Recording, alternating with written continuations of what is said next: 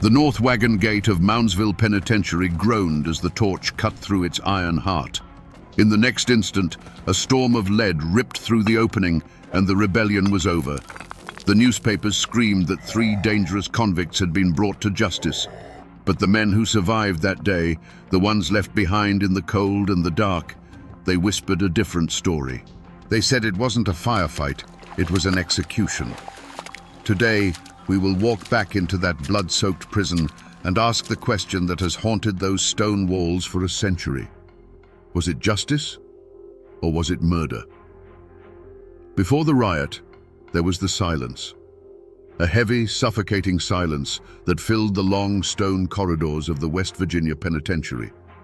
From the outside, the prison looked like a nightmare castle, its Gothic towers clawing at the sky above the small town of Moundsville. It was built to look like a fortress, and it was. A fortress designed to hold the human misery overflowing from the coal fields and hard-scrabble hollows of Appalachia. The men inside were the sons of miners, loggers, and farmers, men broken by a world that had little use for them except for the sweat of their brow or the strength of their back. By 1929, that fortress was a pressure cooker, filled with over 1,000 souls where only 400 were meant to be. The world inside was a grim, repeating ritual of degradation. The day began and ended in a cell built for 1 man, but now crammed with 2, sometimes 3. A space just 5 feet by 7 feet, with a foul bucket in the corner and the sour smell of unwashed bodies clinging to the damp stone. This wasn't living, it was being stored like cordwood. The one break in the monotony was the dining hall, but it offered no relief. The food was the stuff of legend, and not in a good way. Men were served spoiled meat and bread crawling with weevils, ladled from vats that were rarely cleaned. It was a diet designed not for sustenance, but for submission. It weakened the body and corroded the spirit, a constant reminder that you were less than human, an animal to be fed slop. The guards ruled this kingdom of decay with fists and clubs. They were underpaid, often uneducated men given absolute power over the lives of others, and they used it. A misplaced word, a defiant look, anything could earn you a beating. And for the truly unlucky, there was the hole. A black, airless pit in the prison's bowels where a man was left with nothing but his own screaming thoughts. A place where sanity went to die in the dark. This was the calm that came before the storm. A world of quiet desperation where every sunrise promised another day of the same slow death. But something was changing in the air. You could see it in the eyes of the men shuffling in the yard, a harder glint of defiance replacing the dull stare of despair. The pressure inside those walls had been building for years, and the old stone itself seemed to groan under the strain. The men inside had nothing, and a man with nothing is a man with nothing left to lose. You have to understand, the feud that boiled over in Moundsville didn't start inside those walls. Its roots run deep, down into the very rock and soil of West Virginia. This is a state born from a fight, cleaved from Virginia in the fires of the Civil War. It's a land of coal and blood, where generations of men learned a hard lesson. Everything worth having must be fought for, and the men in charge will never give it up easy. The old scars of history were still fresh in 1929. The West Virginia mine wars were not a distant memory. They were an open wound. Men locked in Moundsville had likely stood on the picket lines. They had seen company thugs beat their friends. They had heard the machine guns at Blair Mountain just 8 years earlier. They had fought a literal war against the coal operators and the state militia, and they had lost. That fight taught them 2 things: a burning hatred for any authority that wore a uniform, and the cold knowledge that sometimes the only way to be heard is through the barrel of a gun. The prison was just the final chapter in a story that began in the company towns. There was a direct pipeline from the mine to the penitentiary. When a man was used up, injured, or blacklisted for trying to unionize, he was often left with nothing. Poverty and desperation would lead to moonshining, to theft, to a fight in a saloon. and the same law that protected the company's profits would come down on him like a hammer. The men filling Moundsville's cells weren't just criminals. They were the discarded, angry remnants of a brutal industrial war. In these mountains, a man's pride was often the only thing he owned. He might not have 2 cents to rub together, but he had his name and he had his honor. The system inside Moundsville was designed to strip that away, to grind a man down to a number. But you cannot take the fight out of a mountain man so easily. To be from West Virginia meant you might get knocked down, but you never stayed down. That defiant spirit, the same one that fueled the Union battles, didn't die at the prison gate. It just went underground, waiting for a spark. The feud wasn't between 3 inmates and a warden. It was the continuation of an old, bitter war between the forgotten men of the mountains and the system that was built to crush them. A prison is a world of whispers. In a place like Moundsville, where the walls sweated misery, the grapevine was a twisted, venomous thing. It was the only source of news, and it thrived on fear and suspicion. Word would travel from cell to cell, passed in hushed tones during meal lines or shouted through drain pipes at night. Rumors became facts, and facts became legends. The men whispered about the parole board, convinced it was a sham, that a man's freedom wasn't earned by good behavior, but bought with money they didn't have. This wasn't just a faceless system they hated. The grudges were deeply personal. There were guards known for their particular brand of cruelty, men who seemed to enjoy the sound of a hickory stick cracking against bone. An inmate who had been beaten unjustly wouldn't forget the face of the man who held him down. A family on the outside that was denied a visit for a petty reason wouldn't forget the name of the guard who turned them away. These weren't just inmates and guards. They were neighbors from warring hollows, now locked in a cage together. Frank Heyer, the man they called the ringleader, was known for his sharp mind. He'd likely tried to fight the system with words first, filing grievances that were ignored, trying to reason with an authority that had no interest in reason. Each dismissed complaint was another nail in the coffin of a peaceful solution. Everett Lilly, the muscle, was a different story. His was a language of fists and fury. His file was likely thick with reports of brawls with guards, each one earning him a trip to the hole, each stay in the darkness hardening his resolve into pure, diamond-hard hatred. The air was thick with the poison of betrayal. The most feared man in Moundsville wasn't the toughest killer. It was the snitch. The constant threat of an informant turning a quiet complaint into a charge of conspiracy meant no one could be trusted. This paranoia turned men against each other, but it also forged unlikely alliances. Small, tight-knit groups formed, bound by the simple code of the mountains. You look after your own. And in the winter of 1929, the whispers began to change. They were no longer just about spoiled food or crooked guards. They were about taking a stand. The old grudges were simmering, and the web of rumors was pulling tight, getting ready to snap. In the weeks leading up to the riot, a strange chill settled over Moundsville, a cold that had nothing to do with the March weather. The old-timers, the men who had grown grey inside those walls, they knew the signs. It was like the unnatural quiet that falls over the hollow just before a tornado hits. A deep, listening silence. Men spoke less and watched more. Even the rats, the true kings of the prison, were said to have grown agitated and bold, as if they sensed the coming feast of chaos. Then the omen came, not in the form of a strange bird or a bad dream, but in cold black ink on a newspaper smuggled inside. Governor William Conley had given an interview declaring his iron-fisted policy on the state's criminals. There would be no coddling, no leniency, and absolutely no negotiating with convicts. To the men shivering in their cells, these weren't the words of a politician, they were a prophecy. It was the outside world officially telling them that their letters would go unread, their pleas would go unheard, and their suffering was of no concern. The last door to a peaceful solution had just been slammed shut and bolted from the outside.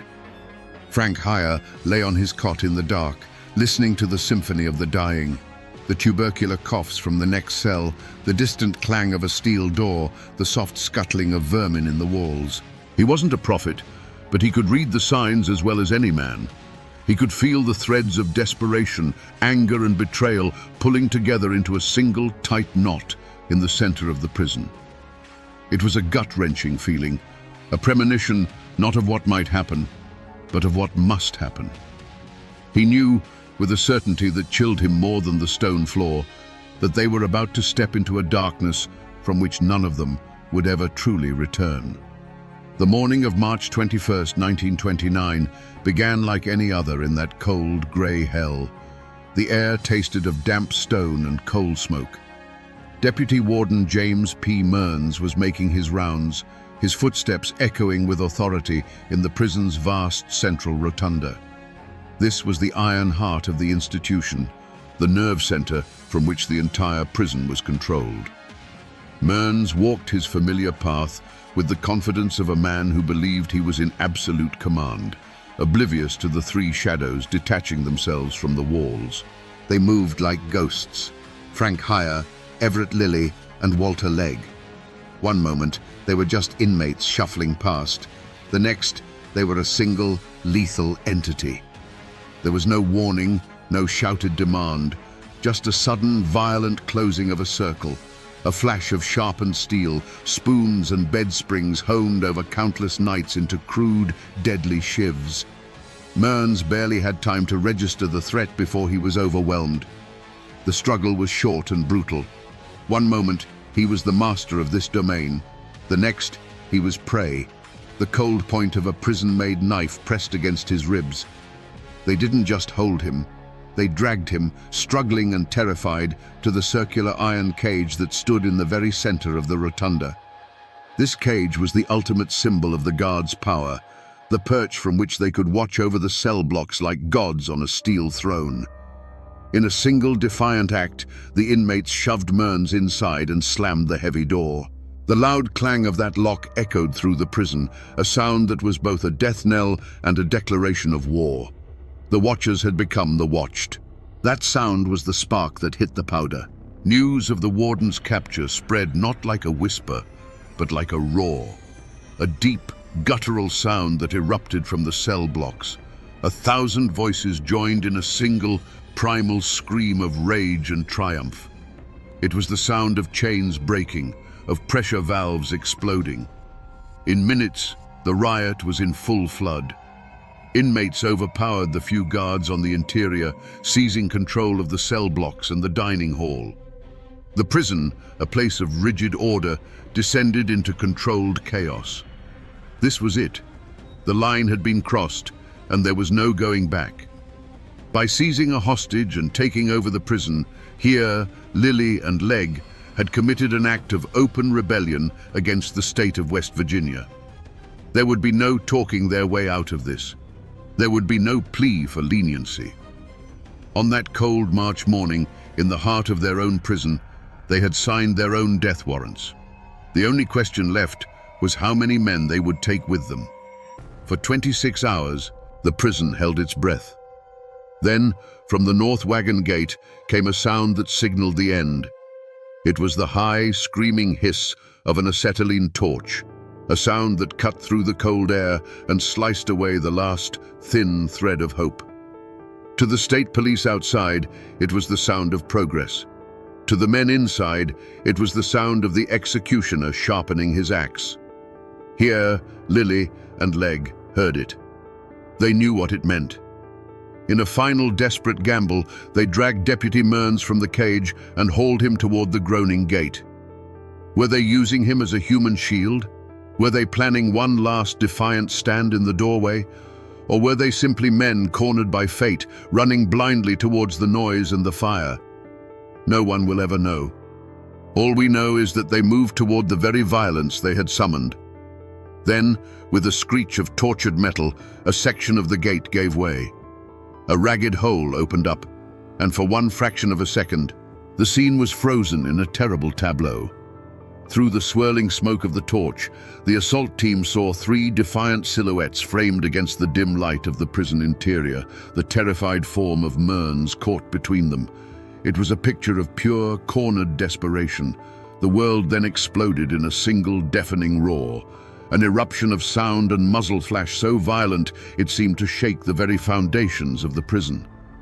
A volley of bullets tore through the newly made opening, a storm of lead that didn't distinguish between rebel and hostage.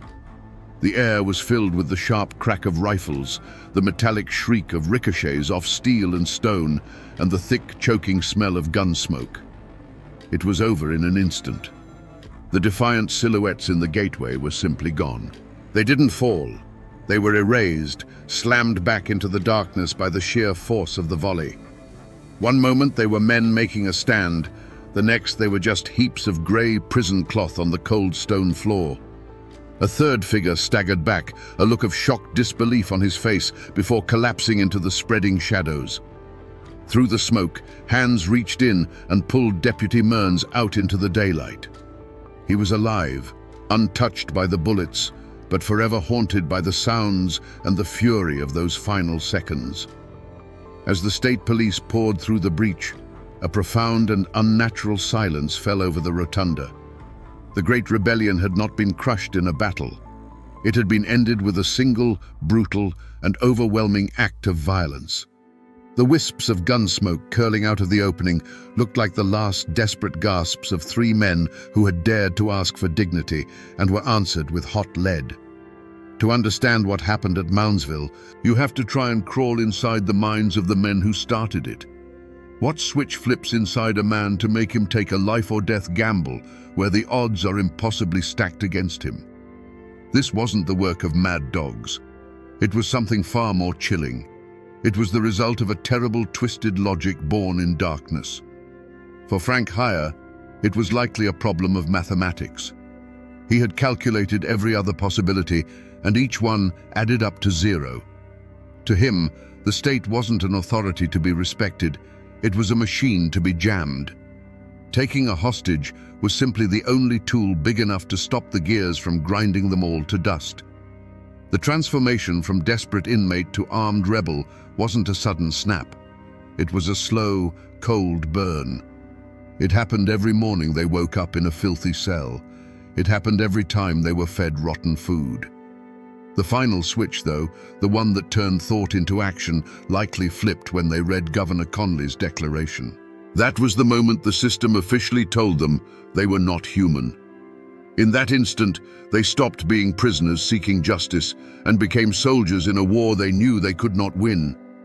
When they saw Deputy Warden Mearns walking alone, it was no longer a question of if they would act, but simply how. And what did they feel in those 26 hours of stolen freedom? It couldn't have been simple triumph. It must have been a terrifying cocktail of euphoria and dread. For the first time in years, they were men who gave orders, not men who took them. They held the power of life and death. That power is a potent drug.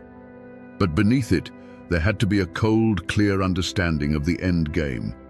They were smart enough to know that no governor would ever bow to them. They were standing on the gallows, having a final defiant smoke. After the initial violence, after Mearns was locked in that cage and the roar of the inmates echoed in their ears, I don't believe they felt relief or satisfaction. I believe they felt a chilling emptiness. They had crossed the final line. The world had shrunk to the size of that prison rotunda. There were no more choices to make, no more avenues of appeal. There was only the siege, the wait, and the inevitable violent end. They had traded a slow death in a cage for a quick one in a firefight. In their minds, it may have been the only honorable transaction left to make. The silence that followed the final gunshot was heavier than any stone in that prison. It was a dead, suffocating quiet that swallowed the echoes of the volley. Through the hole in the gate, the state police poured in, their boots crunching on unseen debris, their rifles ready for a fight that was already over. The air was thick with the bitter smell of burnt metal and cordite, a fog that clung to the cold air like a shroud. And there, in the dim light of the rotunda, lay the rebellion. 3 crumpled shapes on the floor, their brief, violent reign ended in a hail of lead. The dream of a new day died with the sound of iron doors slamming shut. As guards swarmed the interior, the brief illusion of inmate control was brutally shattered. The men who had screamed in triumph just a day before were now herded back into their cells with curses and the sharp crack of hickory clubs. The euphoria was gone, replaced by a cold, stomach-turning dread. They had gambled everything and lost in the most absolute way possible. Hope is a fragile thing in a place like Moundsville, and it had just been murdered right in front of them. Deputy Warden Mearns, shaken but physically whole, was a free man. But the other survivors, the 1,000 inmates locked back in their cages, were now more captive than ever. They had tasted a moment of power, and the system would never let them forget the price of that taste. They knew what was coming. A wave of retribution, a cold, methodical punishment that would be far worse than the conditions they had been protesting. The fight for better food was over. The fight to simply survive the coming vengeance had just begun. The official machinery of the state moved quickly. The bodies of Hire, Lily, and Leg were carried out, not as fallen men, but as evidence to be processed.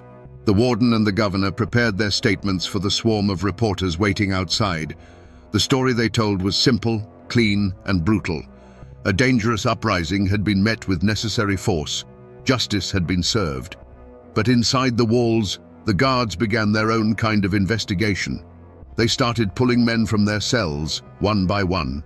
The siege of Moundsville was over, but the hunt for every man who had stood with the leaders, that hunt was just beginning. The riot didn't just end at the gate. It bled out into the town of Moundsville itself, drawing a jagged line down the middle of the community. In the saloons and general stores, the talk was low and angry. On one side were the families of the guards, the shop owners, the respectable folk. To them, Here and Lily were rabid animals, and the state police were heroes who had saved the town from a bloodbath. They saw the prison not as a place of suffering, but as a necessary wall to keep the darkness contained. But there was another side, a quieter, more fearful one. It was the side of the mothers, wives, and brothers of the men locked inside. They knew the stories of the spoiled food and the beatings. In the grim faces of the dead rioters, they saw their own kin. They didn't condone the violence, but in their hearts, they understood the desperation that fueled it.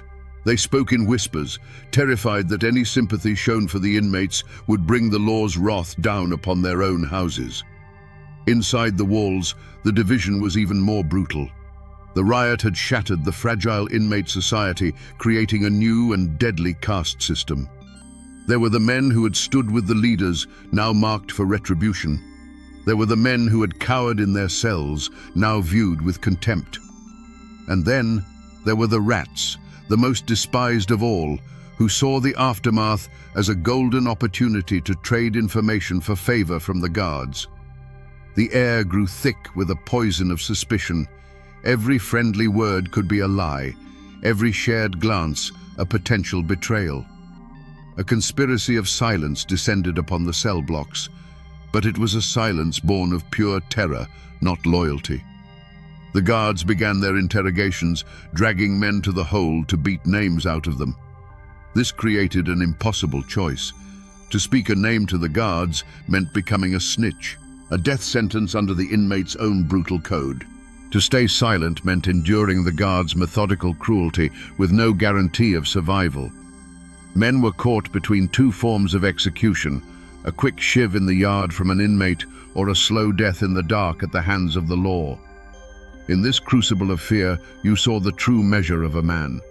You saw cowardice in the inmate who, after a single slap, pointed a trembling finger at a man who had nothing to do with the riot, just to make the pain stop.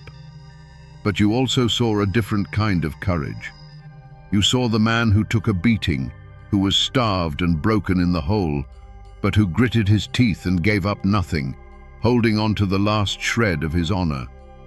The community had been fractured, and on both sides of the wall, people were being forced to decide what kind of soul they truly had. The hunt began, but not with dogs and trackers in the West Virginia hills. It took place within the suffocating confines of the prison walls. The prey was not running. They were caged, helpless. The prison itself became the mountain range, a labyrinth of steel canyons and stone cliffs where every shadow could hide an enemy. The posse wasn't made of lawmen seeking justice. It was formed from the ranks of the prison's own guards, men who had been humiliated and held at bay for 26 hours, and now they were burning for revenge. Led by a captain whose reputation was as hard as the hickory club he carried, this posse of vengeance began its slow, methodical sweep. They weren't looking for evidence. They were looking for names. They moved through the cell blocks in the dead of night, their faces grim and unreadable in the flickering lamplight. The only sounds were the jangle of keys, the squeak of a guard's boots on the stone floor, and the sudden sharp cry of a man pulled from his cell. The chase was a psychological war of attrition. They used the snitches first, dangling promises of better food or an early parole hearing in exchange for a name. Every inmate became a potential Judas, and the terror of betrayal was a tangible thing, colder than the winter draft that snaked through the bars. Men who had stood shoulder to shoulder during the riot now looked at each other with suspicion, wondering who would be the first to break. The wall of inmate solidarity, which had seemed so strong, began to crumble under the relentless pressure. The moment of capture was a scene of brutal efficiency. A cell door would crash open without warning. 3 or 4 guards would flood the tiny space, their faces set like stone. There was no warrant read, no rights given. A name would be barked out, and a man would be hauled from his bunk. Some fought back, a final futile explosion of defiance that was answered with the dull, sickening thud of a club. Others went limp, their eyes wide with the knowledge of what was to come. They were not arrested, they were harvested. Dragged down the long, echoing corridors, past the cells of the other inmates who would lie frozen in their bunks, listening to the muffled screams and praying the guards would not stop at their door. The destination for every man captured in this shadow hunt was the same: the deep, lightless maw of the hole. They were thrown into the darkness, one by one, to face a different kind of executioner: the slow, methodical breaking of a man's body, mind, and soul. There was no trial for Frank Heyer, Everett Lilly, or Walter Legg. Their case was closed by the bullets at the North Wagon Gate. But the state of West Virginia still needed its public spectacle of justice. So, a dozen other men, identified by snitches and beaten confessions as the riot's secondary leaders, were shackled and marched into the Marshall County Courthouse. The trial was a grim formality, a play performed for the benefit of the newspapers. The room was a cauldron of silent hatred, with the families of guards on one side of the aisle and the hollow-eyed kin of the inmates on the other. A wooden railing, the only thing keeping the two worlds from tearing each other apart. The air was thick with the threat of violence. State police, the same men who had stormed the prison, lined the courtroom walls, their hands resting on their sidearms. They weren't there just to keep order. They were there as a constant, intimidating reminder of the state's power. The key witnesses were inmates, brought in under heavy guard. They shuffled to the stand, their faces pale with terror. You could see the impossible choice in their eyes. If they told the truth and defended their friends, they faced the guards' wrath back at the prison. If they lied for the prosecution, they signed their own death warrant with their fellow convicts. Most mumbled their way through their testimony, a ghost at their own trial. The defendants themselves showed no fear. They sat in their chairs, gaunt and bruised from the weeks of retribution they had already endured, and watched the proceedings with a kind of stony defiance. There was no remorse in their eyes, only a deep, weary contempt for the whole charade. They had made their stand, they had lost, and this was simply the price. They were mountain men, and they would face the state's judgment with the same grim dignity they would face a harsh winter or a mine collapse. They would not beg. The verdict, when it came, was no surprise to anyone. Guilty, on all counts. The judge handed down sentences that were designed to crush what little was left of their lives, adding decades to the time they were already serving. It was a message, sent loud and clear: This is what happens when you fight back. The gavel fell, and the law of West Virginia was satisfied. But in the cold, dark cells of Moundsville, the men knew that justice had not been present in that courtroom. Only power. For the families of the men who died at the gate, the verdict was a final, cruel twist of the knife. A name that had once been spoken with pride in the hollows was now a brand, a mark of shame. In the town of Moundsville, to be a Hire or a Lily was to be the kin of a killer, a cop napper, a failed revolutionary. They were met with stony silence at the general store, with whispers that stopped the moment they turned a corner. There was no atonement for them, only a curse. Most simply couldn't bear the weight of it. They packed what little they had, and under the cover of darkness, they left the Ohio Valley, dissolving like ghosts into the wider world, hoping to find a place where their name didn't carry the stench of gun smoke and rebellion. For the men who were convicted, life after the verdict was a slow, walking death. Their real sentence wasn't written on paper. It was carved into their skin with every sneer from a guard, every extra hour of hard labor, every denial of a letter from home. They were living warnings, the ghosts of the riot made to walk the tiers as a daily reminder of the price of defiance. They were the first to be blamed for any trouble, the last to receive medical care, and the ones who were always watched. They were condemned to serve their time under the absolute power of the very men they had tried to overthrow, and that power was now absolute, unblinking, and hungry for payback. And what of the state, the warden, the guards? They faced no trial, no verdict. They were the victors. For a short time, the riot forced a sliver of light into the dark corners of Moundsville. Newspapers wrote editorials, and a few state commissions made recommendations. The food might have improved for a few months, and the most brutal beatings might have stopped for a while. But the soul of the place remained unchanged. The riot didn't cleanse the system. It taught it a lesson. It taught the men in charge that they had to be more careful, more total in their control. The community, both inside and outside the walls, began the hard work of forgetting. It was a conscious act of burial. The town of Moundsville buried the shame of having a national scandal erupt in its backyard.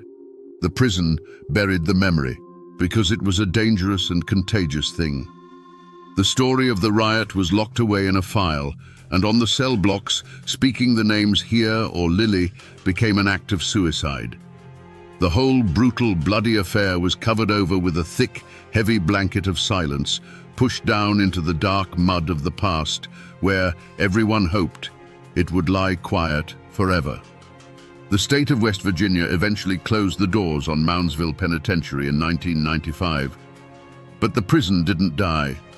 It stands there still, a stone skeleton by the Ohio River, its towers casting the same long shadows they did a century ago. The locks are off the doors now. You can buy a ticket and walk the same halls where Here and Lily made their desperate stand. The prison is a museum now, a tourist attraction, a monument to its own misery. If you go there today, they will take you to the North Wagon Gate. It's still there, a massive wall of iron and rust, and you can stand in the very spot where the state police opened fire.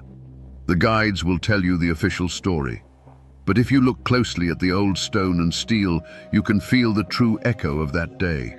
It's a scar that never healed, a physical witness to 90 seconds of brutal, overwhelming violence. It's the closest thing we have to a tombstone for a rebellion. You won't find many people with the last name Hire or Lily in the Moundsville phone book.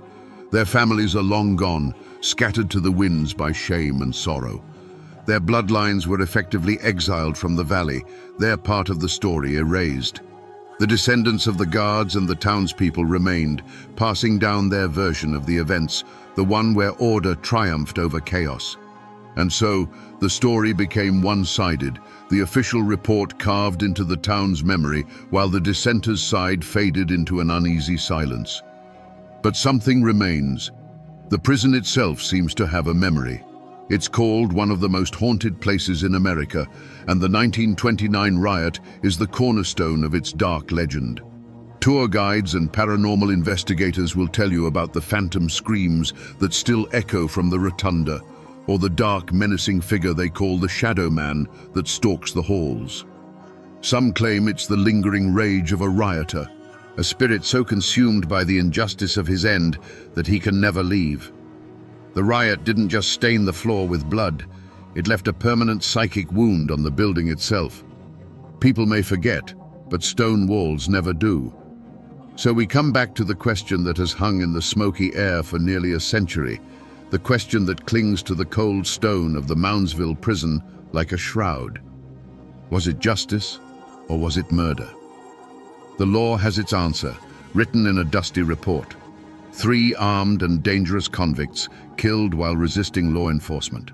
A justifiable, if tragic, end to a violent siege.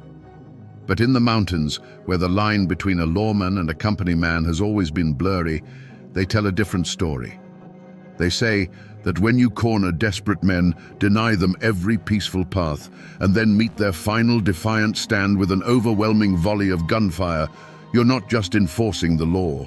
You're putting down a rebellion, and that always looks a lot more like murder. This story is not just about a riot. It's about the simple, terrible truth of what happens when a system is built to break the human spirit. You can take a man's freedom, you can feed him garbage, you can beat him in the dark, but you can never truly take his pride. When you push a man to the point where he has absolutely nothing left to lose, you don't break him. You make him the most dangerous thing on God's green earth. The stand of Here, Lily, and Leg was not an act of criminals seeking escape. It was a raw, bloody scream for dignity from the bottom of a man-made hell. They lost their fight, and the world did its best to forget them. But their story is a warning that echoes down through the years. It reminds us that behind every prison number, there is a human heart, and that even the most broken man will eventually fight back if pushed too far. The ghosts of Moundsville don't just haunt those old stone walls. They haunt us with a lesson that must not be forgotten. And now, my friends, you know the rest of the story.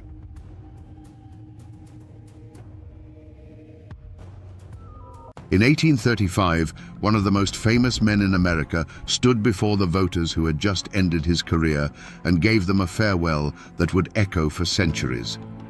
You may all go to hell, and I will go to Texas.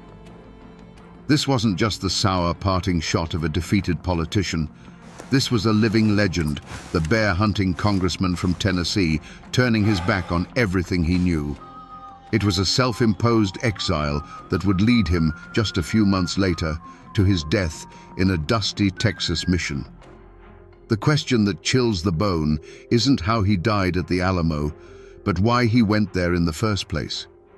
How does a man, at the absolute peak of his fame, find himself so utterly alone, cast out by his own party, his own president, and his own people? The answer lies not in a battle with rifles, but in a brutal war of conscience fought on the floor of the US Congress, an act of political suicide that sealed his fate long before he ever crossed the Sabine River. Today, we will answer that question. We will find the real Davy Crockett. To understand the man who would defy a president, you have to understand the world that forged him. David Crockett was born in 1786 on the banks of the Nolichucky River in what is now East Tennessee. This was not yet America as we know it. It was a raw, unforgiving frontier, a world of misty mountains, deep forests, and a people as tough and unyielding as the landscape itself. Appalachia was a crucible, and it burned away everything that was not essential, leaving behind only grit, self-reliance, and a fierce independence. The people who settled these hills, largely Scots-Irish immigrants, brought with them a deep cultural memory. They remembered kings and landlords from across the sea, and they carried a profound distrust for any distant, centralized authority. Their laws were simpler, etched into their hearts rather than written in books. A man's word was his bond. Your loyalty was to your family, your clan, and your neighbor. Justice was swift and personal. This was the code Crockett grew up with, a worldview that saw the world in stark, clear terms of right and wrong, honor and shame. Crockett was the living embodiment of this spirit. He had almost no formal schooling, learning his letters, as he said, from the trees. His real education came from the wilderness. He wasn't just a hunter, he was a provider, a protector.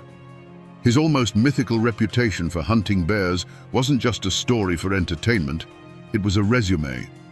Killing over 100 bears in a single season meant providing security and sustenance for the entire community. In a world where survival was a daily struggle, a man with those skills was a natural-born leader. His charisma was just as wild and untamed. He didn't speak in the polished tones of the Virginia aristocracy. He spoke the language of the common man, full of homespun humor, sharp wit, and captivating stories of his adventures. He could hold a crowd spellbound with a tale of tracking a bear through a blizzard or facing down a panther in the dark. He was one of them, a man who understood their struggles because he lived them every single day. But this very world, the source of all his strength, also contained a fatal vulnerability. Crockett's character was like Appalachian oak, strong, solid, and completely inflexible. He was governed by that simple frontier code of honor. He believed a promise was a promise, whether made to a white settler or a Cherokee chief. He believed that a man's integrity was his most valuable possession, worth more than land, title, or political power. This man, this living piece of the American frontier, was about to be transplanted into the serpentine world of Washington, D.C.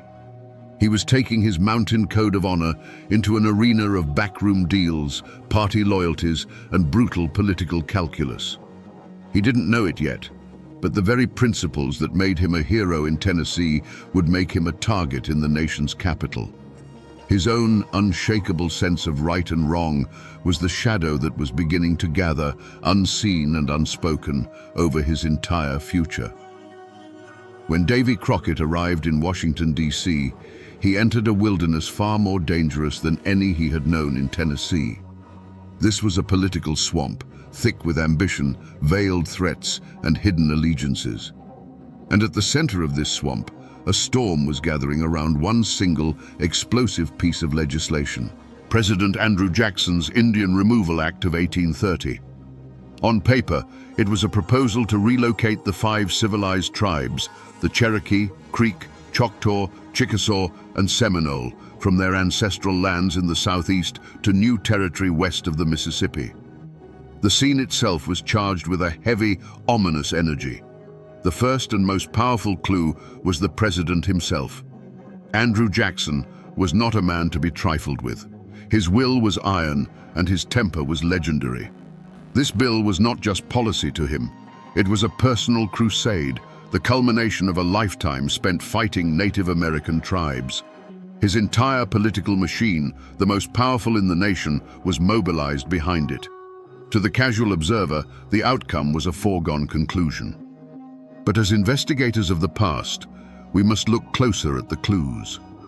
In the taverns and boarding houses where congressmen gathered, the whispers were not of national security or manifest destiny. The whispers were of land. Fertile, black soil in Georgia and Alabama, perfect for cotton. Land that was legally owned by the Cherokee and Creek, but desperately coveted by white settlers and wealthy speculators. The air was thick with the scent of greed, a motive far older and more powerful than any political ideology. The initial findings pointed to an open and shut case. The president wanted the land, the party wanted to please the president, and a powerful coalition of land-hungry states demanded action. The political mathematics were simple and brutal. There was no room for dissent. The scene spoke of an unstoppable force, a political juggernaut that would crush anything in its path. And yet, this is where the mystery truly begins. The wilderness of Washington offered no easy answers, only a multitude of unsettling questions. Chief among them, who in their right mind, and especially who from Jackson's own party, would be foolish enough to stand in the way? As the battle lines were drawn over the Indian Removal Act, all eyes in Washington turned to the most obvious source of opposition: the president's sworn political enemies. This was the anti-Jackson coalition, a formidable group of political titans like Henry Clay of Kentucky and Daniel Webster of Massachusetts. They were the established Eastern elite, men who viewed Andrew Jackson not as a hero of the common man, but as a dangerous backwoods tyrant trampling on the Constitution. Their motive for opposing the bill was clear, public, and deeply personal. The feud between Jackson and men like Clay was the central drama of the age. It was a vicious political war fought over the national bank, tariffs, and the very soul of the American Republic. For them, the Indian Removal Act was just another battlefield. Opposing it was not just a matter of policy. It was a chance to land another blow against a president they despised. Everyone in Washington knew about the bad blood between these men. It was a political feud that had burned hot for years and showed no signs of cooling. The initial evidence seemed to confirm their role as the sole antagonists. The first powerful speeches against the bill thundered from their corner of the Senate. The most eloquent constitutional arguments, the most dire warnings of national dishonor, were crafted by them.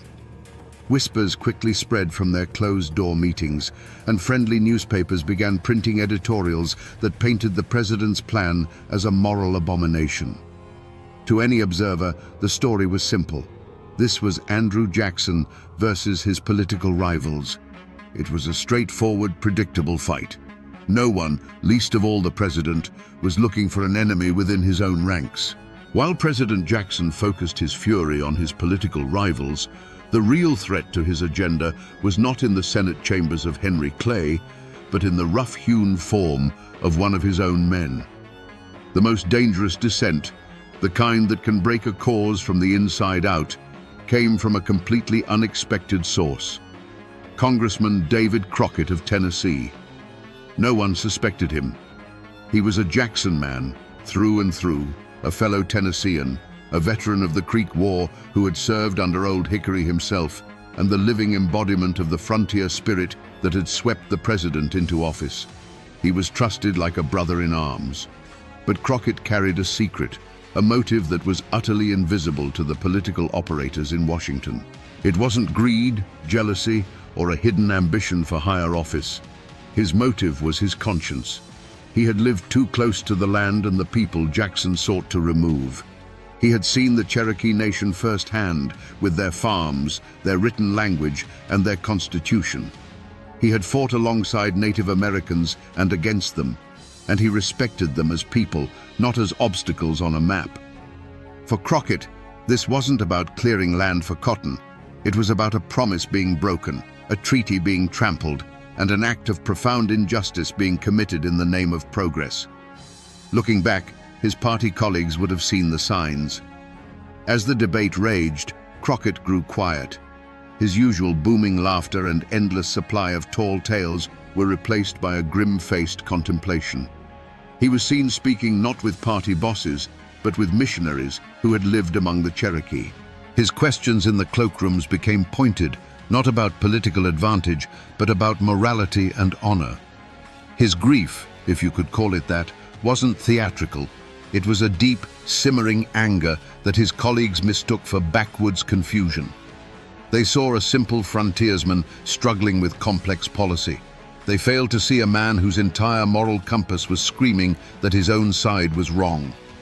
Beyond the personal rivalries and internal betrayals, a third, far more powerful force was at play. This was not a single man or a political party, but a vast, impersonal economic juggernaut with an insatiable appetite, the Cotton Kingdom. The real pressure for Indian removal wasn't coming from the White House alone.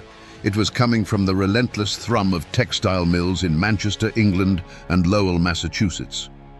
A global revolution in industry had created an unprecedented demand for cotton, and the American South was its primary supplier. The motive was as simple and potent as profit itself. The old cotton lands of the Carolinas were becoming exhausted, and the planters looked westward with hungry eyes. The fertile, well-watered lands of the Cherokee, Creek, and Choctaw in Georgia, Alabama, and Mississippi were the prize. This wasn't a local squabble. It was a matter of economic destiny for the entire southern establishment. The value of the land wasn't measured in tradition or ancestral right, but in dollars per acre and bales per season. This massive, faceless entity had a single, overriding interest: acquire that land by any means necessary. This external threat created a suffocating climate of inevitability. Long before the bill was debated in Congress, the pressure was being felt on the ground. Land speculators, the quiet agents of this economic empire, were already appearing in the valleys. They were not local men, and they carried an air of quiet menace. They brought maps and surveying chains, making offers that were more like warnings. Their presence sent a clear message to everyone, including the Cherokee and politicians like Crockett. This was no longer a negotiation. A tidal wave of money and power was coming, and it intended to wash away everything in its path. In the beginning, the opposition to the Indian Removal Act pursued what seemed to be a clear and righteous path. The first great charge was a legal one, led by the sharpest constitutional minds in the country. They brandished copies of treaties signed in good faith by the United States government that explicitly guaranteed the Cherokee and other tribes their lands forever. On the floor of the Senate, men like Daniel Webster laid out a powerful, logical case. A treaty was the supreme law of the land, and to break it was to break the nation's honor. This seemed like the most promising lead, a direct trail to defeating the bill. But they were tracking a ghost through a legal wilderness. The Jackson administration, with ruthless efficiency, argued that they were not dealing with truly sovereign nations, but with domestic dependent nations living within the borders of the United States.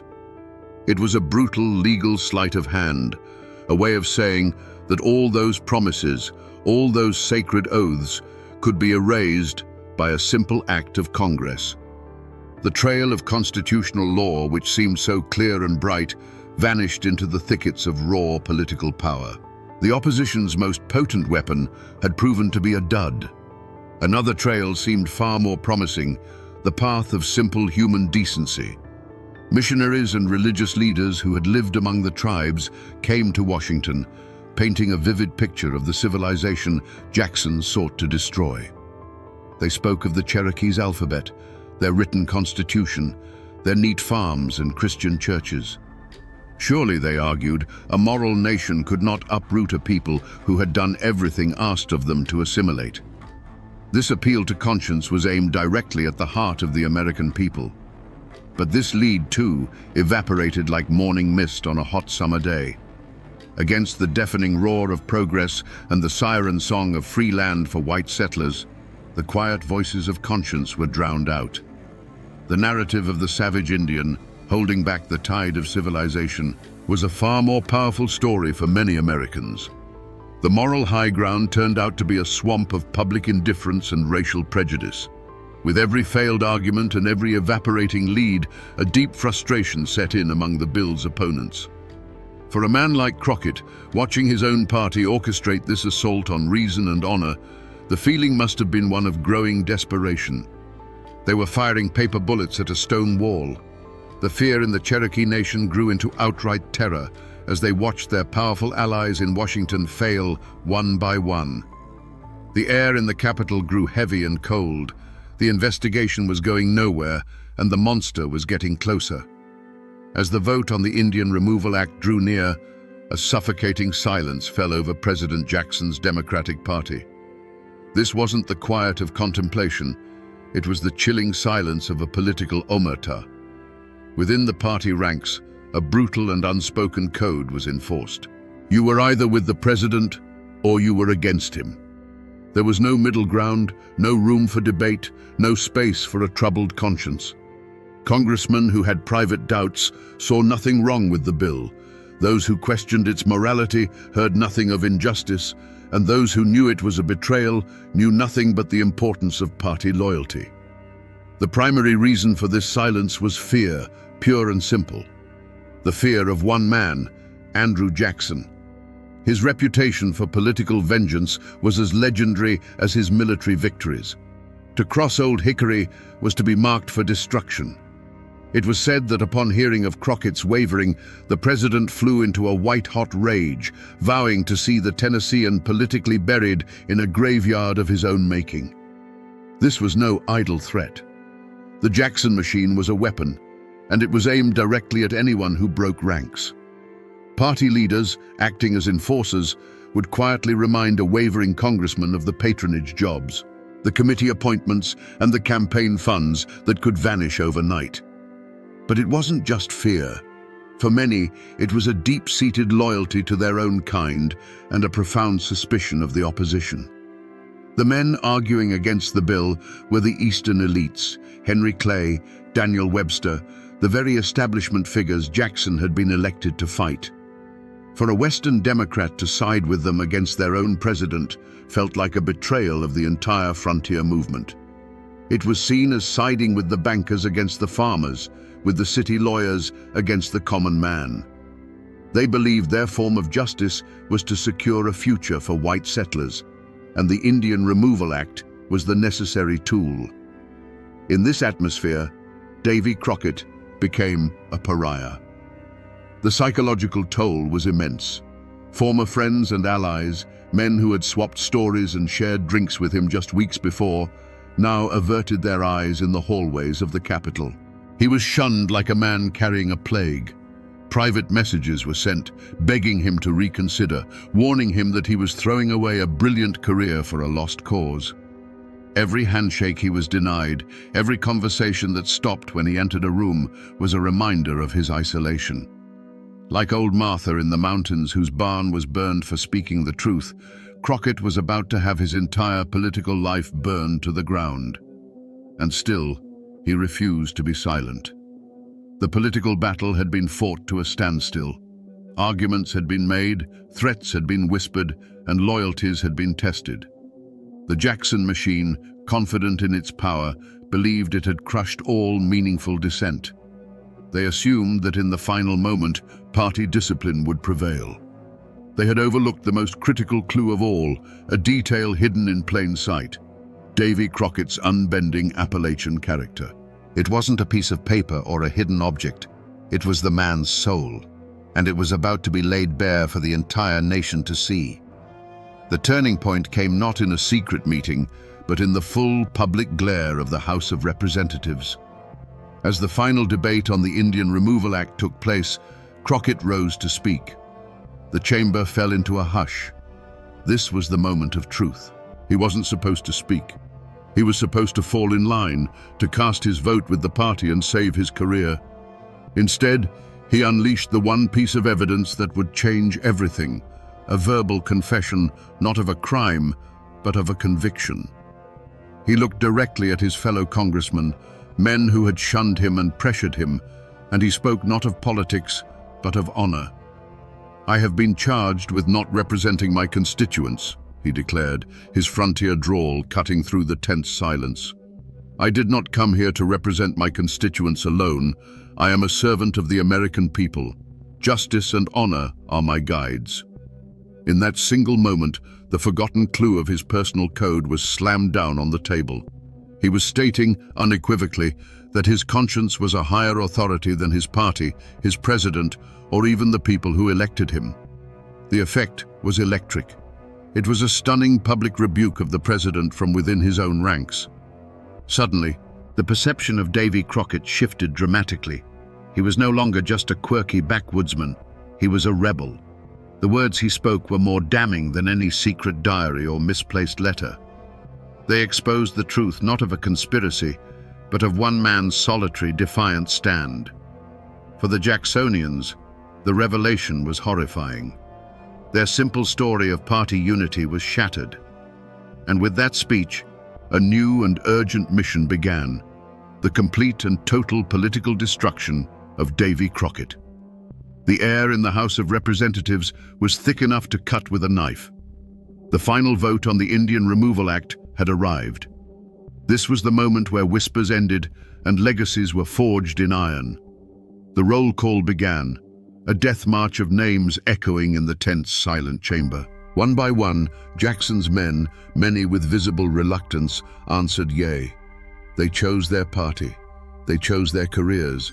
They chose their president. The wall of silence was holding. Then the clerk's voice cut through the air. "Crockett." For a heartbeat there was nothing. Then a voice, clear and steady, filled the room with a single defiant word. "Nay." It was more than a vote. It was the sound of a political career committing suicide. It was the roar of an Appalachian conscience that refused to be silenced. In that instant, every man in the room understood the price Crockett had just willingly paid. But it was not enough.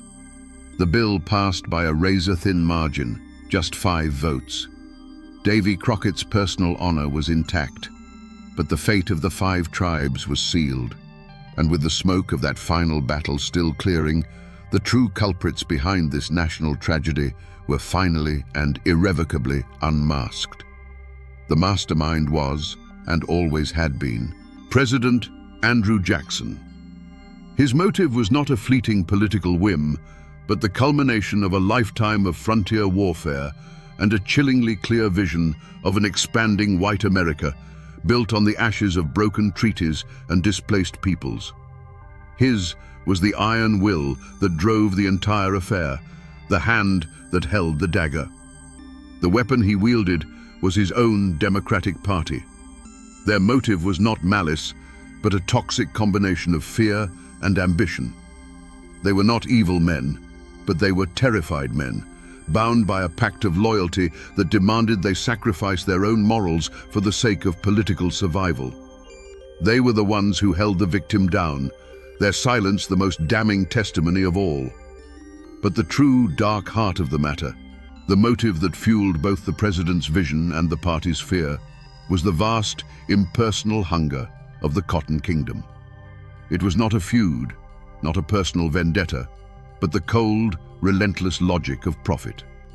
The land was valuable, and the people living on it were in the way. That was the simple, horrifying truth that had been unmasked. In defying all 3, Davy Crockett had not just lost a vote. He had made an enemy of the most powerful forces in America, and they would now see him destroyed. The passage of the Indian Removal Act was not a sudden explosion. It was the slow, deliberate turning of a key in a lock, sealing tens of thousands of people inside a tomb.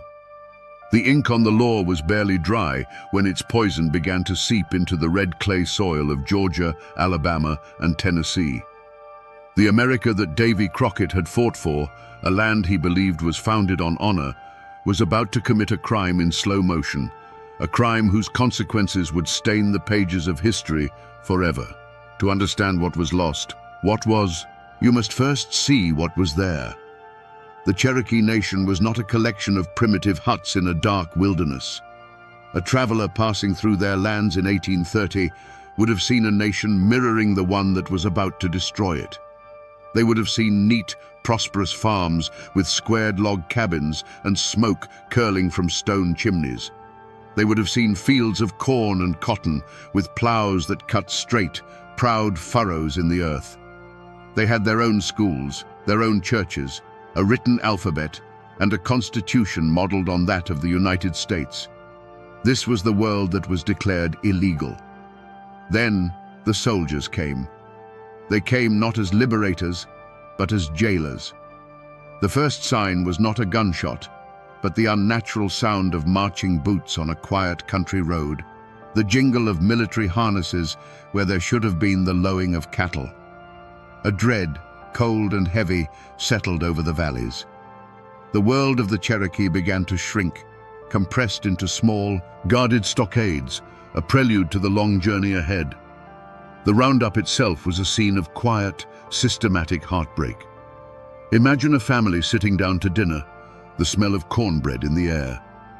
Then, the sound of a heavy boot on the porch, a door kicked open without a word.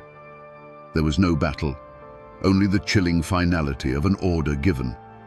The family would be forced to stand up and walk away, leaving the food to grow cold on the table, leaving a Bible open on a mantelpiece, leaving a child's doll lying forgotten in a corner. The children, frozen in terror, saw only the grim faces of the soldiers and the tears in their mothers' eyes. They covered their ears, but it didn't help.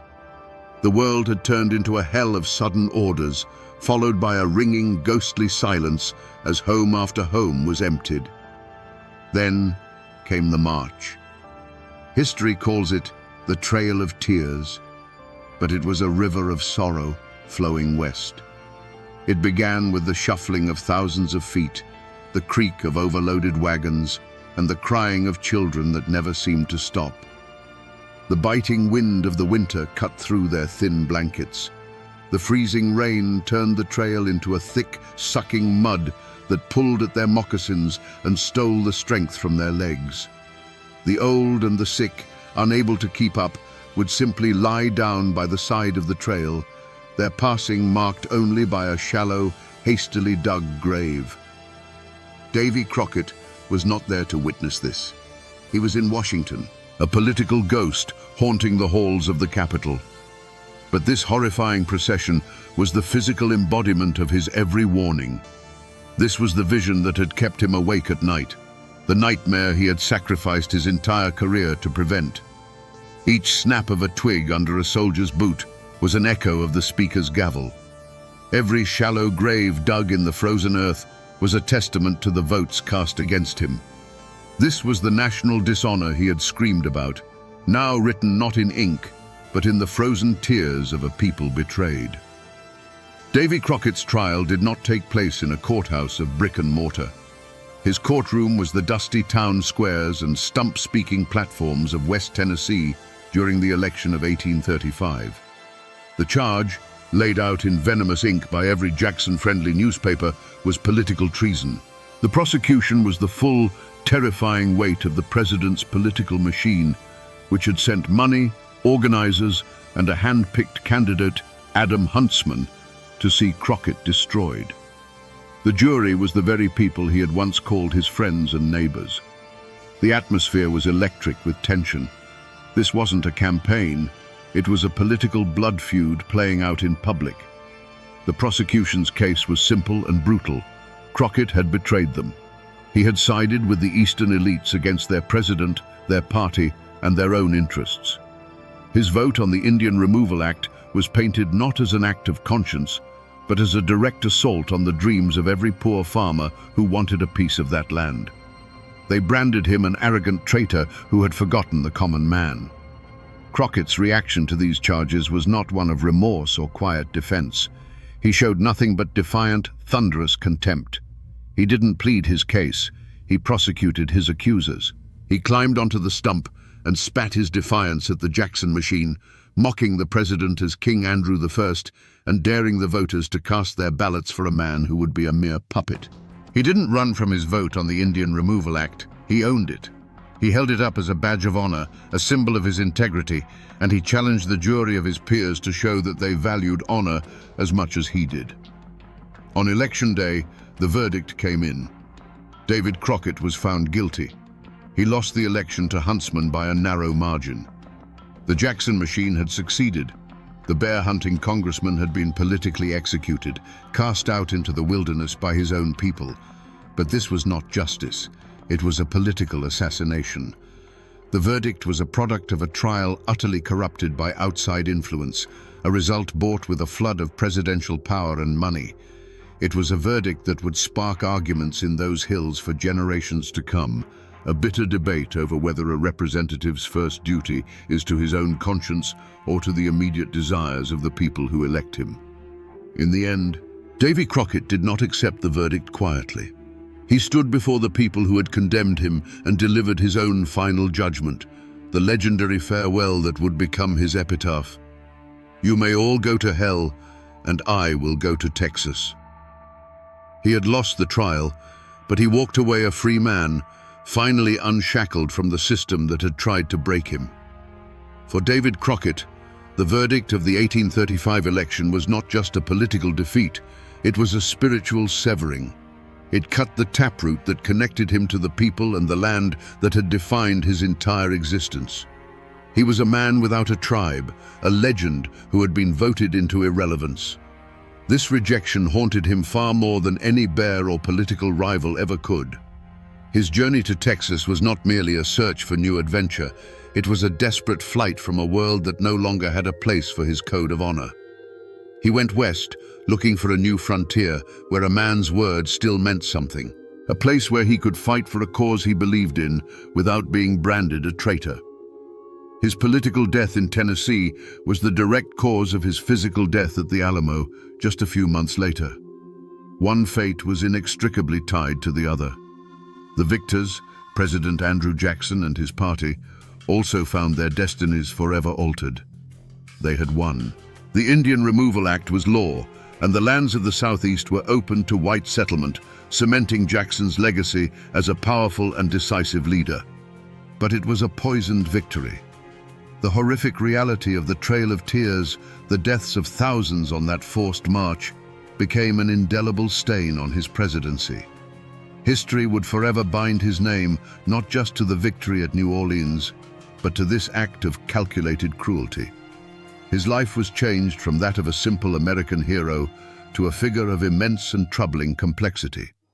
For the Cherokee, Choctaw, and other tribes, their lives were shattered beyond recognition. They survived, but as a shadow of their former nations, scattered in a strange new territory far from the sacred ground of their ancestors. They carried with them the trauma of the stockades and the ghosts of those lost along the trail. The political decision made in Washington became a wound carried in the hearts of their people for generations, a story of betrayal and loss that would be told around their own campfires for a century to come. And what of the people of Tennessee, the voters who had cast Crockett out? They got what they wanted. The land was opened and a new wave of settlement and prosperity followed. But their lives, too, were changed.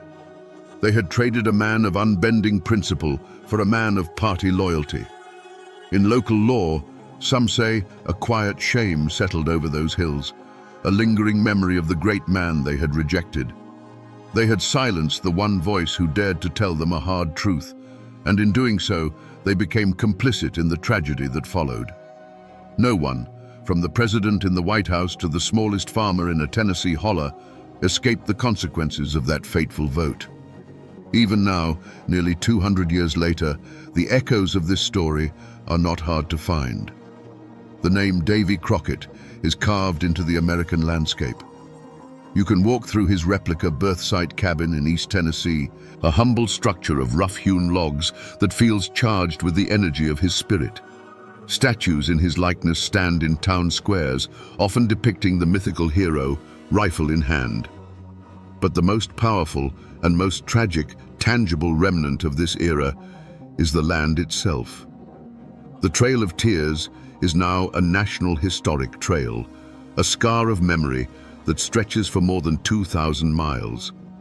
It is marked by quiet roadside plaques, preserved segments of old roads, and lonely, often unmarked graves that lie just beneath the surface of the modern world, silent witnesses to an epic of sorrow.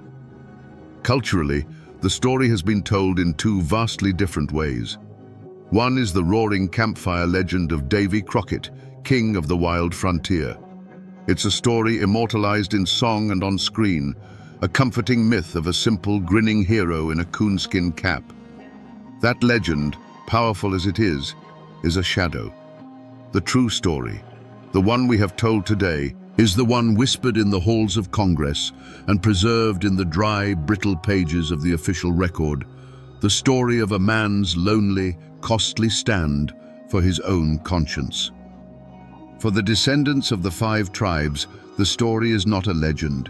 It is a living memory, a foundational trauma that has shaped their identity for generations. It is told not in folk songs for entertainment, but in their own languages, passed from grandparent to grandchild as a testament to their resilience and survival. It is the story of who they are, where they came from, and what they overcame. It is a fire that has never gone out. The world might remember the cartoon, but the Appalachian mountains themselves hold the memory of the man. His story is etched into the very character of the place, a permanent reminder that deep within these hills, a code of honor can sometimes grow that is stronger than politics, more unyielding than a president's will, and more enduring than a man's own life. The mountains remember the man who stood alone, and they do not forget. So we return to the question that started it all. Why did one of the most famous men in America turn his back on his country and march toward his own death in Texas? The answer, we now know, is far more complex than a simple thirst for adventure. Davy Crockett didn't just go to Texas. He was driven from a United States that had broken his heart. He went because his government had chosen greed over honor, his party had chosen loyalty over justice, and his own people had chosen land over the man who tried to tell them the truth. The Alamo was not his destination. It was simply the last stop on a desperate journey to find a piece of the world that still lived by the code he understood. This is a story not just of a crime against a people, but of the brutal, soul-crushing cost of conscience. It serves as a chilling lesson in how the machinery of power can isolate, demonize, and ultimately destroy a person who dares to stand in its way. Davy Crockett's stand teaches us that the most profound acts of bravery don't always happen on the battlefield with a rifle in hand.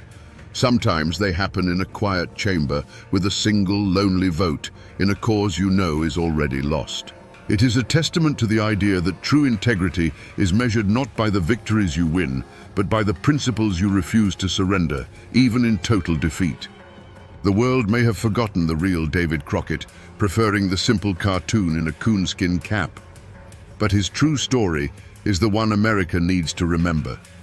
It is the story of a flawed, stubborn man from the mountains who, at a moment of supreme moral crisis, chose to be an honest man rather than a successful politician.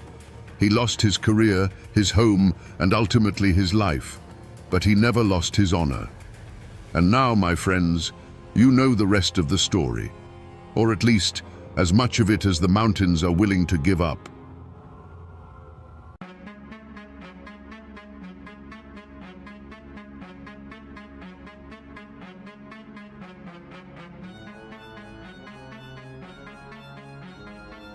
They said bullets curved around him in the air.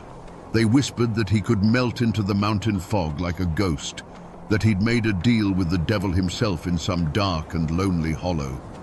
For years, the name Jacko Fraser was enough to make a child stop crying and a grown man bolt his door at night.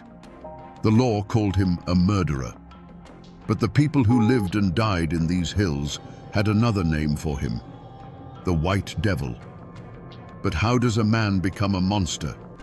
How does flesh and blood turn into a legend that haunts a landscape for 100 years? Today, we hunt for the truth behind the ghost story. To understand a man like Jacko Fraser, you first have to understand the world that made him. Imagine the Cumberland Mountains in the late 1800s on the jagged border of Virginia and Kentucky. This was a land forgotten by God and the government, a place of stunning beauty and breathtaking cruelty.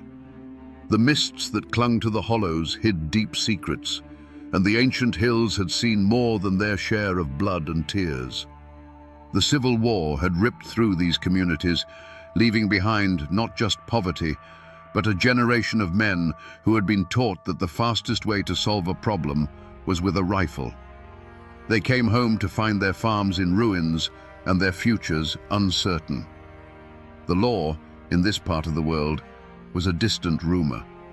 A county sheriff might hold authority in the dusty courthouse square, but out in the winding creeks and isolated cabins, his power faded to nothing. Here, a different law held sway: the law of the clan. Family was everything. Your name was your flag. Your cousins were your army.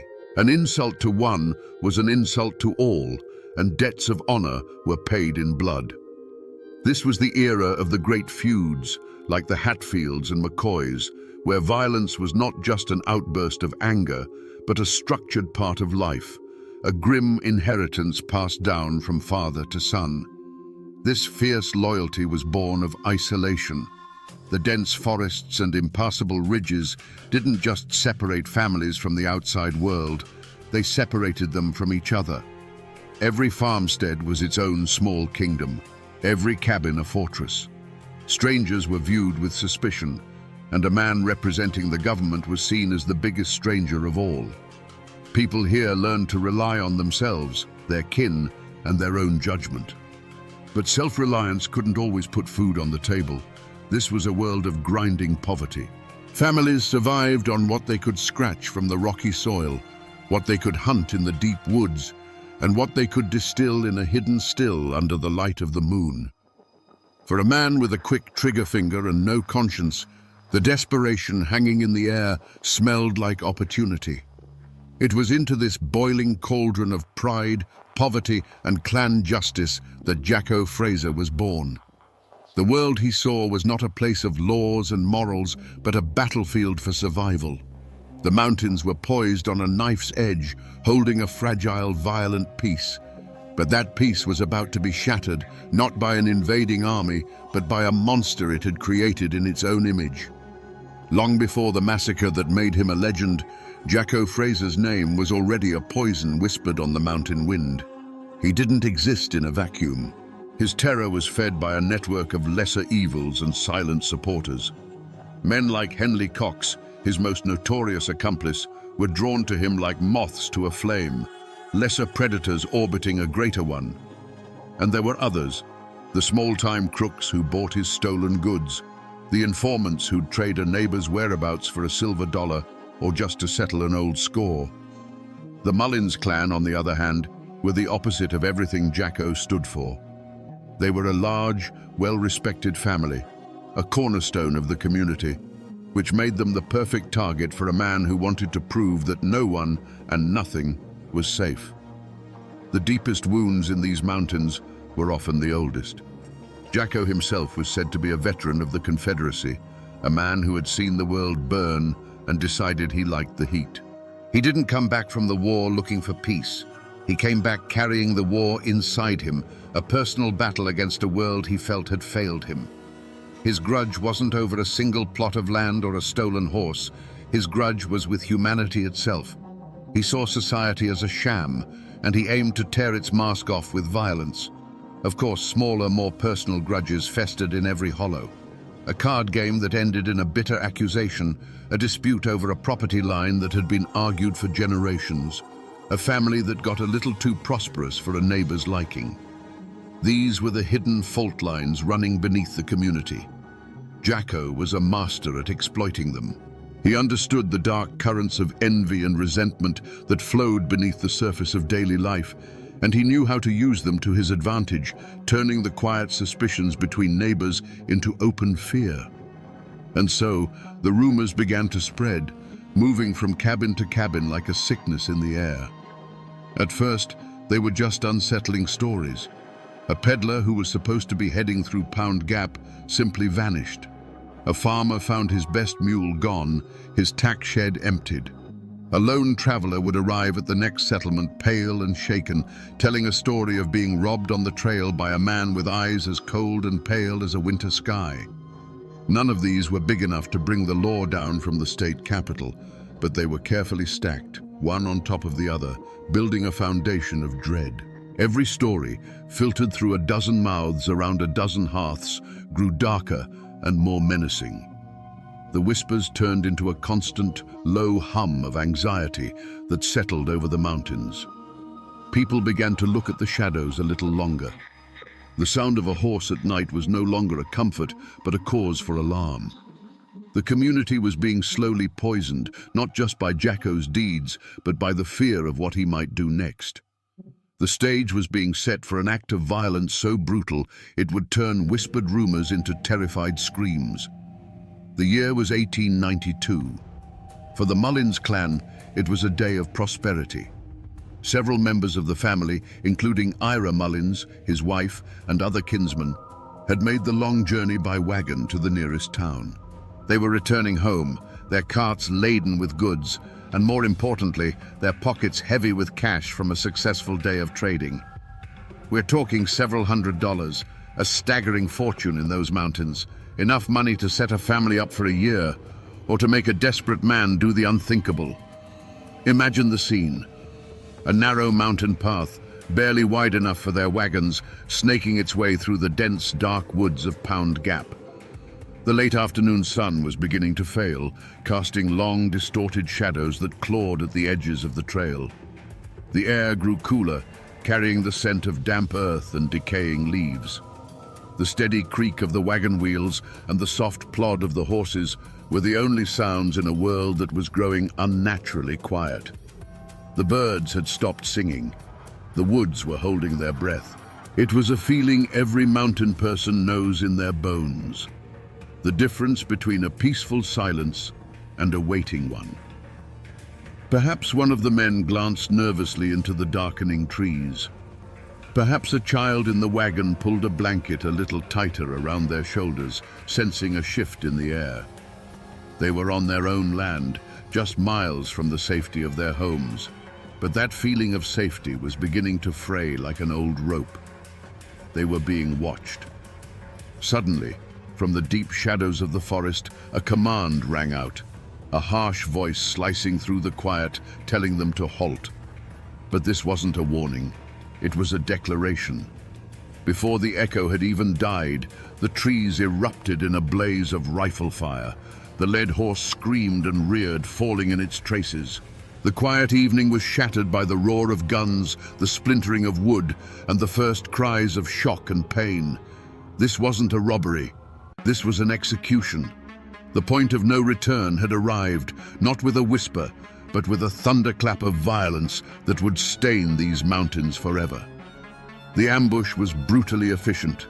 The narrow pass became a slaughter pen, a claustrophobic trap from which there was no escape. The first volley of shots sent a wave of chaos through the wagon train. It was a cacophony of terror, the sharp crack of rifles echoing off the rock walls, the splintering of wagon boards, the high-pitched screaming of wounded horses, and the raw human cries of disbelief and agony. Men who had been solid, living figures just a second before now crumpled to the ground, becoming nothing more than dark shapes in the failing light. But the attackers were not wild animals in a frenzy. They moved with a chilling purpose, emerging from the tree line like specters. Among them, one figure moved with a terrifying calm, his pale eyes scanning the wreckage with an unnerving detachment. This was not a fight. It was a harvest.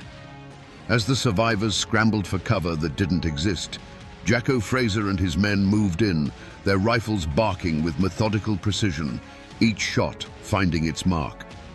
Ira Mullins lay wounded in the dirt, the life seeping out of him onto the very land his family had worked for generations. A shadow fell over him. He looked up to see Jacko Fraser standing there, his face as impassive as carved stone. There was no rage in his eyes, no flicker of emotion at all. It was the cold, empty gaze of a man looking at an object, not a human being. A revolver appeared in Jacko's hand. The metallic click of its hammer being pulled back was the loudest sound in the world. Then came a single sharp report that slammed the door shut on Ira Mullins's life. With the killing done, a new and even more grotesque phase began.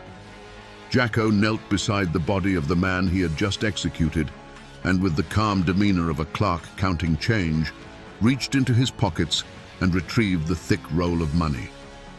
This cold ritual was repeated as the gang moved from one still form to another, their hands searching pockets and pouches.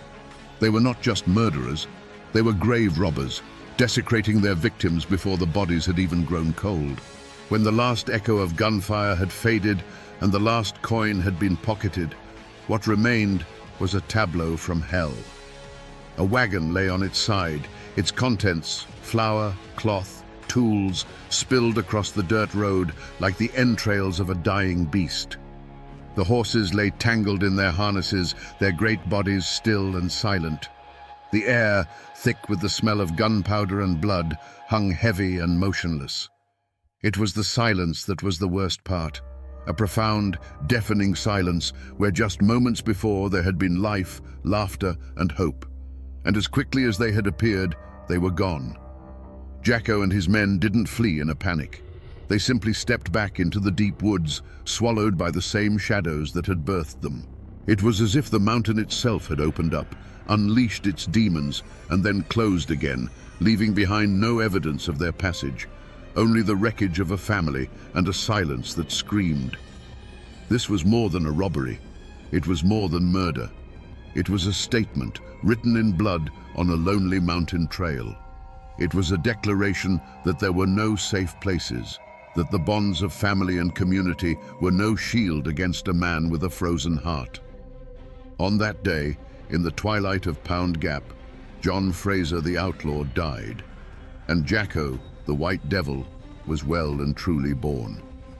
The silence that followed the massacre was deeper than any grave. For a time, the only witnesses were the ancient trees and the cold, unblinking stars. It was a kinsman sent out from the Mullins homestead when the wagons failed to return who stumbled into the nightmare. He found the scene not by sound, but by its terrible stillness.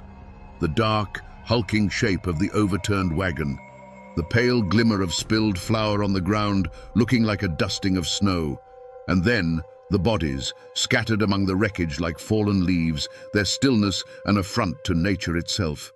The cry that broke from that man's throat was a sound of pure horror, an animal howl of grief that finally shattered the unholy calm. When the news reached the Mullins family, it was like a physical blow, a shock that left them gasping for air.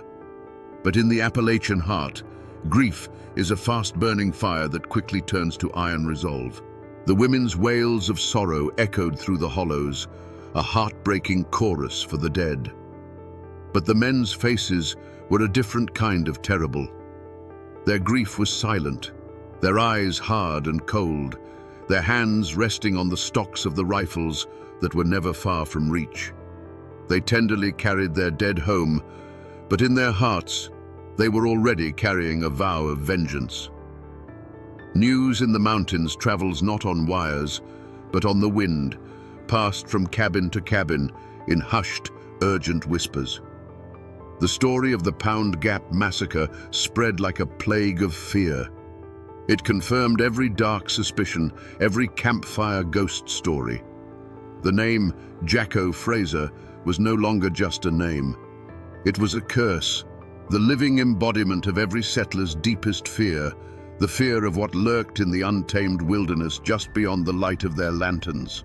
Doors were bolted earlier. Men took their rifles with them to plow the fields. The comfortable darkness of the mountains, once a familiar blanket, now felt like a shroud, filled with unseen, malevolent eyes. The sheer brutality of the attack was too much to be ignored, even by the distant and often indifferent hand of the law. The murders weren't just a crime, they were an insurrection against the very idea of society. The authorities in both Virginia and Kentucky, pressured by the influential families and a terrified populace, were finally prodded awake. A substantial reward was offered for the capture of Jacko Fraser and his gang, a fortune that could make a poor man rich for life. The notice was nailed to the courthouse doors and the sides of general stores, turning the ghost into a wanted man with a price on his head. The bodies of the Mullins family were laid to rest in the cold mountain earth, but their story refused to be buried. The massacre became a line drawn in the dirt. On one side was the world of families, faith, and hard work. On the other was Jacko Fraser. He was no longer just an outlaw.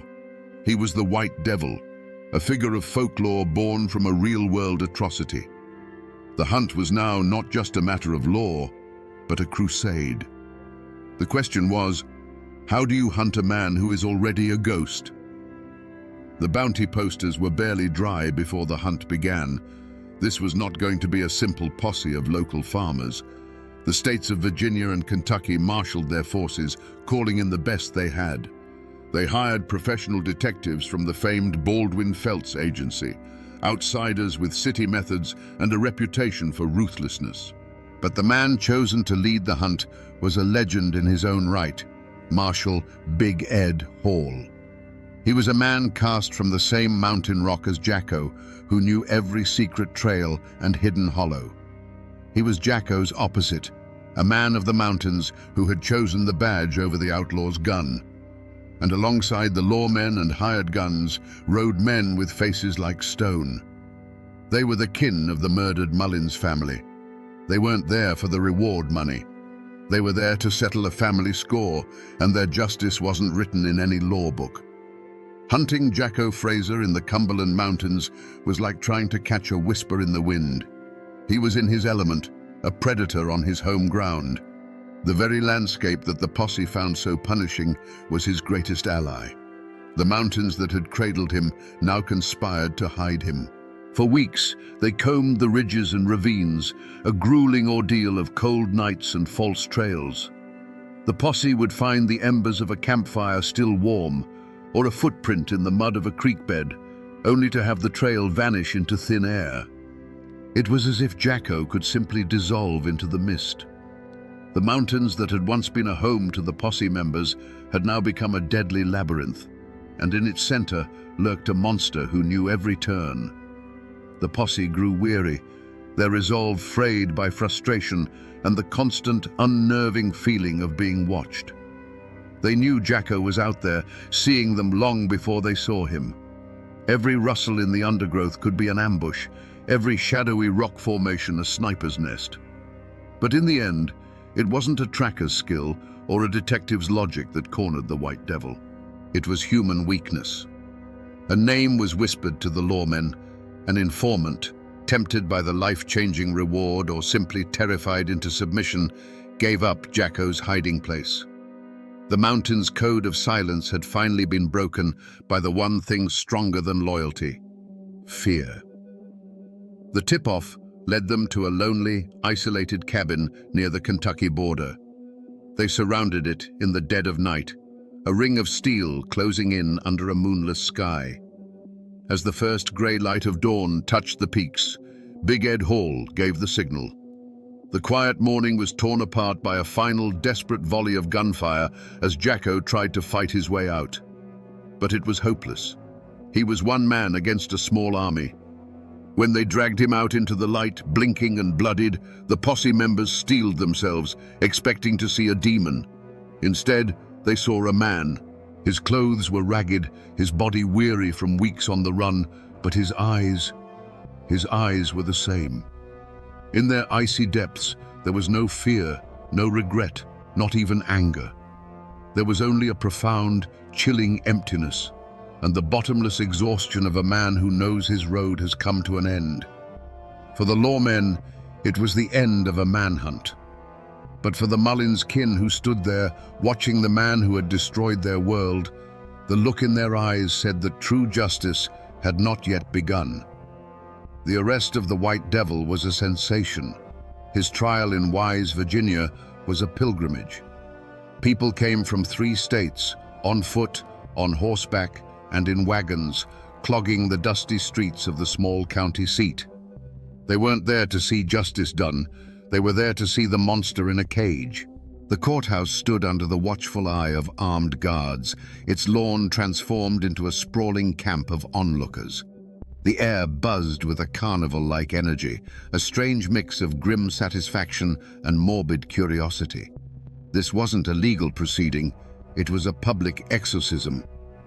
Inside the courtroom, the air was thick enough to choke on. Every bench was crammed, with men standing shoulder to shoulder along the walls. The judge, the lawyers with their starched collars, the 12 men in the jury box, they were all part of a system trying to impose its formal logic on a story of primal savagery. One by one, witnesses took the stand. Their voices trembled with a mixture of grief and lingering fear as they recounted the horrors of that evening in Pound Gap. They pointed trembling fingers at the man sitting at the defendant's table, and Jacko Fraser just sat there. He showed no remorse, no fear, not even a flicker of interest. As survivors wept on the stand, he watched them with the same detached curiosity a man might watch a bug crawling across a windowsill. His silence was more unnerving than any outburst would have been. He was a void, a black hole of human feeling in the center of the room, and his cold, defiant calm was his final weapon. He refused to play their game, refused to give them the satisfaction of seeing him break. He was a monster, and he seemed content to let them know it. The trial was, as everyone knew it would be, a formality. The evidence was absolute, the testimony unshakable. When the jury filed back in, their faces were grim and set. The foreman didn't need to clear his throat. His voice was steady and clear as he pronounced the single word that everyone had come to hear: guilty. A collective sigh, a wave of relief and whispered approval washed over the courtroom. The judge, his voice heavy with the weight of his duty, sentenced John Jacko Fraser to be hanged by the neck until he was dead. The law of men had spoken.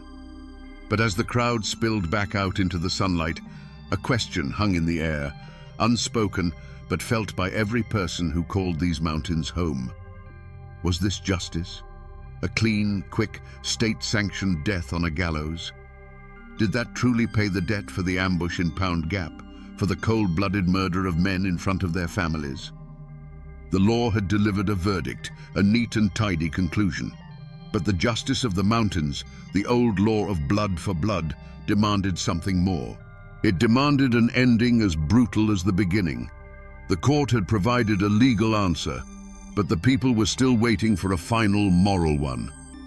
On September 15, 1893, a trapdoor opened in Wise, Virginia, and the physical life of Jacko Fraser came to an end. They say a great sigh of relief swept through the crowd, as if a poison had finally been purged from the air. He was buried in an unmarked grave, a common fate for notorious outlaws, to prevent his final resting place from becoming either a shrine or a site of desecration. The earth simply swallowed its monster, leaving no stone to mark his passage. The man was gone, but his ghost was just beginning to walk.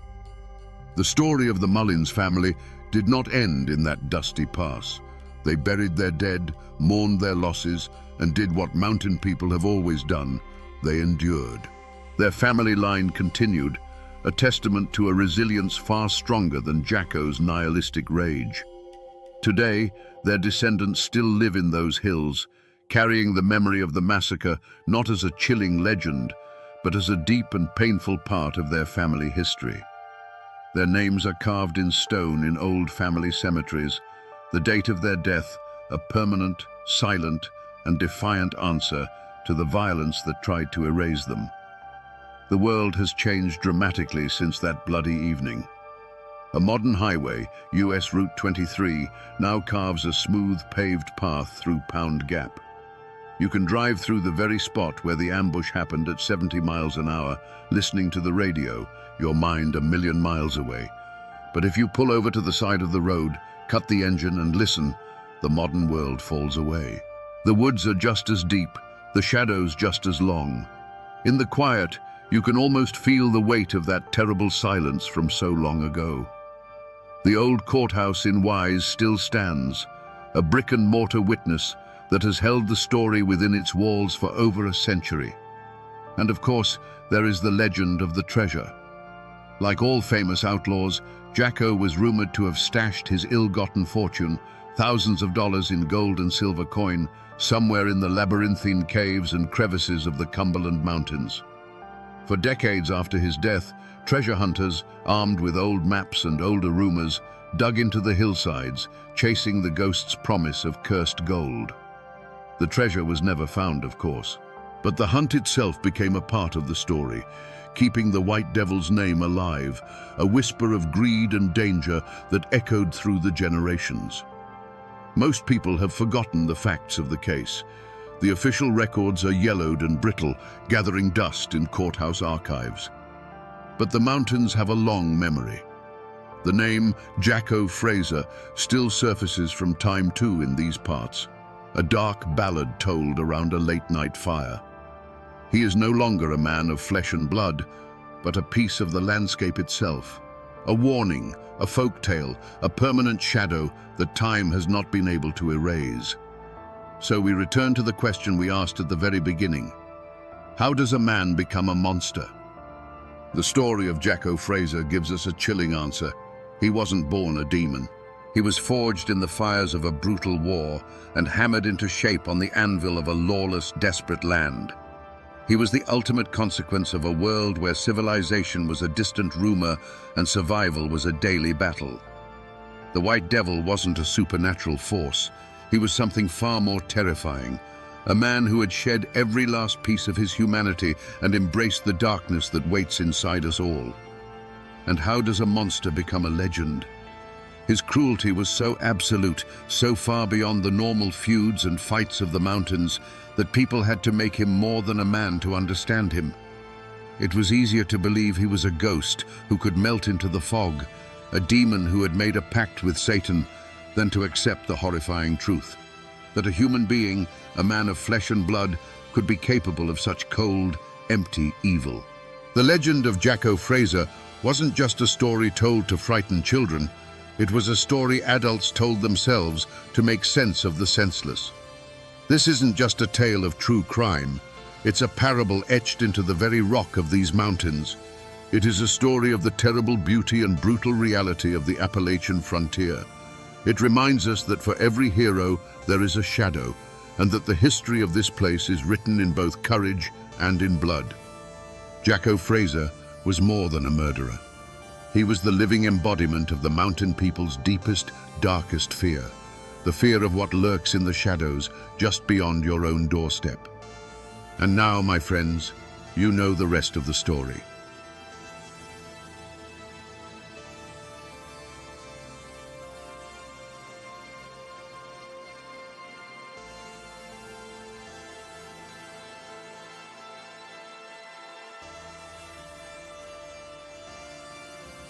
If you stand on the courthouse square in Manchester, Kentucky, and just listen, you can almost feel it. The sounds of today, the hum of traffic, the distant laughter from a storefront, they're just a thin veneer. Beneath that, there's an echo, a deep, cold resonance in the very ground beneath your feet. Because it was right here, on this patch of earth, that a man of God committed an unholy act in broad daylight.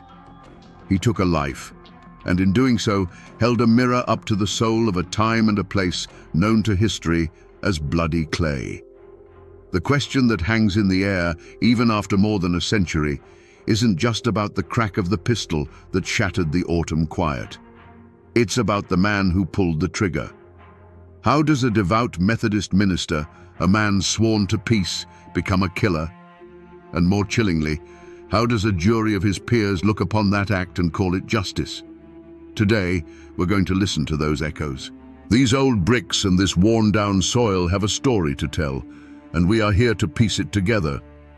To understand what happened on that courthouse square, you have to rewind the clock to 1899 and step into a world that feels both ancient and terrifyingly raw. This is Clay County, Kentucky. Deep in the Cumberland Mountains, cut off by ridges and creeks, this place had its own set of rules, and they were written in blood. The rest of America was looking forward to a new century of progress. But here, the wounds of the Civil War were still fresh, still weeping.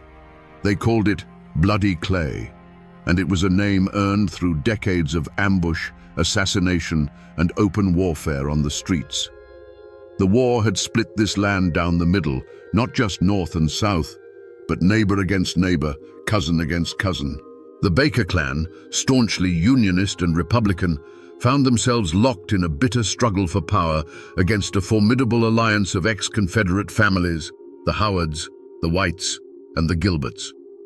This wasn't just about who sat in the courthouse. It was a feud over everything. It was about land, about the profits from the salt mines, and most of all, it was about honor. In these mountains, a man's honor was his most valuable possession, and an insult to it demanded a violent reply. In the middle of this cauldron walked Reverend George D. Baker. He was no backwoods preacher screaming at the sky. He was a respected traveling Methodist minister, a man whose words could soothe a grieving widow or inspire a congregation to grace. In a community held together by faith and family, the preacher was meant to be the moral compass, the peacemaker who stood above the endless cycle of revenge.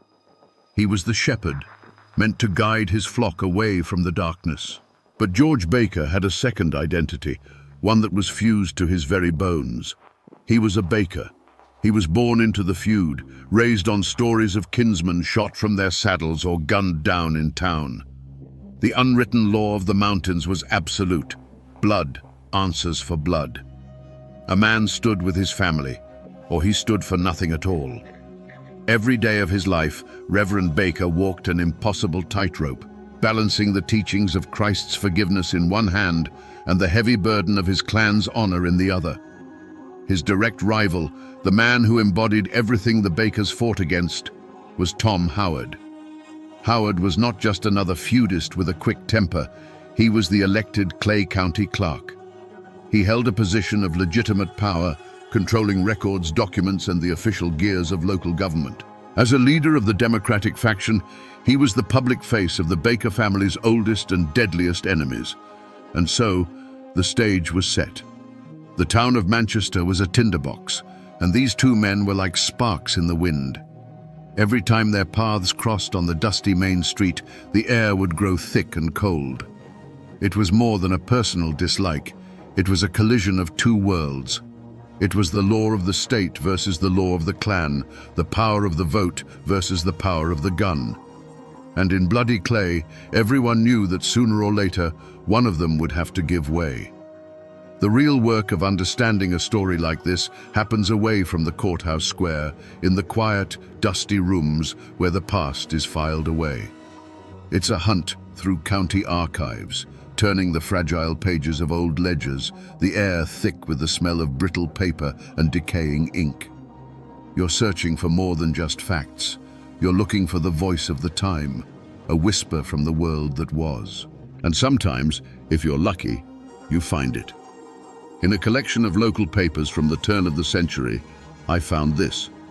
It's a clipping from the Clay County Republican, dated just 2 days after the killing. The paper is yellowed and flakes at the edges, but the headline is bold and clear. A necessary act. Reverend Baker defends his life against aggressor. It's not a headline reporting a tragedy. It's a headline declaring a victory. Reading the article is like looking at a photograph where the focus has been deliberately blurred. It paints Tom Howard as a belligerent tyrant and Reverend Baker as a patient man of God pushed beyond his limits. It speaks of Howard's known history of threats and Baker's unimpeachable character. This isn't just a news report. It's a carefully crafted piece of propaganda written by Baker's political allies to control the narrative before the body was even cold. This single piece of paper proves that the shooting wasn't an isolated event born of a chance argument. It was the climax of a public and vicious feud that had been escalating for some time. This article is a weapon, fired in a war of words that was already raging. And it raises a chilling question. What were they fighting about?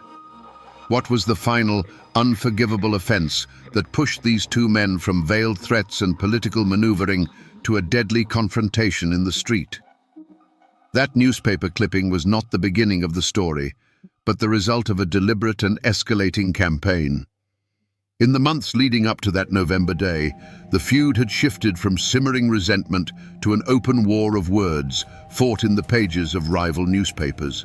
The Clay County Republican, the voice of the Baker clan, began a relentless assault on Tom Howard. Week after week, it printed articles accusing the county clerk of corruption, of abusing his office for personal gain, and of being a political tyrant who ruled through fear. Each article was a public slap in the face, a calculated attack on Howard's honor designed to undermine his authority in the eyes of the people. They painted him as a snake in the very heart of the county government. For a man in his position, in a place like Clay County, these were not mere political jabs. They were accusations that demanded a response. And in a land where a man's reputation was all he had, a response often meant violence. This is where Reverend George D. Baker stepped from the pulpit into the heart of the conflict. He wasn't just a passive supporter of his family's newspaper. His sermons, known for their fiery passion, began to take on a new, sharper edge. He preached about sin and corruption, about the duty of good men to stand against the forces of darkness in their community. While he may not have named Tom Howard from the pulpit, everyone in the pews knew exactly who the serpents and money changers in the temple were. He was giving his clan's political war a divine sanction, transforming a struggle for power into a holy crusade. Tom Howard found himself besieged. His name was being dragged through the mud in print, and now the most respected preacher in the region was calling down hellfire upon him every Sunday. He was being politically and morally isolated. Cornered and enraged, Howard did what feudists do. He pushed back. He began making public threats. On the streets of Manchester, in saloons and storefronts, he made it known that if the lies didn't stop, he would silence the liars himself. And he specifically named Reverend George D. Baker. The seeds of conflict were now fully sown. The battle had moved from the printed page to open verbal threats. The entire town of Manchester could feel the change in the air. The tension was no longer a political disagreement, it was a personal death threat. Two of the most powerful men in Clay County were on a collision course, and everyone was just waiting for the crash. It was no longer a question of if it would happen, but when. Newspapers and official records can give you the skeleton of a story, but they can't give you its heart. To find that, you have to talk to the people who have kept the story alive, not on paper, but in memory. In Clay County, there are still folks who hold the oral traditions, the tales passed down over generations that fill in the gaps the official histories leave behind. I found one of them in an old-timer named Silas, a local historian whose family has lived in these hills since before Kentucky was a state. We sat on his front porch, the afternoon sun filtering through the oak trees, and he spoke of the past as if it were yesterday. He listened patiently as I recounted the details I'd found, the newspaper war, the political maneuvering. He just nodded slowly, a wry smile on his face. "That's the official story," he said, his voice a low, gravelly rumble. "That's the part they wanted everyone to see. But the old folks in my family, they always said the real trouble, the thing that made it all unavoidable, happened just 3 days before the shooting. It wasn't in any newspaper." According to the story passed down in his family, Tom Howard, pushed to the breaking point by the relentless attacks, finally went looking for the Reverend. He didn't find him in the courthouse or a saloon, but on the street, not far from the Methodist church. He walked right up to Baker, his face a mask of cold fury. And what he said wasn't just a threat, it was an attack on the man's very soul. He didn't yell, Silas told me. He spoke just loud enough for Baker to hear. "You hide your feud behind that Bible, preacher," Howard hissed. "You call me a sinner from your pulpit while you sick your family's dogs on me in the papers. You ain't a man of God. You're a coward, using the cross as a shield for your own hate." In that moment, Tom Howard did more than just insult George Baker. He ripped away the one thing that allowed the preacher to reconcile the two halves of his life. He accused him of being a hypocrite and a coward, invalidating his faith and his honor in a single breath. As Silas finished the story, he looked at me, his eyes clear and steady. "Now you understand," he said. After that was said, one of them had to die. It was just a matter of who got the first shot. The confrontation, when it finally came, was not a wild brawl in a smoky saloon. It was something far more chilling. Just 3 days before the end, Tom Howard found what he was looking for. He saw the Reverend George Baker walking along the main street, not far from the shadow of his own church steeple. The air was crisp with the promise of winter, and the usual bustle of Manchester seemed to fade into a low hum as Howard altered his course, his steps deliberate and heavy on the hard-packed dirt. He didn't rush. He didn't shout. He simply moved to block the preacher's path, forcing him to stop. For a moment, the two most powerful enemies in Clay County stood face to face, the space between them crackling with generations of hate. Witnesses would later say that Howard's voice was low, controlled, a venom colder than the November wind. He looked the minister dead in the eye, and the words he spoke were not a challenge to a fight, but a judgment on a man's soul. "You hide your feud behind that Bible, preacher," Howard said, the words cutting through the quiet air. "You call me a sinner from your pulpit while you sick your family's dogs on me in the papers." He took a slight step closer, his gaze unwavering. "You ain't a man of God. You're a coward, using the cross as a shield for your own hate." In that single devastating moment, Tom Howard had found the one weapon that could pierce George Baker's armor. He didn't just question his honor as a baker, he publicly condemned his integrity as a man of faith. He declared that the Reverend's entire life, his ministry, his moral authority, was a lie. For a man who had built his identity on those two irreconcilable pillars, clan and cloth, it was an accusation of absolute spiritual bankruptcy. The tightrope he had walked for so long had just been severed. George Baker said nothing. He simply stood there, his face a stone mask. But something in his eyes changed. The fire of the preacher was extinguished, replaced by the cold, hard glint of the feudist. The argument was over. The debates, the sermons, the newspaper articles, they were all meaningless now. Tom Howard had delivered the final, unforgivable insult, and in the unwritten law of bloody clay, such a thing could only be answered one way. Howard turned and walked away, leaving the minister standing alone in the street. But it was too late. The line had been crossed, the words had been spoken, and they could never be taken back. In that quiet, tense exchange, a death sentence had been passed. The only question left was who would be the executioner and who would be the condemned. So I'm standing here now, back on the courthouse square in Manchester. The building you see today isn't the one that stood here in 1899. That was an older, two-story brick building, the kind with tall windows that seemed to look down on the town like weary old eyes. That building is gone, lost to time and progress. But the ground is the same. The earth that drank Tom Howard's blood is still right here, paved over, but present. This whole square is a witness mark, right here. This is where it happened. The county clerk's office was in that original courthouse, so Tom Howard would have been walking right across this very path, maybe heading for the street. And based on all accounts, Reverend Baker was approaching from that direction, coming into the heart of town. This patch of ground was their collision point, the inevitable destination for two men who had run out of words. This wasn't an ambush in a dark hollow or a fight in a lawless saloon. This was a confrontation set to happen in the very center of civic life, in the shadow of the law itself. Storekeepers would have been sweeping their porches, farmers negotiating prices, children running errands. They were all about to become the audience for the final bloody act of a drama that had been building for months. They were about to see the moment when the last thread of civility in bloody clay finally snapped. On that fateful November day, the inevitable finally arrived. Reverend George Baker and Tom Howard met on the courthouse square. The exact words spoken between them were lost to the wind and the partisan accounts that followed, but they were surely little more than a final, venomous formality. It was the last spark falling onto a powder keg that had been packed with generations of hatred and a week of unforgivable insults.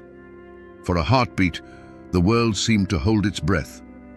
The clatter of wagons, the murmur of conversation, it all seemed to fade away as the two men stood locked in that final, silent challenge.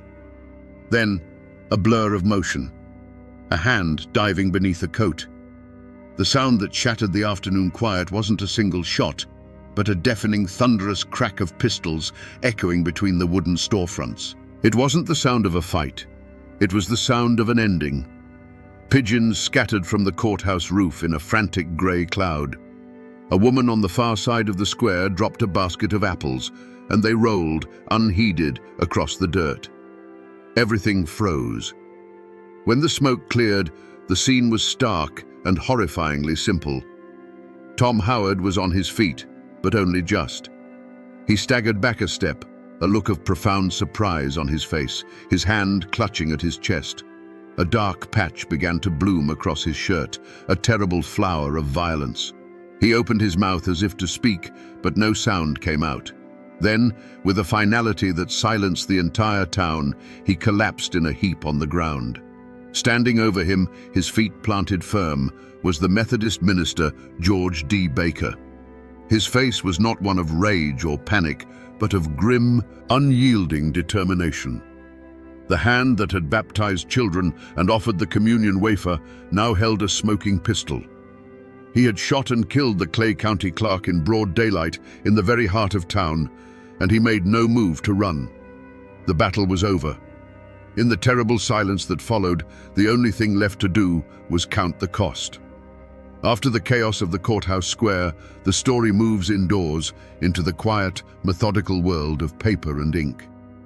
I'm sitting in a county records office, a place where human dramas are boiled down into simple, declarative sentences written in the elegant, spidery script of the past. In my hands, I have a copy of the coroner's inquest for Thomas Howard, dated November 1899. It's a document of brutal efficiency. Under cause of death, the physician wrote just 2 words: pistol shot. 2 words. That's all the official record has to say about the violent end of a man's life. It doesn't mention the generations of animosity, the public insults, or the look of shock on his face as he fell. The paper reduces the entire complex, bloody feud into a simple clinical fact. It strips away the passion, the hatred, and the honor, leaving only the sterile mechanics of the event. This is the first step in the law's attempt to make sense of the unthinkable. Then there's the sheriff's logbook entry for that day. It's just as lean. George D. Baker surrendered himself into my custody this afternoon. States he shot Thomas Howard in self-defense after being threatened. Here it is, the moment the story pivots. The raw, violent act on the street is immediately being framed, packaged into a legal defense. Self-defense. In the world of bloody clay, those 2 words carried an immense weight, a meaning far deeper than any law book could define. Reading these documents, you realize the official record is a different language. It has no words for the code of the mountains. It cannot record the weight of an insult or the sacred duty to kin. All the raw human emotion that led to the shooting is invisible here. These papers tell you what happened, but they are utterly silent on the why. And it was in that vast, silent space between the facts on the page and the truth of the feud that the fate of Reverend George D. Baker would be decided. There was no manhunt for Reverend Baker. He did not flee into the mountains or attempt to hide among his kin. In a move that demonstrated a deep understanding of the local power dynamics, he walked calmly from the scene of the shooting, his pistol likely still warm, and surrendered himself to the sheriff. He knew the fight had not ended. It had simply moved into a new arena, the courtroom. He was gambling that the same code of honor that led him to pull the trigger would be the very thing that set him free. The trial of the killer preacher was a sensation. It drew crowds from all over the surrounding counties, packing the small Manchester courthouse to the rafters. On one side of the room sat the somber, black-clad family of Tom Howard, their faces etched with grief and a thirst for vengeance. On the other side sat the Bakers and their allies, a formidable wall of support for their preacher and kinsman. The entire Clay County feud was condensed into that one superheated room, the air thick with tension and the unspoken threat of more violence. The prosecution presented a clear, logical case. They argued that this was a premeditated assassination, the culmination of a political and personal vendetta. They had witnesses who saw the confrontation. They had the body of the county clerk as their star exhibit. They argued that a man of God, of all people, should have turned the other cheek. It was a solid case, built on the foundation of state law and Christian morality. But Baker's defense was not built on the law of Kentucky. It was built on the law of the mountains. His lawyers didn't deny he pulled the trigger. Instead, they painted a picture of a good man pushed to the brink. They brought witness after witness to testify about Tom Howard's aggressive nature and the public threats he had made against the Reverend's life. Baker himself took the stand, a commanding and sympathetic figure. He spoke not of politics, but of the primal fear for his life. He claimed that when he met Howard on the square, he saw a man ready to kill him, and in the kill or be killed world they all inhabited, he had no choice but to shoot first. The jury, 12 men from Clay and the surrounding hills listened intently. They were not just jurors. They were men who lived by the same code. They understood the weight of a public threat, the unforgivable nature of certain insults. They were being asked to judge George Baker not by the cold letter of the law, but by the unwritten rules of survival and honor that governed their own lives. When the time came, the verdict was delivered to a silent, packed courtroom. Not guilty. Reverend George D. Baker had killed a man, and his peers had declared it justice. He walked out of the courthouse a free man, leaving the family of Tom Howard to wonder if there was any law in Kentucky that could touch a Baker. The final chapter of any feud isn't written in a courthouse ledger or a yellowed newspaper. It's written here, in a quiet mountain cemetery where the only sounds are the wind in the cedar trees and the crunch of your own feet on the gravel path. The stones here are old, tilted by the slow creep of the earth, their inscriptions worn smooth by a century of rain and snow. This is where the passions of bloody Clay came for their final, silent rest. It takes some searching to find Tom Howard. His stone is in a family plot, a solid, respectable granite marker befitting a man of his station. The inscription is fading now, but you can still make out his name and his title, Clay County Clerk. It's a final, silent testament to the power he once held. The stone is weathered, clean, but not meticulously tended. It feels like a monument to a past that is slowly, surely being forgotten. Here lies a man who lost the most important fight of his life, and the quiet dignity of his grave seems to echo that defeat. Then, just over a small rise, on the other side of the cemetery, you find the Baker family plot. And there it is. Reverend George D. Baker's stone is simpler, more humble, marked with a plain cross. It's the grave of a minister, not a warrior. But there's a key difference here. The ground around it is clearer, and a small, faded plastic flower sits at its base, a sign that someone still comes to remember. His legacy, it seems, has lingered in a way that Howard's has not. They lie maybe 200 feet from one another. All the fury, the power struggles, the public condemnations, and the final fatal violence on the courthouse square, it all ends here. They are neighbors now, enemies in life who share the same quiet Kentucky soil in death. But leaving that courthouse a free man was not the end of the story. For the Reverend, for his family, and for the shattered family of the man he killed, acquittal was not the same as peace. A new, long shadow was just beginning to fall. Freedom, in bloody Clay County, was a complicated thing. When Reverend George D. Baker walked out of that courthouse, acquitted and unbowed, he wasn't returning to a life of quiet ministry. He was returning to a war that he had just won a major battle in. The law had exonerated him, but the feud was far from over. The long shadow of the man he killed would follow him, and the entire county, for years to come.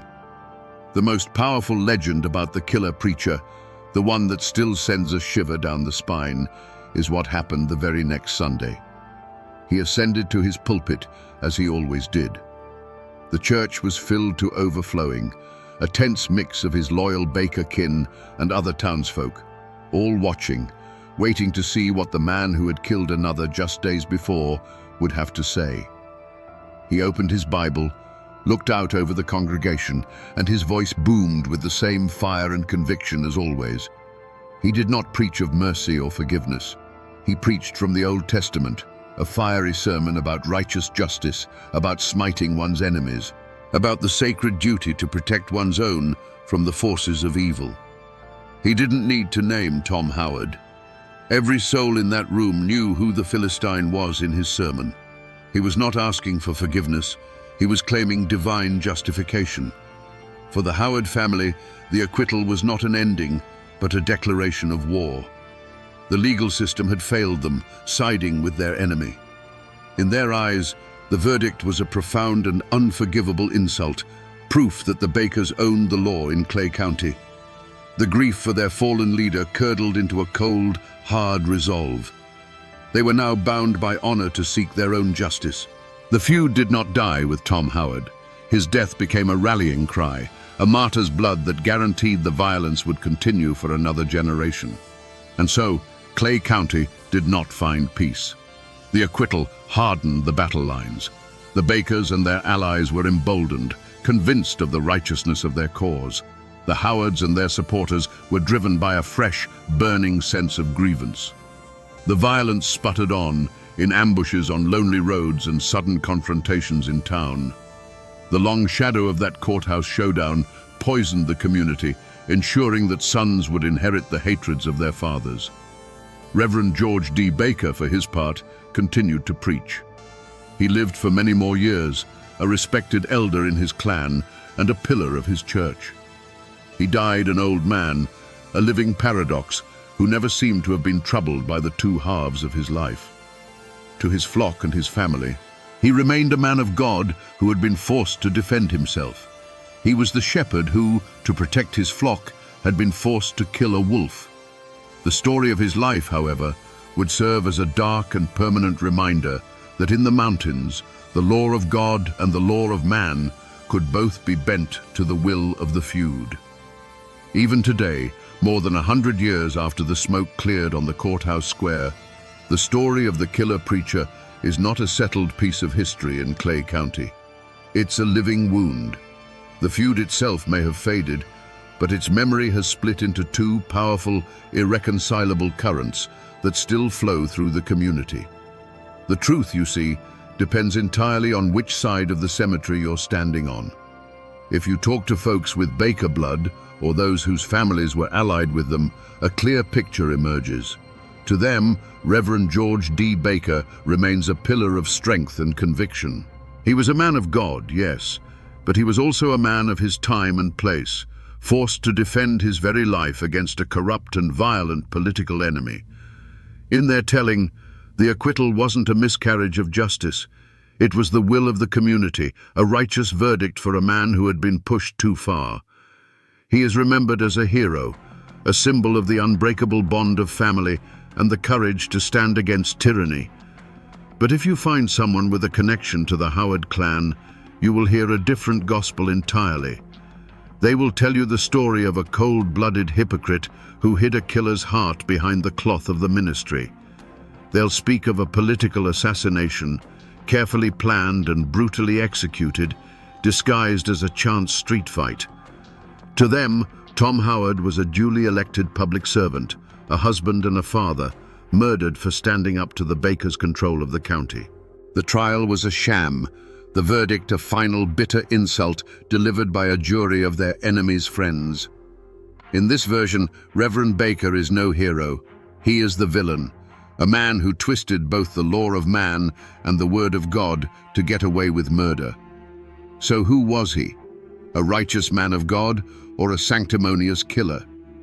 Was Tom Howard a dangerous aggressor or a public servant trying to do his job? The absolute objective truth of what was in each man's heart on that day is likely buried with them under those worn granite stones. What remains are these two opposing legacies, two powerful stories passed down through generations. The feud is over, but the battle for how it is remembered rages on in the quiet conversations and the long memories of these mountains. When a story is this raw, this soaked in blood and betrayal and impossible choices, it refuses to stay dead and buried in the past. It breaks free from the brittle pages of history books and the sworn testimony of court records. It seeps into the soil of the place where it happened, and over the decades, it grows into something else entirely, a legend. The story of Reverend George D. Baker is no longer just a historical event in Clay County. It's a piece of local folklore. It has become a cautionary tale, the kind a grandfather might tell his grandson to explain the dark complexities of the world. It's a warning that a man's character is never simple, that even a man of God can carry a killer's resolve in his heart. It's the ultimate Appalachian parable, a stark reminder that in these mountains, the bonds of blood can sometimes be stronger than the bonds of faith, and that blood is often thicker than holy water. And like all powerful stories of violence, it left a ghost behind. Some people in Manchester will tell you that on a cold, quiet November evening, if you stand in just the right spot on the courthouse square, You can feel it. A sudden drop in temperature, a cold spot where the air seems heavier, more sorrowful. Others claim to have heard things on the wind, not a voice, but the faint echo of a heated argument, followed by a terrible, profound silence. It is the psychic scar left on the landscape, the final transformation of the killer preacher's story from a human tragedy into a haunting. This is what happens when history bleeds into legend. The sharp edges of fact, the exact words spoken, the precise sequence of events get worn smooth over time. What's left is the dark, unsettling truth at the heart of the tale. That the line between a saint and a sinner, a hero and a murderer, can sometimes be as thin as a trigger pull. So here we are, back where we began, on the courthouse square in Manchester. The place hasn't changed in the last hour of our journey, but our understanding of it has. The echo I spoke of when we started is clearer now. It's no longer a vague feeling in the air. It has a voice. It speaks of honor and insult, of faith and fury, of a man who tried to hold both a Bible and a pistol and found himself forced to choose which one to use. We came here with a simple, shocking question. How does a preacher become a killer? But the story of Reverend George D. Baker and Tom Howard teaches us that the truth is never simple. It's a dark and tangled web of old wounds from a forgotten war, the brutal pride of the clan, and the impossible pressure cooker of a community where the law of the gun often spoke louder than the law of the land. We saw how a verdict of not guilty didn't bring peace, but only guaranteed that the long shadow of violence would stretch into a new generation. And this story, in the end, isn't just about a feud in the Kentucky mountains over a century ago. It's a chilling lesson about the fragility of civilization itself.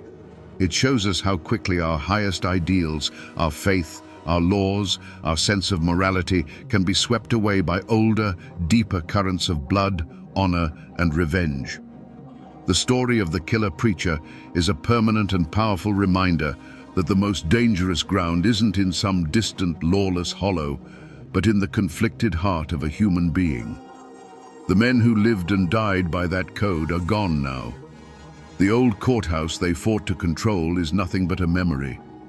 But the next time you pass through a small town and see its courthouse square, listen. Listen for the echoes of the stories that ground is holding on to. The people are gone, the guns are silent, but the story remains.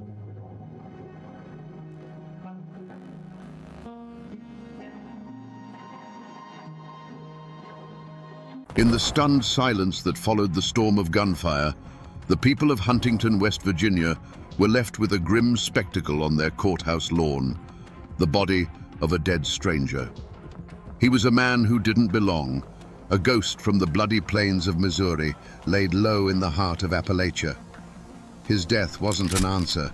It was a question mark written in blood on the town's doorstep. How did the most infamous outlaws in American history, the James Younger gang, end up so far from home, leaving one of their own dead in a desperate, bullet-riddled retreat?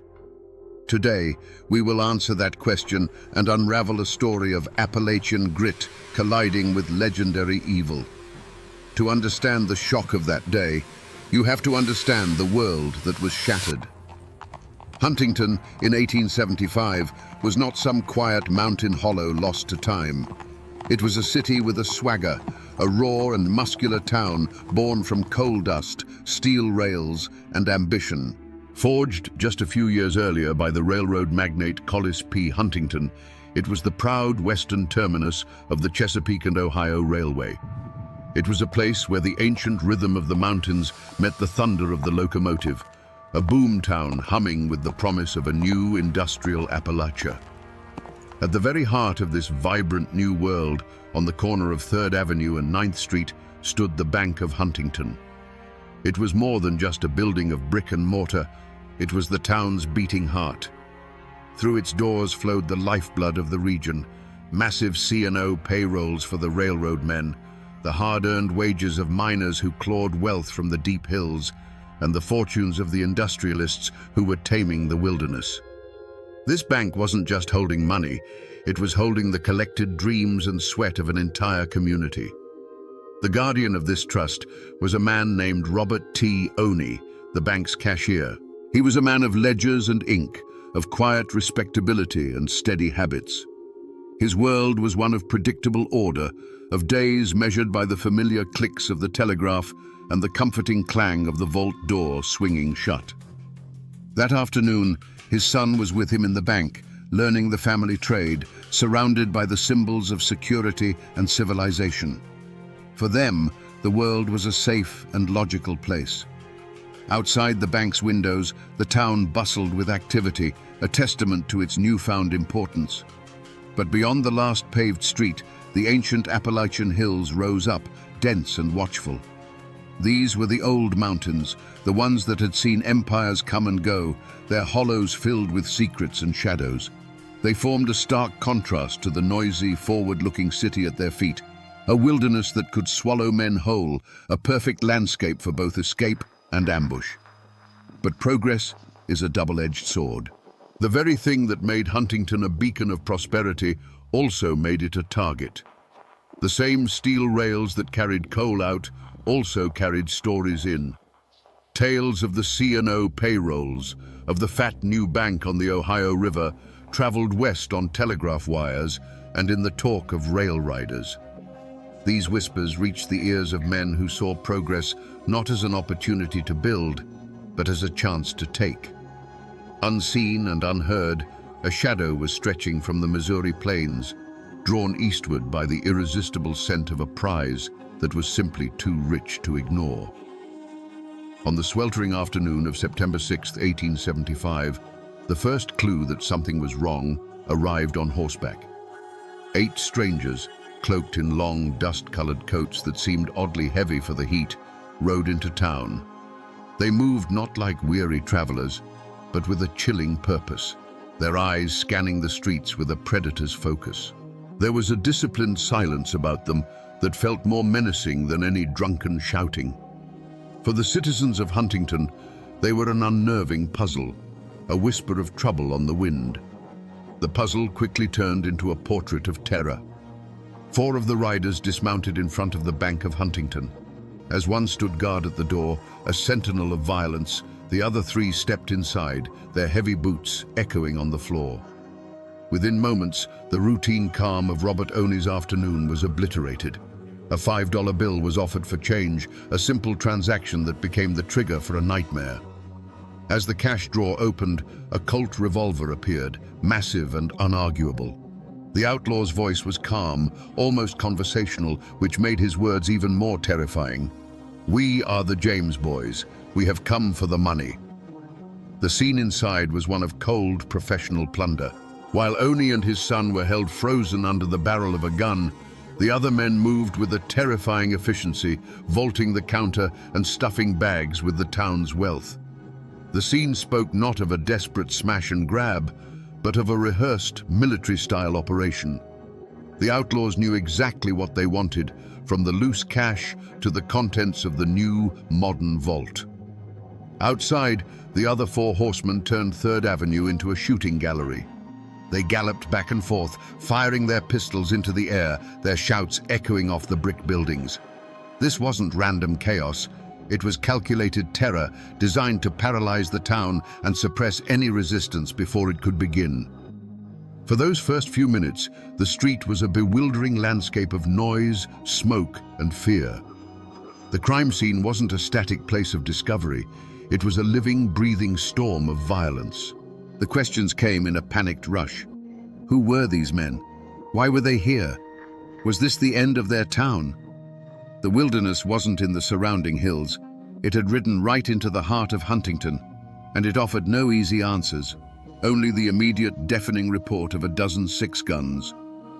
In the days that followed the raid, as the story was pieced together from 100 terrified accounts, the first and most obvious suspect was not a single man, but a ghost.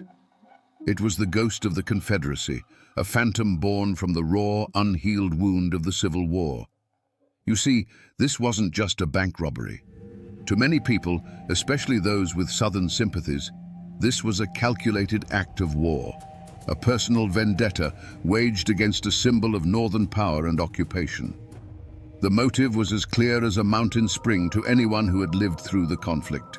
The Bank of Huntington was the financial heart of the C&O Railway, a Yankee enterprise carving up the ancient hills and imposing a new order on the land.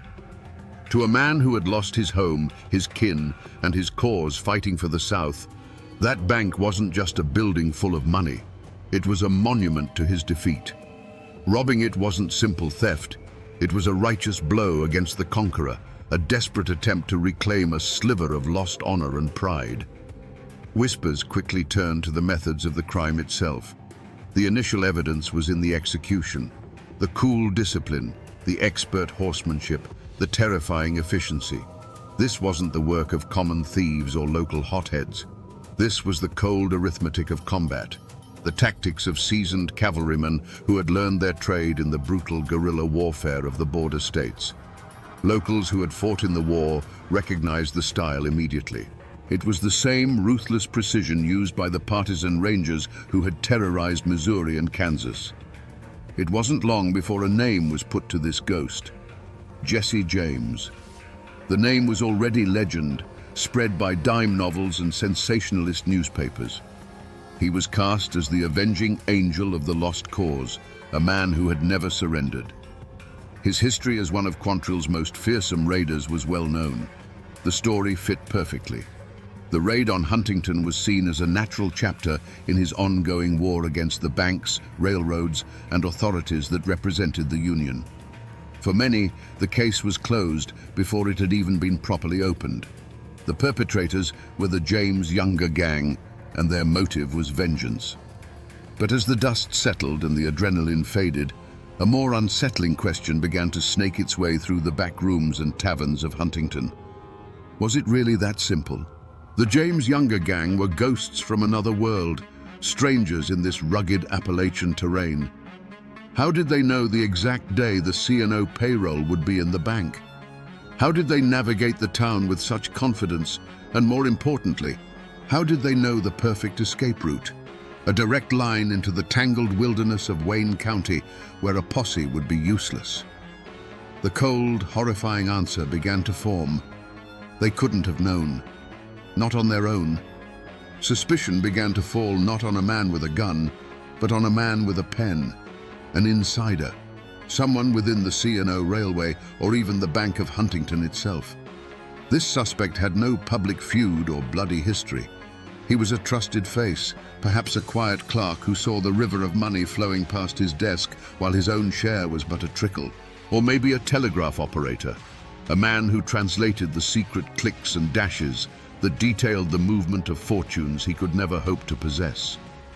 This man saw the wealth of the railroad barons firsthand and felt the bitter sting of his own small place in their grand design.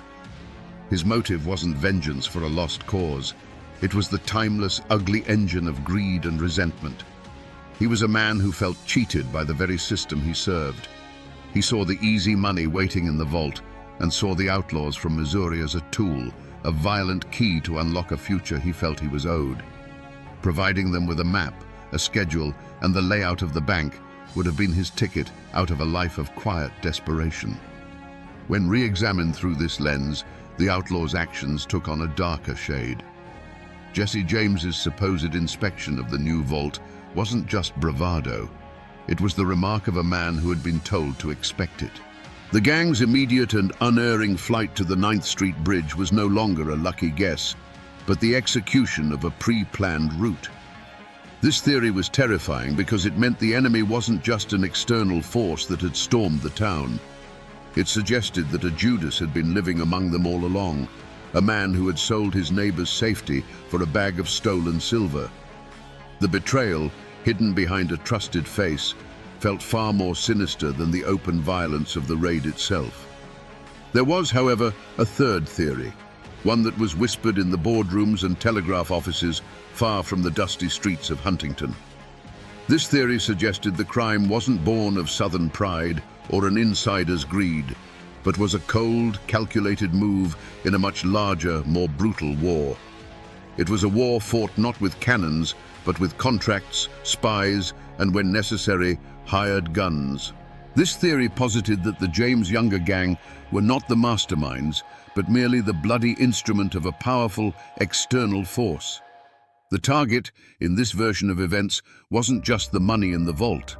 The real target was Collis P. Huntington himself and his burgeoning C&O empire. In the cutthroat world of 19th-century railroad expansion, rivals like the Baltimore and Ohio were locked in a ruthless struggle for territory and resources. Huntington's success as the C&O's western hub was a direct threat to their interests. What better way to cripple a competitor than to strike at his proudest achievement? A brazen, violent robbery would send a clear message. Huntington is not safe. The C&O cannot protect its own assets. Your investments, your payrolls, your very lives are at risk in this lawless Appalachian outpost. In this scenario, the James gang becomes a scalpel in the hands of a surgeon dressed in a three-piece suit. Someone with deep pockets and a complete lack of scruples could have easily sent a pathfinder like Bill Chadwell to Missouri with an offer. A handsome fee to sow chaos, plus whatever they could carry out of the bank. This would explain the gang's incredible gamble in traveling so far into unfamiliar territory. It wasn't a whim, it was a contract. They were mercenaries hired for an act of corporate terrorism. Looking back, some locals remembered unsettling signs in the months leading up to the raid. They recalled strangers in fine city clothes, men who didn't belong in the rough-and-tumble town, asking pointed questions about railroad shipping times, land values, and the bank's security. At the time, they were dismissed as investors or surveyors. But in the bloody aftermath, their presence took on a sinister new meaning. They were the scouts for an economic predator, the advance guard for an attack designed not just to empty a vault, but to shatter the confidence of an entire city and derail the ambitions of a railroad king. In the minutes after the gang thundered across the 9th Street Bridge, Huntington's shock curdled into pure, unadulterated rage. A posse, a mix of grim-faced lawmen and ordinary citizens turned avengers, plunged into the tangled wilderness of Wayne County. They were fueled by a righteous fury, certain that a swift and bloody justice could be found just around the next bend of the Guyandotte River. They followed the fresh tracks, believing the outlaws' brazenness was matched only by their foolishness for choosing such a difficult escape. Their greatest hope was the wounded rider, the one who had slumped in his saddle. A man that badly hurt couldn't go far, they reasoned. He would slow the others down, leave a trail. They scoured the forest floor for a speck of blood on a leaf, a hastily discarded bandage, any sign of a man faltering. But they found nothing. The tracks led them deeper into a labyrinth of creeks and hollows, a green, suffocating world that seemed designed to hide fugitives. The trail grew cold, the hoofprints scattered and vanished. It was as if the forest itself had conspired with the outlaws, swallowing them whole. Frustrated, the posse turned its attention to the theory of an insider. Suspicion fell on any known Southern sympathizers living in the rugged hills between Huntington and Kentucky. Men who had ridden with the Confederacy were rousted from their farms, their homes searched, their families questioned. But this tactic backfired spectacularly. They were met not with confessions, but with a wall of stony silence. These mountain folk, already distrustful of authority, closed ranks. Every question was answered with a shrug, a blank stare, or a muttered, "I saw nothing." Instead of uncovering a conspiracy, the posse only managed to sow deeper resentment, chasing shadows while the real culprits slipped further away. Days later, they straggled back into town, their horses lame and their spirits broken. They returned not with prisoners in tow, but with the bitter taste of failure in their mouths, their clothes torn by briars and their faces etched with exhaustion. The only proof the gang had ever been there was the body of Tom McDaniels, a silent, decomposing trophy that offered no answers. The initial blaze of heroic defiance had died down, leaving behind the cold embers of fear and the growing, terrible realization that the most dangerous men in America had come to their town, bled their streets, and simply vanished. The posse's failure in the hills of Wayne County was about more than just rough terrain. It was a collision with an invisible, impenetrable fortress. It was a confrontation with the ancient mountain code, an unwritten law far more powerful than any statute passed in a distant state capital. As the lawmen pushed deeper into the hollows, they found that people's eyes grew guarded and their doors closed a little tighter. Men who would normally share a story and a dipper of water suddenly had nothing to say. Women would call their children inside and the world would go quiet. This wasn't simple ignorance. It was a deliberate collective act of forgetting. To understand it, you have to understand the soul of Appalachia. This was a land settled by people who had come to escape authority, be it from kings across the ocean or tax collectors from the flatlands. Here, loyalty was not to a government, but to blood, to kin, and to your neighbor. You didn't talk to the law because the law had never done a thing for you, except maybe try to take your land or your moonshine. Justice was a private matter, handled with a handshake or, if necessary, a shotgun. The fear of retribution was a palpable thing, as thick as the morning fog in the valleys. Everyone knew what happened to those who talked. A fence might be cut in the dead of night, letting the livestock wander off. A prize hog might turn up sick. A barn, the very symbol of a family's livelihood, could go up in flames from a single well-placed lantern. These weren't idle threats. They were the grim language of mountain politics. Helping the law against men like the James Gang, men who, to some, were still seen as Confederate heroes, was seen as the ultimate betrayal. It was choosing the side of the outsider against your own. And so, the wall of silence held firm. A farmer might have seen 8 riders pass his gate, their horses lathered and one man slumped low. A woman drawing water from her well might have heard the desperate gallop and seen them disappear up a hidden creek bed. But when the sheriff came asking, they saw nothing. They heard nothing. They knew nothing. Their silence was a shield, protecting them not only from the outlaws' revenge, but also from the intrusive world that lay beyond their ridgelines. The truth of the Huntington heist was lost somewhere in that silence, buried deep in the unmappable country of a community's fear. For years, the story of the Huntington heist remained frozen in time, a brutal but unresolved chapter in the town's history. The outlaws had vanished, the money was gone, and the wall of silence in the hills had proven unbreakable. The official investigation withered on the vine, leaving only folklore and speculation. But the truth, as it often does, was lying dormant, waiting for an accidental turn of a key. The turning point didn't come from a sheriff's investigation or a lucky posse, but from a place far away, a consequence of the gang's own arrogance. 1 year later, in September of 1876, the James Younger gang rode into Northfield, Minnesota, expecting another easy conquest. Instead, they rode into a buzzsaw. The townspeople fought back with a ferocity that dwarfed even Huntington's resistance. When the gun smoke cleared, Bill Chadwell and Clell Miller were dead in the street, and the Younger brothers were captured, grievously wounded. The invincible aura of the gang was shattered forever.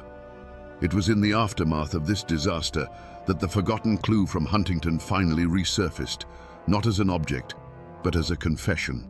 Held in a Minnesota jail, facing a lifetime of hard labor, Cole Younger began to talk. He spoke of the gang's history, their motives, and their methods. When questioned about the audacious raid so far to the east, he confirmed the long-held suspicion.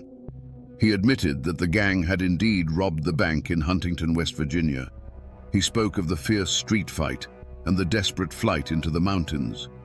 Most importantly, he gave a name to the man who lay in a pauper's grave on the courthouse lawn, Tom McDaniels, a trusted member of their deadly fraternity.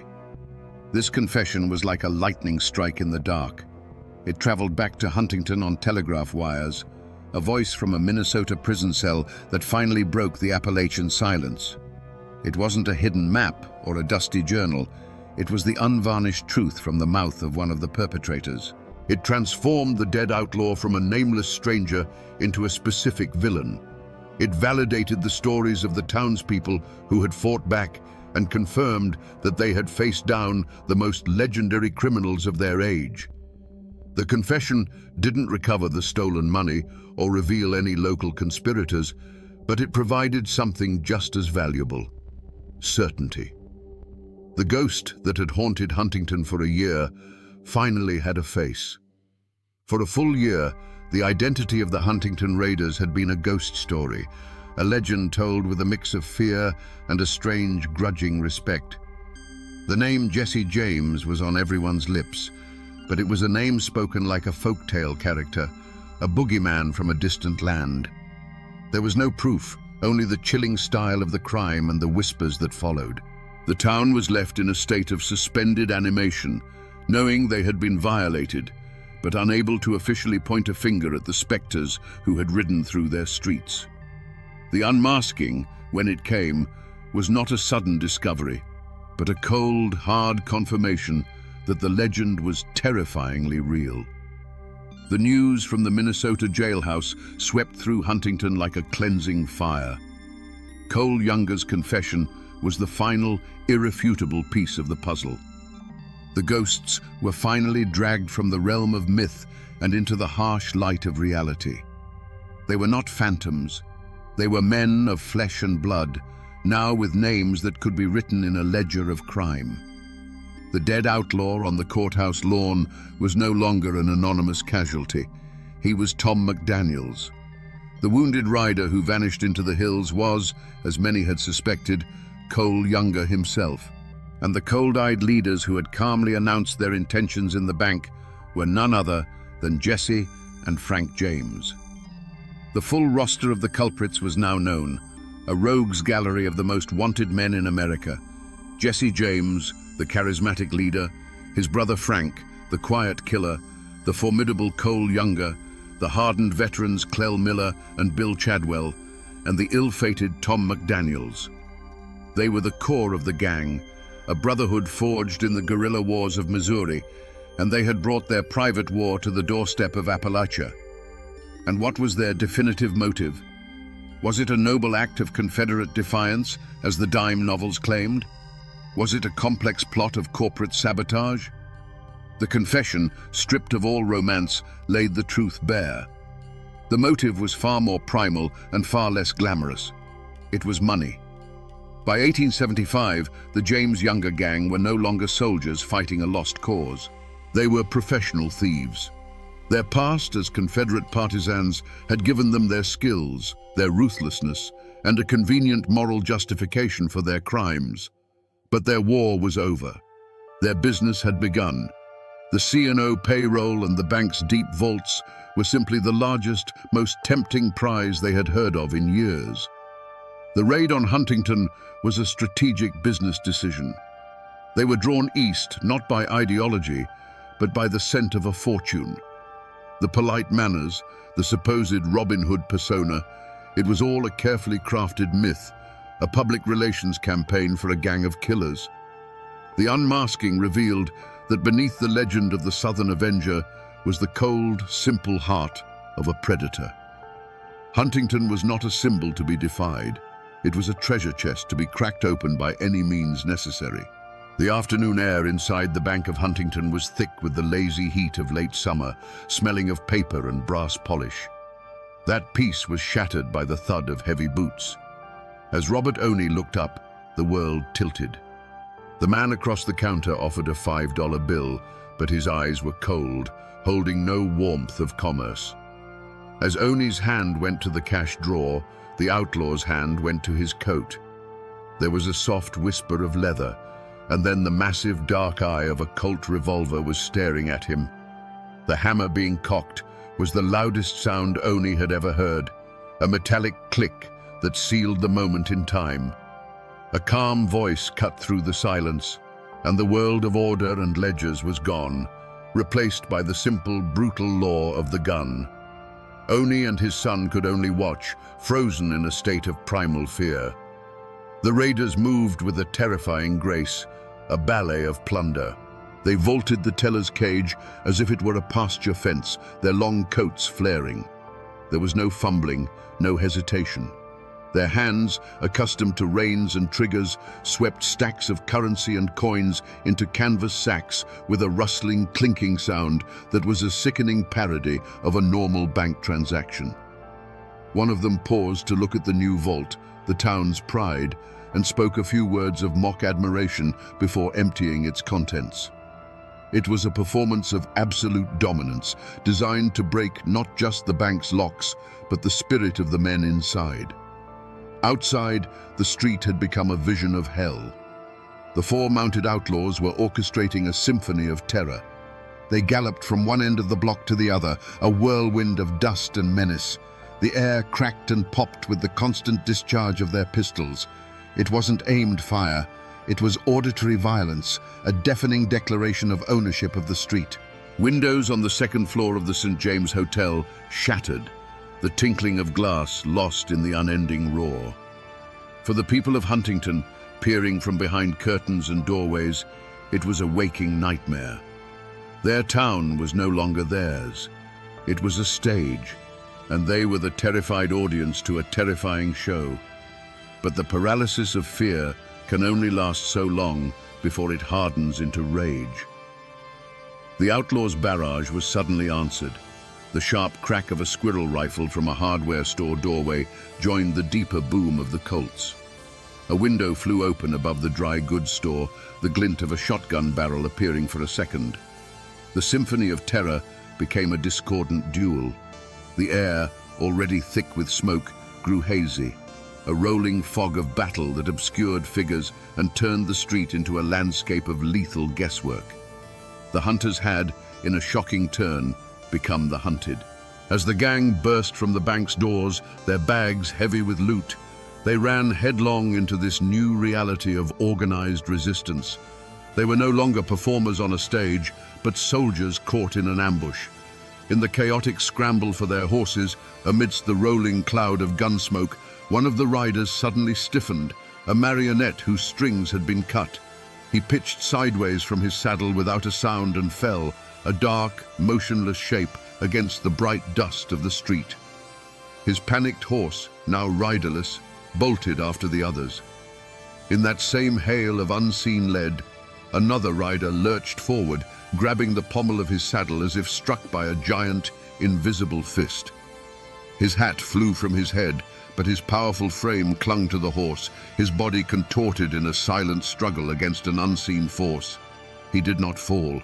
The remaining outlaws dug their spurs into their mounts, their disciplined operation now a frantic, desperate flight. They thundered towards the 9th Street Bridge, a mad dash for the safety of the wilderness, leaving the echoes of their violence hanging in the air. When the last hoofbeat faded, a ringing silence descended upon the street. The smoke slowly drifted away on the afternoon breeze, revealing a scene of surreal stillness. Shattered glass glittered on the boardwalks, and there, in the middle of the street, lay the still form of Tom McDaniels, a final grim testament to the fact that on this day, the people of Huntington had fought back. In the aftermath of the raid, there was no grand trial in Huntington. There was no solemn judge, no jury of 12 peers, no eloquent lawyers arguing points of law. The only trial that ever mattered for the James Younger gang in West Virginia took place in a 90-second span of chaotic gunfire on 3rd Avenue. The jury was a hardware store owner with a rifle, a clerk with an old army pistol, and a dozen other anonymous citizens who decided that their town was worth defending. The verdict for Tom McDaniels was delivered not by a foreman, but from the barrel of a gun, a swift and final judgment that required no appeal. Instead of a courtroom, the town had the courthouse lawn. McDaniel's body was dragged there and put on display, becoming a gruesome pulpit from which the town preached a silent sermon of defiance. Crowds gathered to stare, their faces a mixture of grim satisfaction, morbid curiosity, and lingering fear. This was justice in its most raw and primal form, a public spectacle meant to reassure the community that an invader had been repelled and a price had been paid. A coroner's inquest was held, a brief formality that concluded, to no one's surprise, that the outlaw had died of justifiable homicide. He was then unceremoniously buried in a pauper's grave, his story in Huntington ending as it began, a nameless threat, now a nameless corpse. The real legal reckoning came a year later and hundreds of miles away in a Minnesota courthouse. It was there that the captured younger brothers faced a formal system of justice. There was no defiance in their demeanor, only a stoic, weary acceptance of their fate. Cole Younger, in particular, was calm and cooperative, his confession providing the final, authoritative chapter to the Huntington raid. They pleaded guilty to their crimes in Minnesota to avoid the spectacle of a trial and the near certainty of a hangman's noose. They were sentenced to life in prison, a verdict that was celebrated in the North as a triumph of law and order. But for the people of Huntington, it was a distant echo, a hollow victory. The Youngers were being punished for Northfield, not for the terror they had inflicted upon West Virginia. The money stolen from their bank was never recovered, and the two men most responsible, Jesse and Frank James, remained free, ghosts in the wind who had escaped Appalachian justice entirely. And so, the final verdict for the Huntington heist was a deeply unsatisfying one, an empty chair at the defendant's table. Jesse James would eventually be killed by a traitor in his own gang, and Frank would surrender and through legal maneuvering walk away a free man. No member of the James Younger gang was ever convicted or even formally charged for the crime committed in Huntington. The town had won the battle in the street, but the masterminds of the war had gotten away clean, a bitter injustice that still lingers in the hills, a story of a crime that was punished but never truly prosecuted. The gunsmoke over Huntington eventually cleared, but the lives it touched were never the same. The raid was a flash of lightning that left a permanent afterimage burned into the soul of the town and its people. For Huntington itself, the brutal afternoon became a defining moment. It was a scar that, over time, became a badge of honor. The city was no longer just a proud boom town of the railroad. It was the town that had stood up to the James gang and drawn blood.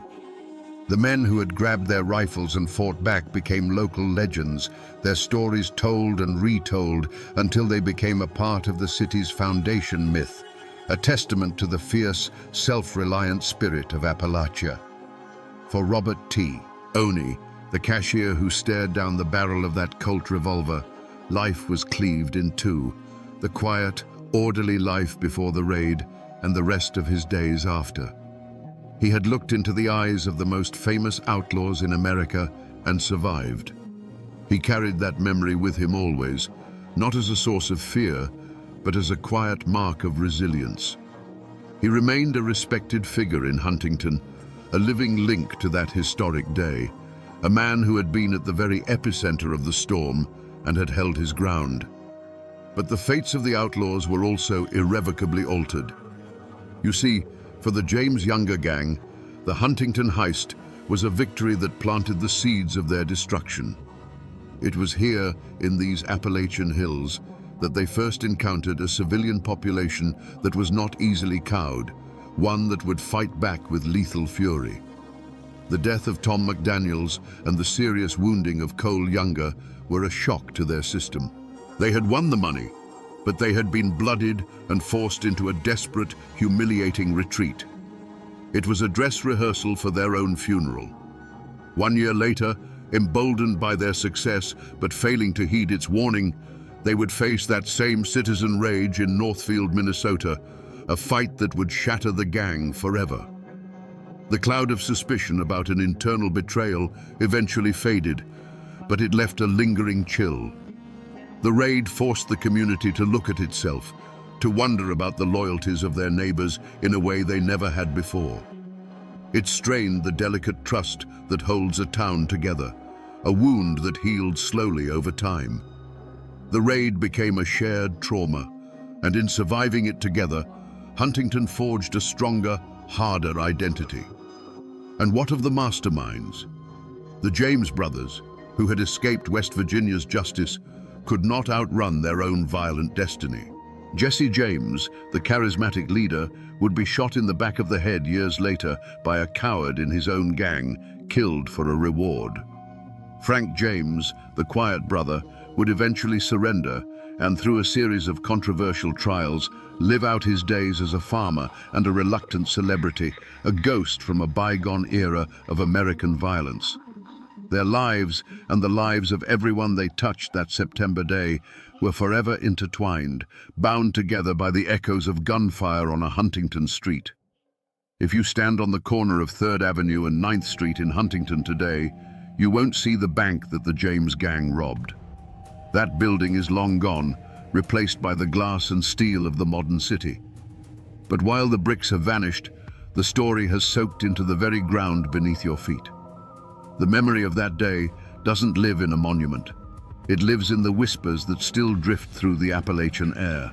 This is a story that has become a permanent part of the region's folklore.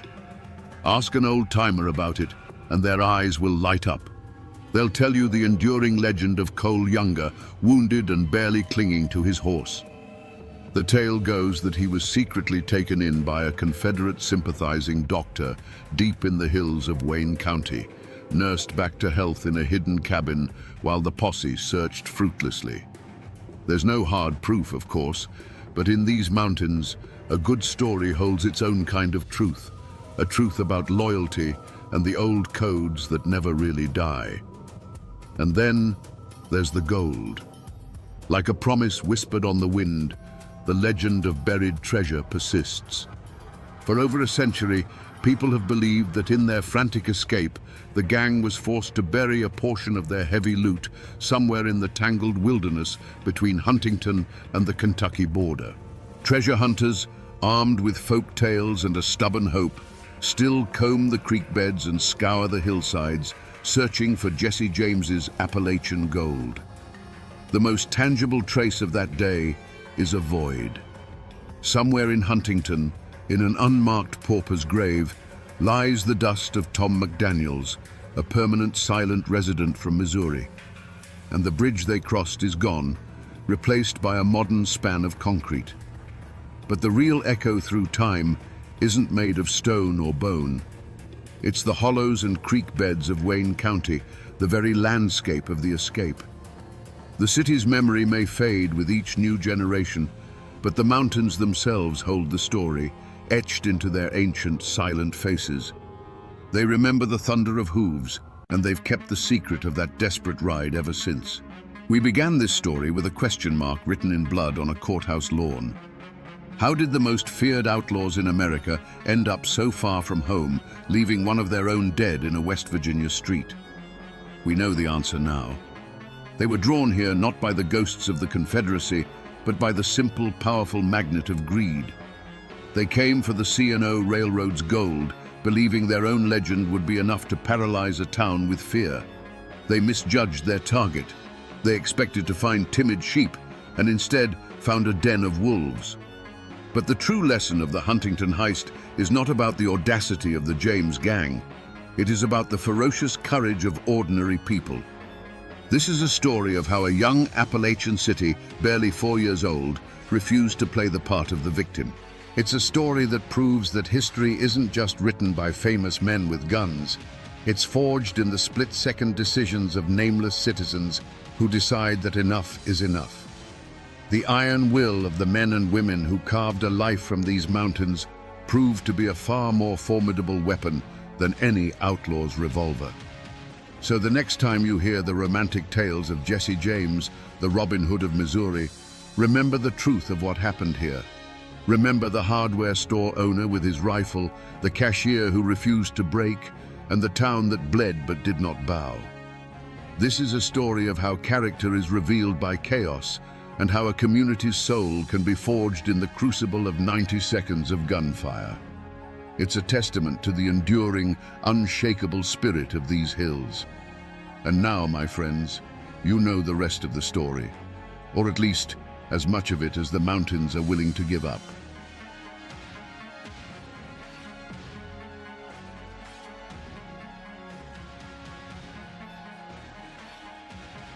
Im standing on a patch of grass just outside Marietta, Georgia. Today, it's nothing more than a roadside shoulder, where the sound of passing cars is the only thing that breaks the stillness. There's no monument here, no grand marker to tell you what happened. But this ground remembers.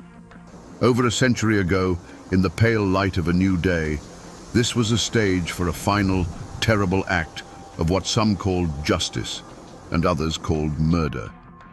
Right here, a man's life ended at the end of a rope, not by the hand of the state, but by the will of a disciplined, silent mob. The story of how he got here, dragged from a prison farm 100 miles away, is a dark journey into the heart of a city on edge, a courtroom ruled by fear, and a nation divided. Today, we're going to walk that path. We're going to sift through the ashes of a forgotten fire and listen to the whispers it left behind. Because the question isn't just what happened here, but why. And the answer is a story that Georgia and America has been trying to forget ever since. To understand the spark that lit that fire, we have to travel back, away from that lonely patch of grass, to the heart of Atlanta in 1913. This was the capital of the so-called New South, a city straining to build a future of smokestacks and industry on a foundation of Civil War ashes. Northern money was pouring in, and with it came Northern managers, bringing new ways that sat uneasily with the old. The air was thick with both coal smoke and resentment. It was a city holding its breath, waiting for something to happen. Into this world walked two people, moving on a collision course they couldn't possibly see. The first was a girl named Mary Fagan. She was just 13 years old, a child who should have been in a schoolhouse or playing in a field. Instead, her family had been pushed by poverty from the quiet hills of Marietta into the city's grime, and she worked long, grinding hours at the National Pencil Company for 12 cents an hour. To the people of Atlanta, she was more than just a girl. She was a symbol of the innocent rural South they felt was being devoured by the machine of progress. The second was a man named Leo Frank. He was 29, the superintendent of that same pencil factory. And he was everything Mary Fagan was not. He was a northerner from Brooklyn, an engineer educated at Cornell University. He was Jewish in a world that was overwhelmingly and often fiercely Protestant. His speech was precise, his mannerisms different. He was the outsider, the face of the northern industrial power that gave girls like Mary a job, but at a cost that felt impossibly high. These two worlds met inside the brick walls of the National Pencil Company. Downstairs, the roar of machinery, the dust, and the sweat of hundreds of workers, many of them young girls from the countryside. Upstairs, the quiet order of the front office, a world of ledgers and calculations managed by Leo Frank. The two floors were separated by a staircase, but they might as well have been separated by an ocean of culture, class, and history. And the day it all came apart was no ordinary day. It was Saturday, April 26, 1913, Confederate Memorial Day. The streets of Atlanta were filled with parades, with the gray-haired veterans of a lost war marching under their faded battle flags. The city was wrapped in a defiant pride, a celebration of its past, even as it rushed toward a new future. It was on this day, with the echoes of old anthems in the air, that Mary Fagan made her way to the factory to collect her $1.20 pay from the man in the upstairs office. Him looking now at a digital copy of a photograph from the Georgia State Archives. The image is grainy, over a century old, but what it shows is chillingly clear. It's two small, crumpled pieces of paper covered in rough, almost childish pencil scrawls. These are the infamous murder notes found in the factory basement, just inches from Mary Fagan's head. They were the first and loudest voice to speak from that crime scene. Listen to what they say. The first one reads, "Ma'am, that Negro higher down here did this. I went to get water, and he pushed me down that hole, a long, tall Negro, black that who. It was long, slim, tall Negro, I write while play with me." The second is just as crude. He said he would love me and land down, play like the night witch did it. but that long, tall black Negro did by himself. On the surface, it's a deathbed accusation, a desperate attempt by a dying girl to name her attacker. But from the very beginning, these notes raised more questions than they answered. The police, the press, the public, they all looked at these words and saw a puzzle. The language was strange, the grammar almost nonsensical. Why would a killer, in the middle of such a brutal act, linger in the dark to carefully craft a frame-up? This wasn't just a clue, it was a performance, a piece of theater left on a dirt floor. These two scraps of paper were supposed to be a map pointing directly to the monster responsible. Instead, they became a labyrinth. The search for the hand that wrote these words would pull three men from the shadows, and in the fevered atmosphere of Atlanta, the city would have to decide which one of them was telling the truth and which one was the author of this vicious lie. The first man to be swallowed by the shadow of those notes was the night watchman, Newt Lee. Early the next morning, he made his rounds in the factory's silent, cavernous basement. His lantern cut a weak circle in the gloom, brushing over piles of coal dust and forgotten machine parts. He went to use the toilet, a crude setup in the back, and that's when his light fell upon it. A small body lying in the grime. He ran, terrified, and called the police. The discovery hit Atlanta like a lightning strike. The city's newspapers, locked in a bitter circulation war, descended on the story like vultures. They splashed lurid, sensational headlines across their front pages, painting a monstrous picture of the little factory girl's final moments. Public outrage was immediate, and it was white-hot. A villain was needed, and fast.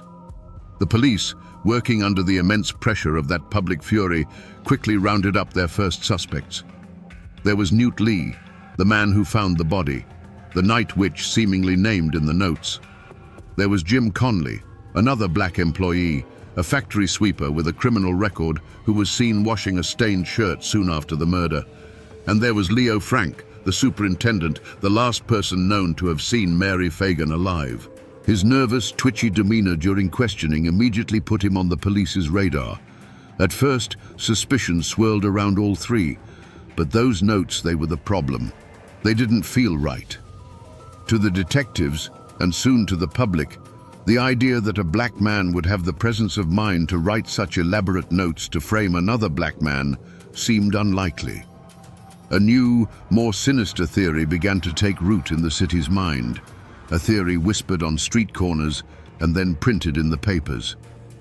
What if the notes weren't a clumsy frame-up, but a brilliant one? What if they were a double bluff, written by an educated white man, trying to make it look like an uneducated black man had committed the crime? Suddenly, the net of suspicion began to tighten. The focus shifted away from the two black workers and toward the northern Jewish superintendent. The very things that made Leo Frank an outsider, his education, his precise way of speaking, now became evidence against him. He was the only one, they reasoned, clever enough to devise such a twisted scheme.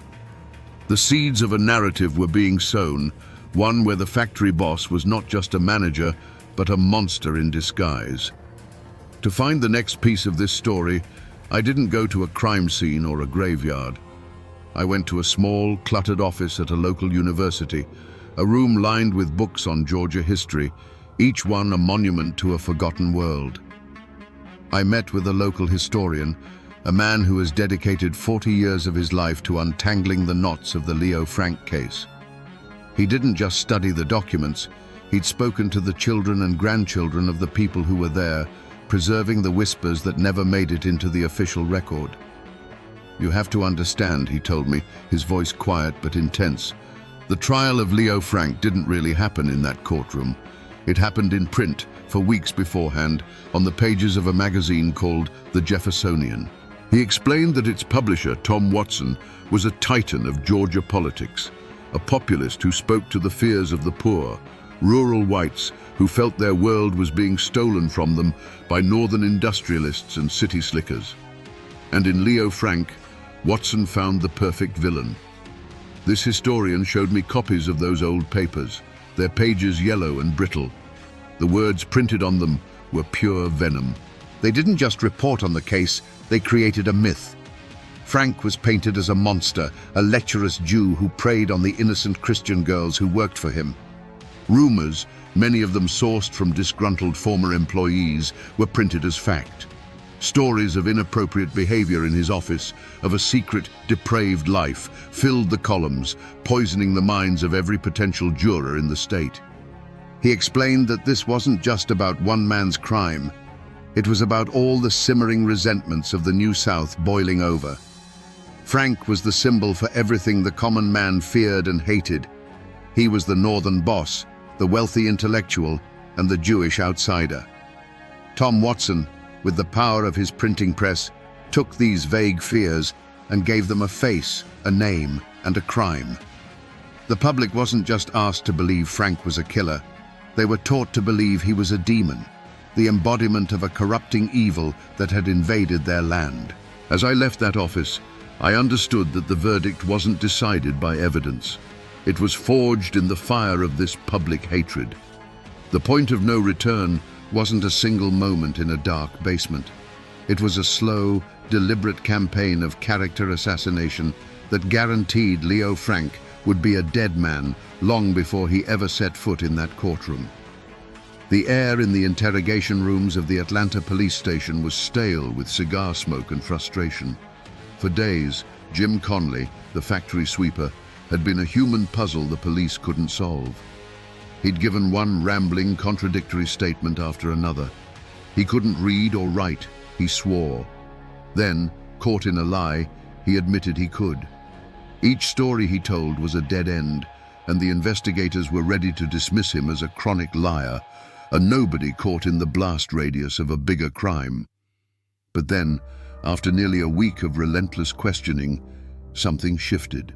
Backed into a corner, his lies exhausted, Jim Conley didn't just confess to something, he offered the police a revelation. It was the story they and the city of Atlanta had been secretly hoping for. Yes, he admitted, he had written those murder notes, but he hadn't done it alone. He had written them at the direction and under the terrified orders of his boss, Leo Frank. Suddenly, the investigators leaned in. The frustrated scribbling stopped, and Conley, seeing he finally had their full attention, began to perform. He spun a tale that was both gruesome and cinematic. He claimed he was standing watch for Frank that Saturday afternoon, while Frank took Mary Fagan into his private office. He told them he heard a scream. A few minutes later, he said, a trembling Frank called him in and showed him the girl's lifeless body on the floor. In Conley's telling, Frank was a panicked, sweating mess, confessing the murder and begging for help. He claimed Frank dictated the notes to him, word for word, and then ordered him to help carry the body down the ladder to the basement, a detail later changed to a rickety elevator when the ladder proved impossible. He described the journey into the dark, the body slung over Frank's shoulder, and the final act of leaving the girl's body and the incriminating notes in the filth and coal dust. It was a story filled with holes, a narrative that would change and warp with each retelling. But it didn't matter. It was perfect. It had the villain the newspapers had already created, the cold, calculating Jewish mastermind. And it had the simple-minded accomplice, a black man too scared and too weak to do anything but follow orders. For the prosecutor, Hugh Dorsey, this was more than a breakthrough. It was a gift. He now had his star witness. From that moment on, the search for other truths ended. The investigation snapped shut like a steel trap around a single narrative. The path was now set in stone, leading from that interrogation room directly to a courthouse, a jury, and a hangman's noose. There would be no turning back. The machinery of justice now had its fuel, and it was roaring toward a single, preordained destination. I'm standing in downtown Atlanta now, at the corner of Forsyth and Marietta Street. It's a place of steel and glass, of corporate towers that scrape the sky. Businessmen and women with briefcases and coffee cups hurry past, their footsteps echoing on polished stone plazas. You won't find the National Pencil Company here anymore. There's no plaque, no historical marker, Not even a trace of the old brick and mortar. The city has paved over its memory, burying the scene of the crime under the foundations of a new, gleaming skyline. But this is the place. Right here, where this glass atrium catches the afternoon sun, once stood a 4-story brick factory, its windows clouded with a fine grey dust from the graphite within. It was a place of noise and labor, filled with the roar of machinery and the shouts of children earning a few cents an hour. And it was a building of stark contrasts. The loud, chaotic factory floors, the quiet, orderly superintendent's office on the 2nd story, and down below, a basement that was little more than a dirt-floored cave, dark, damp, and forgotten. This modern plaza is a scar, a smooth, clean surface hiding a wound that never truly healed. Because we know what this ground was used for. We can trace the path, in our minds, from that 2nd-floor office, down the narrow, creaking staircase to the absolute darkness of the cellar. This is the geography of the crime. And while the building is gone, the story remains, clinging to this very spot like a ghost. Right here, beneath all this progress, in the silence of a holiday afternoon, the machinery of industry stopped, and a far more brutal machine took over. If you believe the story told in that courtroom, the story that sealed Leo Frank's fate, then this is how the world ended for Mary Fagan. The great machines of the National Pencil Company were silent for the holiday. The only sounds in the cavernous building were the ticking of a clock in the office and the distant pop of celebratory firecrackers in the streets below. Sunlight, thick with floating dust, cut sharp angles through the tall, grimy windows of the 2nd floor. It was in this strange, industrial quiet that the 13-year-old girl walked into her superintendent's office to collect her pay. The exchange, by all accounts, was brief. Leo Frank sat at his desk, a man of ledgers and figures. Mary stood before him, a child of the factory floor. He handed her the small pay envelope containing her $1.20. It was a transaction that had happened 100 times before, in this office, with 100 other girls. A routine moment. She would have turned to leave, her hand clutching the money, her mind already on the parade, the sunlight, the rest of her day. And then, according to the state of Georgia, the silence was broken. Not by a long, drawn-out struggle, but by a single, sharp sound. A cry, cut short. The sudden, ugly noise of a body striking wood, and then the floor. It was a sound that lasted only a second, but it was enough to shatter the afternoon. It was the sound of a line being crossed, of a life being erased in a flicker of brutal, incomprehensible violence. What followed was a terrible stillness. The dust motes continued their slow, silent dance in the sunbeams, but now they settled on a scene of irreversible horror.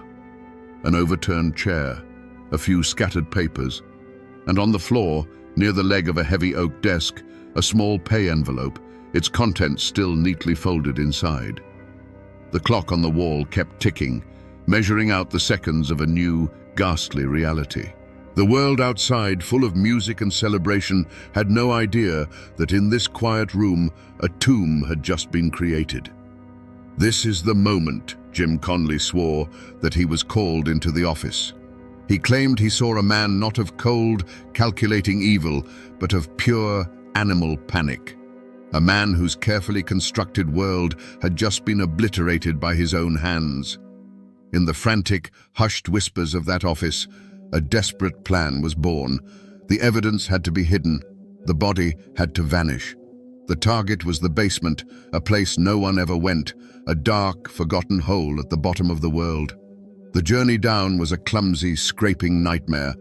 The state claimed they used the narrow, hand-pulled elevator, a rickety cage barely large enough for one man, let alone two men and their terrible burden. The descent into the darkness was slow, the ropes groaning under the unfamiliar weight. They reached the bottom with a dull thud. The basement was pitch black, a cellar of damp earth and coal dust, where the only light came from a few frantic, flickering matches. There, in the oppressive dark, the final act was staged. The little body was left in a corner, amidst the filth. By the trembling light of a match, Conley said he scrawled out the clumsy accusatory notes, the pencil scratching against the paper. The words were meant to be a false trail, a clever misdirection. But they were more than that. They were the final, grotesque punctuation mark on the crime, a calculated lie left beside an unspeakable truth. Then, the match was extinguished, and two figures retreated into the gloom, leaving the basement to its profound and terrible silence. In a quiet room in the State Archives, the entire tragedy is flattened, pressed, and bound into thousands of pages of brittle, yellowing paper. This is the official story, the one told in the language of law and procedure. Him looking at the trial transcript, a document thicker than a family Bible, and it feels like reading a ghost story. All the heat, the rage, and the terror of 1913 has been boiled down to a sterile series of questions and answers printed in neat black ink. You can read the coroner's report. It's a clinical inventory of a nightmare. It lists the cause of death as strangulation by ligature and notes the various wounds to the victim's body. The language is precise, medical, and utterly devoid of emotion. It reduces Mary Fagan to a collection of physical facts, a piece of evidence to be catalogued. It tells you how she died, but it cannot begin to tell you what it means for a child to be erased from the world in such a way. Then you turn to the testimony of Jim Conley. On the printed page, his story is a mess. It's a swamp of contradictions. The timeline he gives for the afternoon of the murder shifts and buckles under the slightest pressure. Key details of his story changed multiple times during his interrogations. Reading it now, in the silence of this archive, it seems almost impossible that a jury could have believed it. But this transcript, this cold collection of words, is a liar. It's a liar because it's incomplete. It cannot capture the sweat dripping from the jurors' faces in that sweltering, unair-conditioned courtroom. It cannot make you hear the roar of the mob in the streets outside, chanting for a hanging. And most importantly, it cannot show you the electrifying, charismatic performance that Jim Conley delivered on the witness stand. The jury wasn't reading a document. They were witnessing a confession, and to them, it felt like the raw, unvarnished truth. This is the great paradox of the official record. It preserves the facts, but loses the feeling. The words on these pages are the bones of the story, but the soul of it, the fever that gripped Atlanta and condemned Leo Frank, lived and died in the air of that courtroom. And that fever was about to be given the full force of the law. The trial of Leo Frank began in the suffocating heat of a Georgia July. But the real trial, the one that truly mattered, was happening on the streets outside. Every morning, the jury had to push its way through a massive, hostile crowd that thronged the courthouse square. The air was thick with sweat, tobacco smoke, and a low, guttural anger. The mob wasn't there to watch justice unfold. They were there to demand it on their terms. As the jurors passed, they were met with a chilling chant, a promise and a threat. "Hang the Jew, or we'll hang you." Inside, the courtroom was a pressure cooker. The prosecutor, Hugh Dorsey, a man with his eyes on the governor's mansion, put on a masterclass of theatrical outrage. His case rested almost entirely on the shoulders of one man, Jim Conley. For 3 days, Conley sat on the witness stand, and under Dorsey's careful guidance, he gave the performance of a lifetime. He was by turns frightened, remorseful, and defiant. He acted out the murder, mimicking Frank's voice, describing the girl's final moments in lurid, horrifying detail. The defense attorneys hammered at his inconsistencies, but it was like trying to punch smoke. Conley stuck to the core of his story, and the jury was mesmerized. When it was Leo Frank's turn, his lawyers, fearing the cross-examination would play into the public's perception of him as a smug intellectual, advised him to make an unsworn statement. For over 3 hours, he stood before the court and spoke. He calmly, logically, and methodically dissected the state's case, proclaiming his innocence. But in that superheated atmosphere of emotion and prejudice, his calm came across as coldness. His logic felt like arrogance. He was speaking the language of a Cornell classroom to a jury that was fluent in the language of the mob outside. He was trying to solve a math problem while the room was on fire. The jury was out for less than 4 hours. The members could hear the crowd roaring outside, a constant, menacing reminder of the city's will. When they returned, the verdict was a foregone conclusion. Guilty. The sentence, death by hanging. The moment the word was spoken, the city of Atlanta exploded, not in relief, but in wild, triumphant celebration. Justice had been done. The law had bent to the will of the people, and Hugh Dorsey had secured his political future on the life of Leo Frank. Walking through Oakland Cemetery in Atlanta now. It's one of the city's oldest, a sprawling city of the dead, where stone angels weep over the graves of Confederate generals and forgotten pioneers. This is where Mary Fagan was laid to rest. Her grave is easy to find. It's a site of pilgrimage, marked by a handsome stone, etched with a poem calling her a little factory girl whose innocence and faith were her shield and buckler. Flowers are often left here, even now, a century later. She remains a symbol, frozen in time as the eternal victim. To find Leo Frank's final resting place, you have to travel 1,000 miles north to Mount Carmel Cemetery in Queens, New York. His body was brought home, back to the Brooklyn he left behind. His grave is marked by a simple, dignified stone bearing his name, his dates, and the words, "Truth shall spring out of the earth." Unlike Mary's grave, his is a quiet place, far from the land that condemned him. It's a stone of exile. And what of the others? Hugh Dorsey, the prosecutor, rode the fame of the trial all the way to the governor's mansion, just as he'd planned. He is buried here in Atlanta as well, remembered as a statesman. Jim Conley, the star witness, served just 1 year in jail for his role as an accessory. He faded back into the obscurity from which he came, dying of drink and disease decades later, buried in an unmarked pauper's grave. But the most tragic figure in this story of endings might be Governor John Slayton.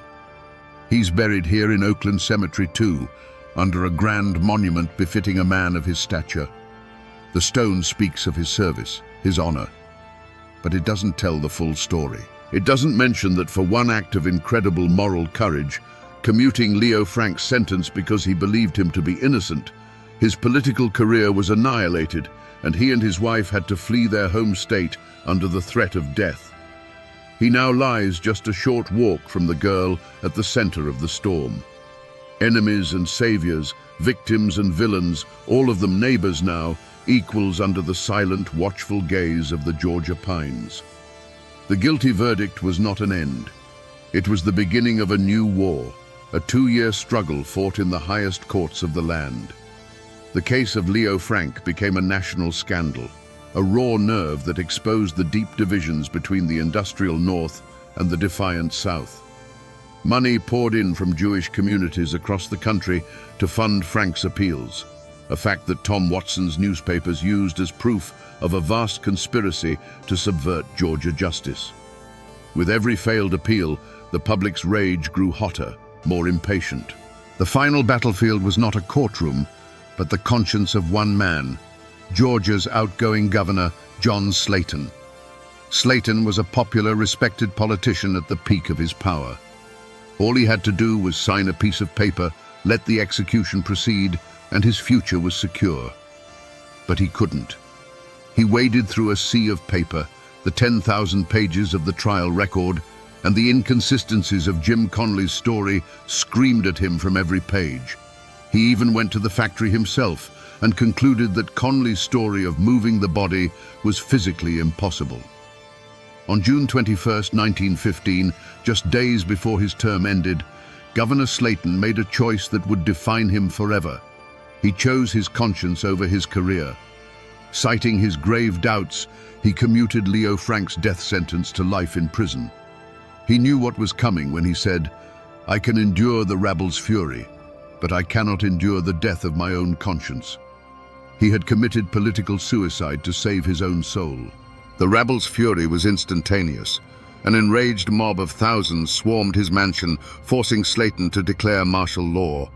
The state's highest office became a gilded cage. He and his wife were prisoners, eventually smuggled out of Georgia under armed guard. His political career, once so bright, had been turned to ash. For his own safety, Leo Frank was taken from Atlanta in the dead of night and moved to the remote Milledgeville State Prison farm. But the shadow of the verdict followed him. Soon after arriving, another inmate, a convicted murderer, slashed Frank's throat with a butcher knife, nearly killing him. He survived that attack, but it was a clear message. The state could not protect him. And in Marietta, Mary Fagan's hometown, a group of men decided that if the state would not deliver the justice they demanded, they would deliver it themselves. This was no disorganized rabble. This was a disciplined conspiracy of vengeance, organized by some of the most powerful men in Georgia, lawyers, judges, businessmen, and politicians. They called themselves the Knights of Mary Fagan, and they began to draw up a plan, a military-style operation to finish the job the governor had interrupted. The hanging of Leo Frank on that August morning didn't end the story. It broke it in two, and for over a century those two broken halves have been at war. The event didn't create closure. It created a schism in the memory of Georgia, a wound that to this day has never properly healed. The conflict is no longer about one man's guilt or innocence, but about which version of the past we choose to believe. For a long time, and even now in the quiet corners of this state, one version of the story was held as gospel. It's the story of a community's righteous anger, of good men forced to do a terrible thing because the system had failed them. In this telling, the men who drove to Milledgeville weren't a lynch mob. They were the final jury, delivering a verdict a corrupt, city-slicker governor had tried to steal. To them, Mary Fagan is the only victim that matters, and Leo Frank got the justice he deserved, just a little later than scheduled. It's a legacy of local honor, a grim fairy tale about protecting one's own. But then there is the other legacy, the one pieced together from the flawed trial transcripts, from the tireless work of investigators decades later, and from the gnawing conscience of the state itself. This is the story of a perfect storm of prejudice, where anti-Semitism, class warfare, and tabloid journalism converged on one man, an outsider who was the perfect scapegoat. It views Leo Frank not as a monster, but as a martyr, and the Knights of Mary Fagan not as patriots, but as a well-organized death squad whose members included the community's most powerful men. These two stories cannot both be true. Leo Frank cannot be both a depraved killer and an innocent victim. The lynching cannot be both an act of popular justice and a calculated act of murder. And so, the legacy of this case becomes a choice, and that choice often depends on who you ask and where you ask them. Do you trust the story whispered from one generation to the next, a story of local pride and swift retribution? Or do you trust the story pieced together from dusty archives and a deathbed confession, a story of a horrific, unforgivable mistake? The truth of what happened that day in Frey's Gin has been buried under a century of argument and anger. The case became a mirror, and what different people see in it has always said more about them than it does about Leo Frank. In the mountains and hollows of the South, the ugliest truths don't just get written down in books, they get sung. Before the ink was even dry on the newspapers, the tragedy of Mary Fagan had been smoothed into the verses of a folk ballad. The Ballad of Mary Fagan was soon played on fiddles and sung on front porches from Georgia to Tennessee. The song was simple, heartbreaking, and brutally effective.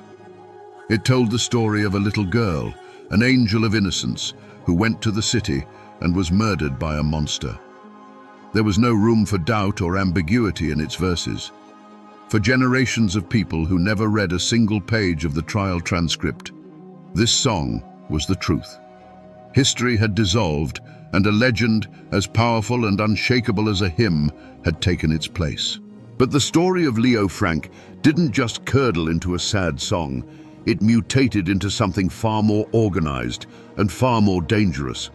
The disciplined, successful lynching by the Knights of Mary Fagan was seen by some not as a crime, but as an inspiration. 3 months later, on Thanksgiving night of 1915, a man named William J. Simmons took 15 followers to the top of Stone Mountain, a massive granite dome just outside Atlanta.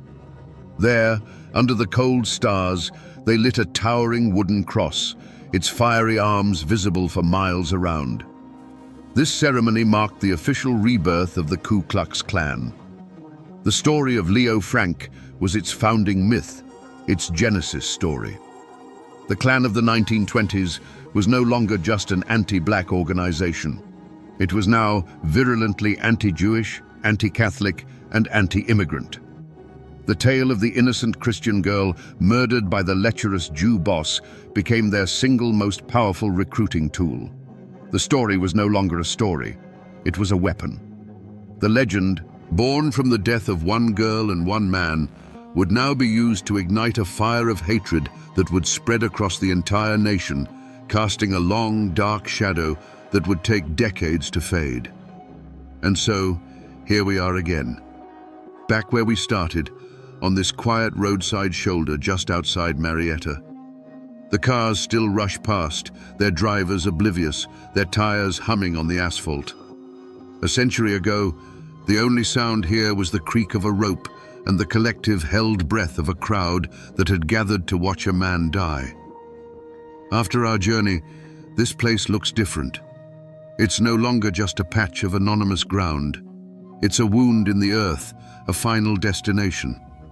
We can almost see them now, the silent convoy of cars arriving in the pre-dawn light, the grim-faced men, the terrified figure pulled from the back seat. We have followed the whispers from this spot all the way back to their source.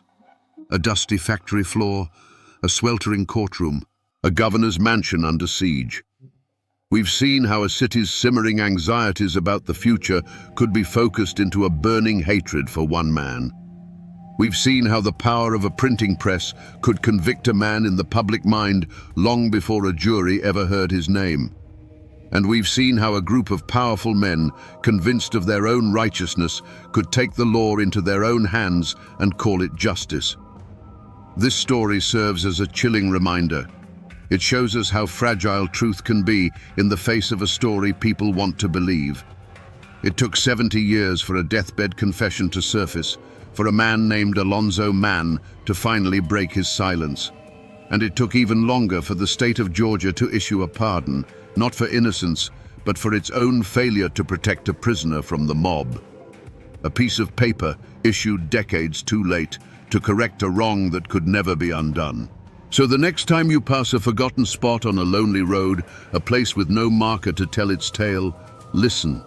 Listen for the echoes, because the oak tree they used is long gone, cut down by souvenir hunters and time. The factory has been demolished, replaced by the monuments of a new century. The people are all gone, turned to dust and memory. But the story remains.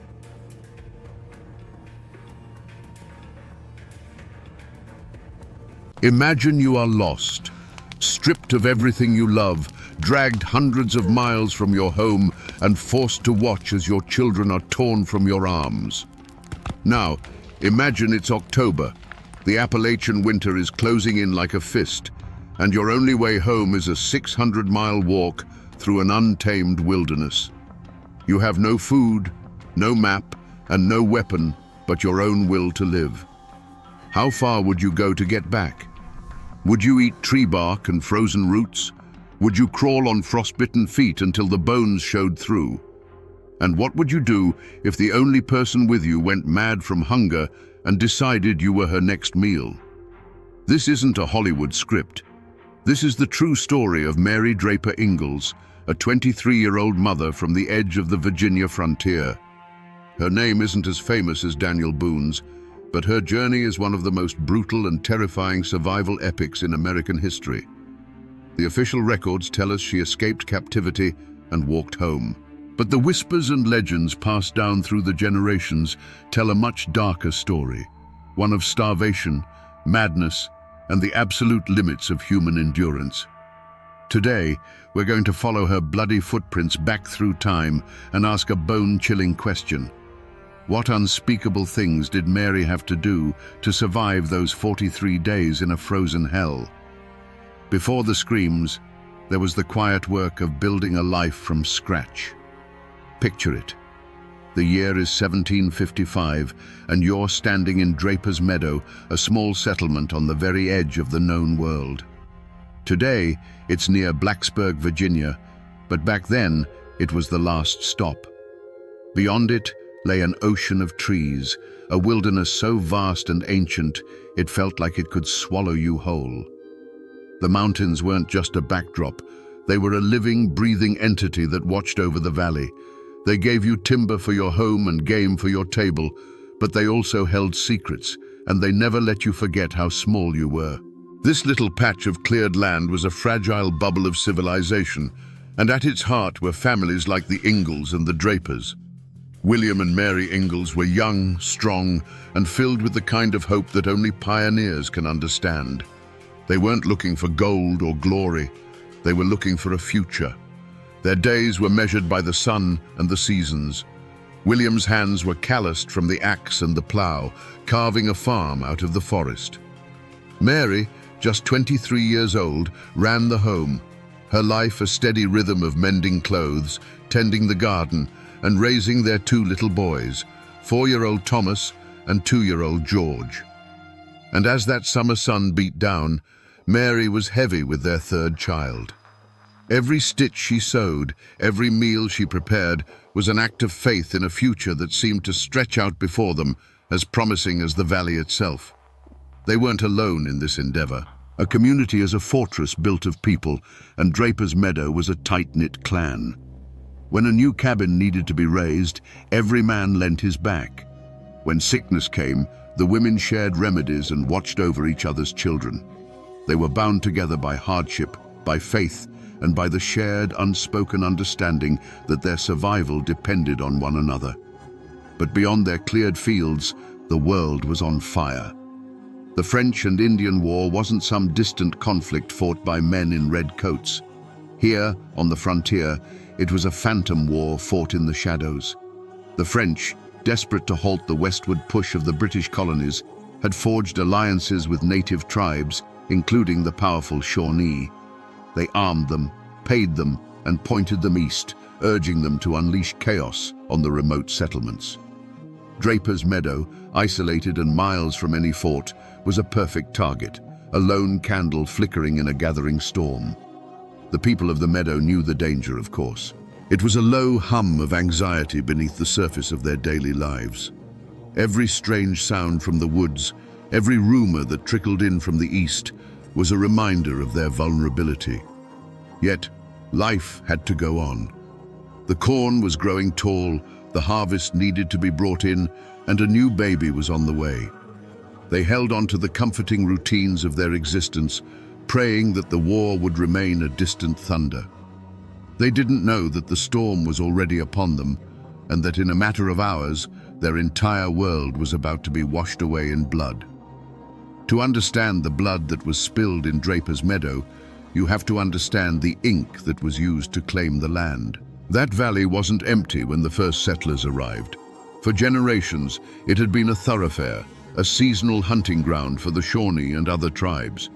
It was a part of their world, a land not owned but used, a place woven into the fabric of their memory and their survival. The streams had their names, the mountains held their spirits. Then, men from the east arrived with pieces of paper issued by a distant king that claimed this ancient land was now theirs. The architect of this push into the wilderness was a man named Colonel James Patton. He was an Ulster Scot, tough as a hickory root and driven by a relentless ambition. He'd secured a massive land grant from the British Crown, 100,000 acres, with the mission to settle the Virginia frontier. He was a land speculator, a military man, and a politician. To the colonial government, he was a visionary, building a buffer against the French and their native allies. To families like the Drapers and the Ingalls, he was the man who offered them a dream, a piece of land to call their own, a chance to build something that would last. They were the human bricks in the wall he was building against the wilderness. But this grand vision was built on a foundation of betrayal. Just over a decade earlier, at the Treaty of Lancaster, colonial officials had made a deal with the Iroquois Confederacy, who, in a move of political power, sold off the rights to the Ohio Valley, land they didn't truly control and that the Shawnee considered their own. The Shawnee never signed that treaty. They never agreed to it. In their eyes, every cabin razed, every tree felled, every field plowed in places like Draper's Meadow was an invasion. Colonel Patton's land grant wasn't a legal document to them. It was a declaration of war written on sheepskin. In these mountains, a family name was everything. For the Ingalls and the Drapers, their name was a seed they were planting in new soil, a legacy they hoped would grow into a dynasty of farmers and families. Their identity was tied to the deed in their pocket and the sweat on their brow. But for the Shawnee, a name like Cornstalk carried the weight of ancestors, the sacred duty to protect the hunting grounds that fed their people. Their identity was inseparable from the land itself. So when these two worlds collided, it wasn't just a dispute. It was a clash of destinies. The settlers saw themselves as pioneers taming a savage land. The Shawnee saw themselves as patriots defending their home from invaders. Draper's Meadow was the fault line, and the tremor was about to begin. In a place as isolated as Draper's Meadow, news traveled on foot and was paid for in whispers. Every few weeks, a lone trapper or a circuit rider would appear out of the woods, a ghost from the outside world, and the community would gather to drink in his words like water. But in the summer of 1755, the news they brought was poison. They told stories of homesteads on the Greenbrier River burned to ash, of families vanished from their cabins without a trace. These tales spread through the settlement like a fever, leaving a chill that the summer heat couldn't touch. The names of the Shawnee leaders were no longer abstract. They became specters that haunted the daylight. The settlers spoke of a warrior named Kilbuck, whose ferocity was legendary. And they spoke of a young chief named Cornstalk, a man whose reputation was already growing into myth. They said he was a brilliant strategist, a man who could move his war parties through the dense forest like a silent wind, striking and disappearing before a proper defense could be mounted. He wasn't some distant enemy. He was a neighbor whose land they now occupied, and his grudge was as deep and personal as the valleys themselves. The tension wasn't just based on far-off rumors. It was in the air they breathed. A few months prior, a hunter from a nearby settlement had been found dead by a stream, his rifle gone, his body bearing the unmistakable marks of a tomahawk. It was a clear and brutal message. You are not safe here. The men started carrying their rifles with them even to the fields, and the women kept the children closer to the cabins. Every snapped twig in the woods, every owl's call that sounded just a little too human, sent a jolt of ice through their veins. This constant fear began to fray the edges of their small community. Some whispered that Colonel Patton had been too bold, that his relentless push westward had painted a target on all their backs. Others argued that his was the only way, that to show fear was to invite attack. A quiet suspicion could curdle a lifelong friendship. A glance held a second too long could be mistaken for an accusation. The very silence that had once been a source of peace for these settlers now felt menacing, as if the endless forest was holding its breath, waiting for the perfect moment to reclaim what it had lost. And Mary Ingalls felt it all. As a mother with two small boys and another life growing inside her, her senses were sharpened to a razor's edge. She watched her sons, Thomas and George, playing in the dirt near the cabin, their laughter a fragile sound in the heavy, watchful air. She would feel a kick from within her womb, and her hand would instinctively go to her belly, a gesture not just of love, but of a fierce, desperate desire to protect her children from a world that felt like it was closing in, a world where the line between a peaceful home and a slaughterhouse was as thin as a cabin wall. The people of the mountains have always known that the world speaks in signs if you're quiet enough to listen. And on the morning of July 30th, 1755, the signs were all there. They said later that the birds in the forest had fallen silent just before dawn, a heavy, unnatural hush that replaced the usual morning chorus. The air was thick and still, refusing to stir, holding its breath. It was the kind of oppressive quiet that comes before the sky tears open in a storm, a silence that felt heavier than any sound. The human omen arrived on horseback. Colonel James Patton rode into the settlement that morning, his face etched with a gravity that chilled everyone who saw it. He wasn't there for a social call. He was the embodiment of the war, the walking, talking proof that the conflict was no longer a distant rumor. He was there to deliver ammunition and warnings, to speak of organizing the militia, to put a hard edge on the fears that had been whispered in the dark. His presence was meant to be reassuring, a symbol of colonial authority, but it had the opposite effect. It was like planting a lightning rod in the middle of the cabins. He was a magnet for the very violence he was trying to prevent. And Mary felt it. She felt it deep in her bones, a cold dread that coiled in her gut. She was at her sister-in-law Betty Draper's cabin, going through the familiar motions of the day with the other women. But her hands felt clumsy, her mind distant. A wave of profound unease washed over her, so strong it almost made her dizzy. She looked out the cabin door at her sons, Thomas and George, playing near the edge of the woods. In that moment, their small, innocent forms seemed terribly fragile, like ghosts already fading into the deep green shadows. She tried to dismiss the feeling, blaming it on the heat and the weight of her unborn child. But the premonition was a physical thing, a cold hand gripping her heart, whispering that the world as she knew it was about to end. The men of Draper's Meadow were in the fields, their backs bent to the harvest.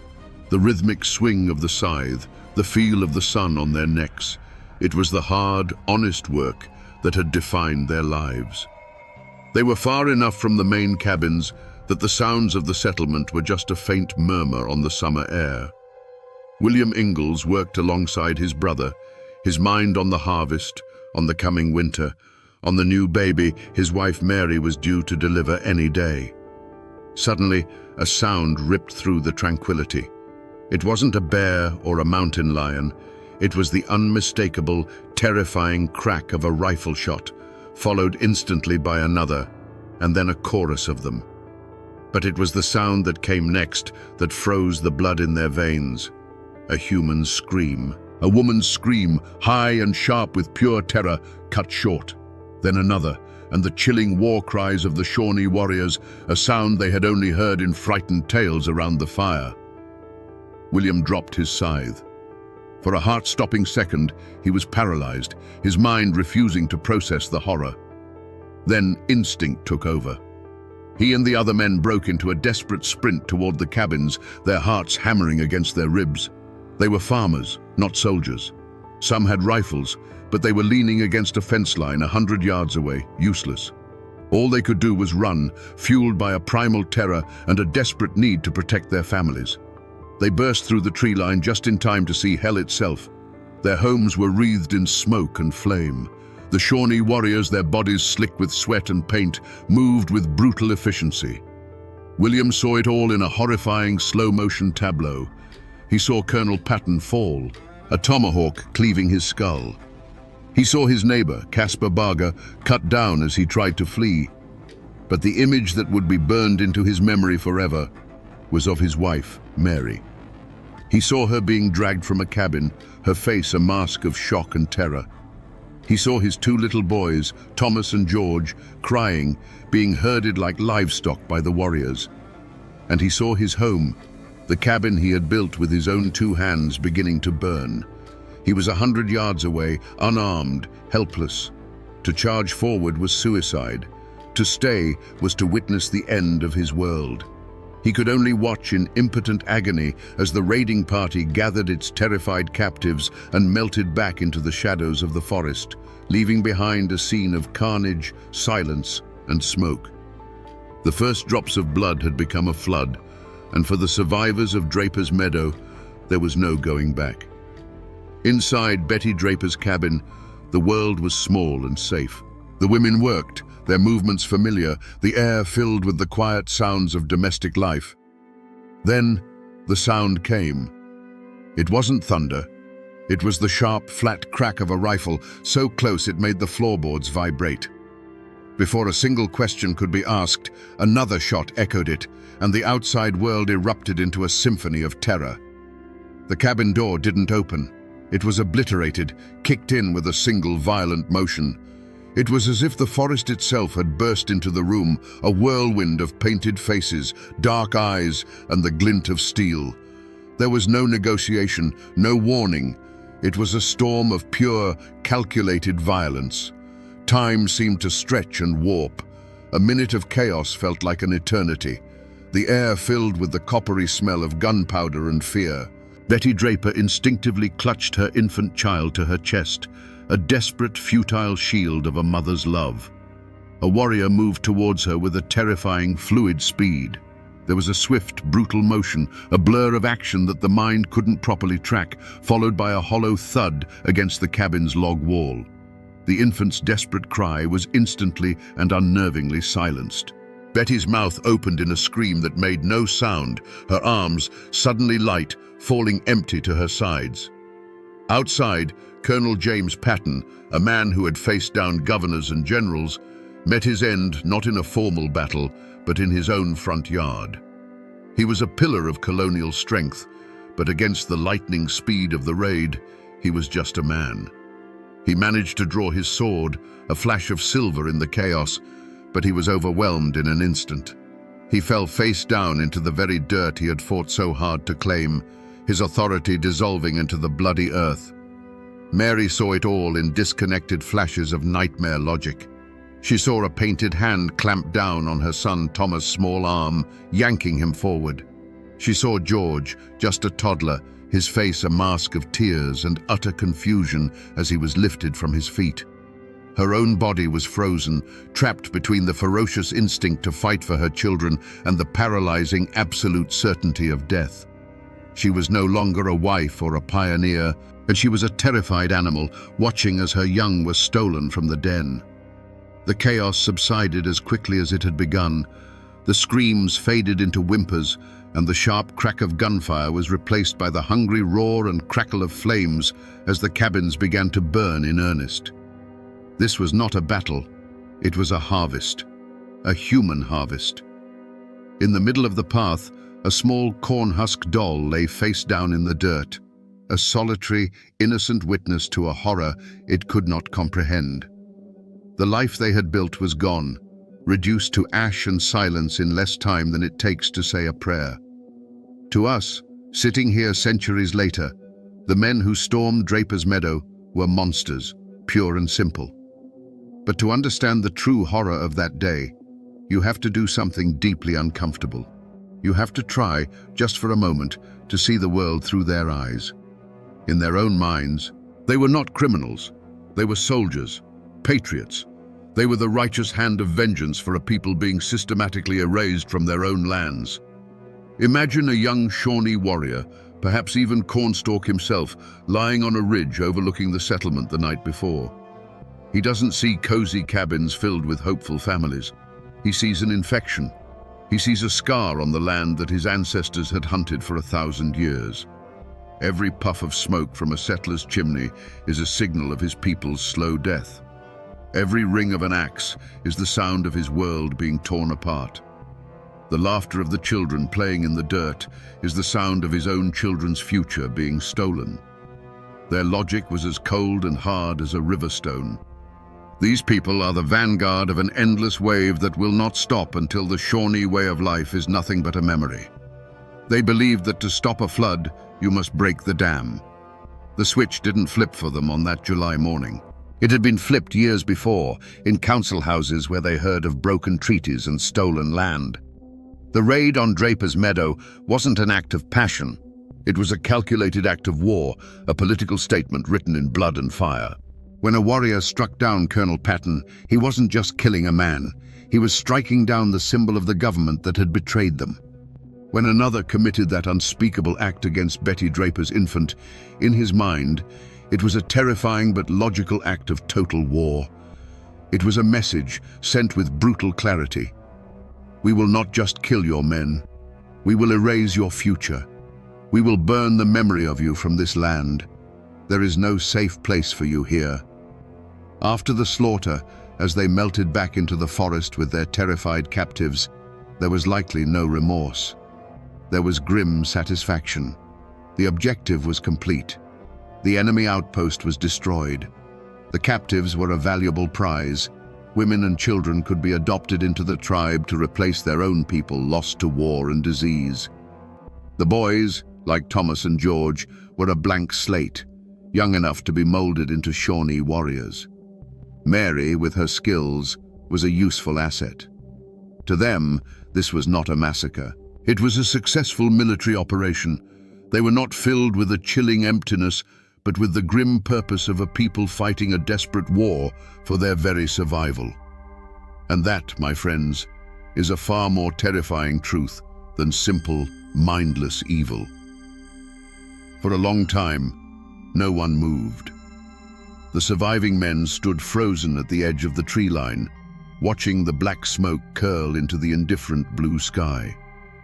The silence that fell over Draper's Meadow was louder than any scream. It was a dead, hollow quiet, punctuated only by the hungry crackle of the fires that were consuming their homes, their past, and their future. Finally, cautiously, William Ingalls and the others began to walk forward, moving like old men into the ruins of their own lives. The scene that met them was one of biblical devastation. The ground was littered with the refuse of the attack, spent wadding from the rifles, a discarded tomahawk, and the bodies of their friends and neighbors. They found Colonel Patton, his silver hair matted with blood. They found Caspar Barger. They found the others who hadn't been fast enough. Every step was a new horror, a new confirmation of the nightmare they had just witnessed. William's heart hammered in his chest as he searched for his family, a desperate, sickening prayer on his lips that he wouldn't find them here, among the dead. He reached the spot where his cabin had stood. It was now just a collapsing skeleton of burning logs. His wife and 2 sons were not there. A wave of something that was part relief and part a deeper, more profound terror washed over him. They weren't dead. They were taken. He sank to his knees in the dirt, the reality of it crashing down on him. Mary, 9 months pregnant. Little Thomas and George, dragged into that endless, hostile wilderness. The image of their terrified faces was a brand on his soul. The other survivors gathered in the smoking clearing, a small, dazed band of broken men. Their shock was a physical thing, a heavy blanket that smothered thought. But as the sun began to dip toward the mountains, shock curdled into a white-hot rage. Philip Barger, seeing his brother's body, grabbed his rifle and swore an oath of vengeance. He wanted to go after them, right now, to plunge into the forest and hunt them down. For a moment, a wild, suicidal energy gripped them all. The primal need to do something was overwhelming. But William Ingalls, his heart shattered, forced himself to think. The Shawnee were expert woodsmen on their own ground. They had a massive head start. To charge blindly into the forest at dusk was not a rescue mission. It was suicide. They were farmers, not trackers. Their grief was a fire, but it would not light their way in the dark. A grim, terrible reason prevailed. They had to get help. As night fell on the smoldering remains of Draper's Meadow, one of the men mounted the least injured horse and galloped east, a messenger of horror, to raise the alarm and summon a posse. For William Ingalls, the hunt had already begun, but it would be a hunt of agonizing patience, of staring into the dark woods and praying for a miracle that felt impossible. The news of the Draper's Meadow massacre traveled faster than any horse. It was a poisoned arrow shot into the heart of the frontier, and it spread a sickness of fear through every isolated cabin and fortified settlement along the New River. The fragile illusion of safety that these pioneers clung to was shattered. If a community as established as Draper's Meadow could be wiped out in broad daylight, then no one was safe. Absolutely no one. In the days that followed, settlers from the surrounding area gathered at the small, palisaded fort that served as the local strongpoint. They came for safety, but they brought their terror with them, and it filled the cramped space like a thick smoke. The community, once a fortress built on mutual reliance, began to crack under the strain.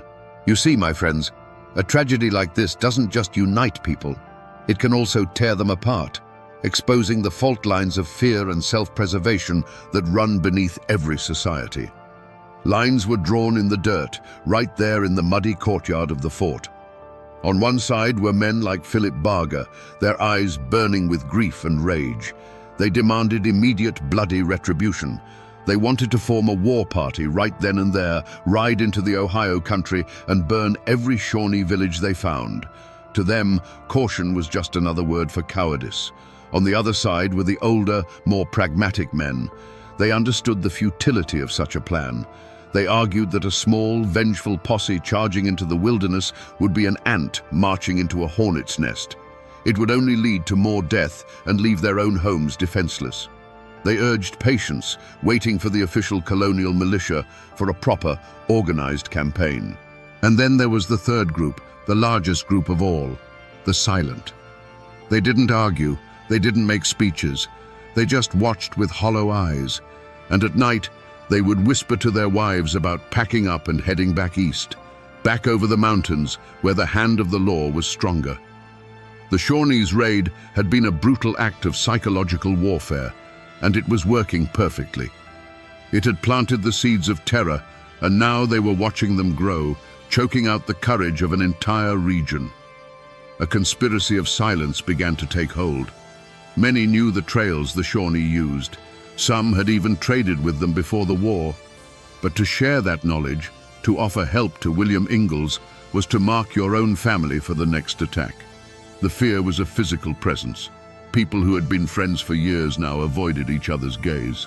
They barred their doors earlier, shushed their children's play, and prayed that the trouble would pass them by.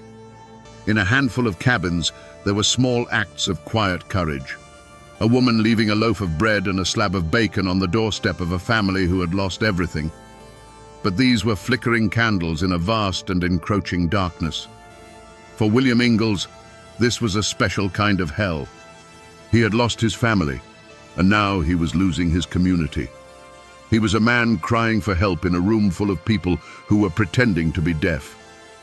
William Ingalls could not wait. The colonial militia was a slow, lumbering beast, and every hour that passed was an hour that took his family deeper into an enemy world. He knew, with the chilling certainty of a husband and father, that he had to go now. A small, grim-faced posse formed around him. This wasn't an army. It was a handful of men bound by grief and rage, his brother John, Philip Barger, who thirsted for vengeance for his own brother, and a few others from the settlement. They were farmers and hunters, not soldiers, armed with long rifles, leather pouches of shot, and a desperate, burning hope. They plunged into the forest, following the trail of chaos left by the Shawnee war party. For the first few days, the trail was brutally clear. The warriors, confident in their head start, had made little effort to hide their tracks. The posse found the campsites, the ashes of small fires still warm. They found discarded items dropped by the captives, a woman's comb, a torn piece of a shirt. Each discovery was a double-edged sword, a spark of hope that they were on the right path, and a fresh stab of pain, a tangible reminder of the terror their loved ones were enduring. William would pick up these small things, his hands trembling, imagining Mary or his sons just hours ahead, just beyond the next ridge. But the Appalachian wilderness is not a neutral ground. It is a fortress of tangled rhododendron, steep ravines, and confusing mist-shrouded peaks. It was a home to the Shawnee and a deadly maze to the settlers. The posse was strong, driven by adrenaline and fury, but the mountains began to wear them down. The easy trail became a phantom. The Shawnee, knowing they were now being pursued, began to use every trick of their ancient craft. They walked for miles in the rocky beds of streams, leaving no footprints. They split their party, creating false trails that led to nowhere. then regrouped miles away. The hunt became an ordeal against nature itself. The men's provisions dwindled. Exhaustion settled into their bones, a cold, heavy weight that even their rage couldn't burn away. They were chasing ghosts. The mountains seemed to swallow the trail whole. One afternoon, after days of grueling pursuit, they came to the edge of a wide, stony creek bed. The tracks, which had been their only physical connection to William's family, simply ceased to exist. They had vanished. The men cast about for hours, wading through the cold water, scanning the opposite bank, but found nothing. The trail was gone. The silence that fell over the small band of men was profound. They stood in the middle of an infinite forest, defeated. The fire of their vengeance had been starved of air, and all that was left was the cold ash of despair. For William Ingalls, this was a moment of absolute soul-crushing failure. He had come so close, but the wilderness had chosen a side, and it was not his. There was no fierce firefight, no dramatic rescue. There was only the quiet, brutal realization that he had lost. The walk back to the ruins of Draper's Meadow was a funeral march. The men who had charged into the woods fueled by a righteous fury now stumbled home, hollowed out by their defeat. William Ingalls had lost his family in the massacre, and now, standing at the edge of that cold stream, he had lost them all over again. He returned not as a rescuer, but as a man condemned to wait and to wonder, a ghost haunting the edge of a wilderness that had swallowed his entire world. And so, my friends, if you're waiting for the part of the story where a sheriff slaps iron cuffs on the guilty men and hauls them before a bewigged judge, I have to tell you that story doesn't exist.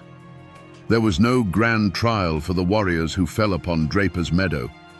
In the eyes of the colonial government, this wasn't a crime to be prosecuted. It was an act of war. The Shawnee weren't fugitives hiding within the law.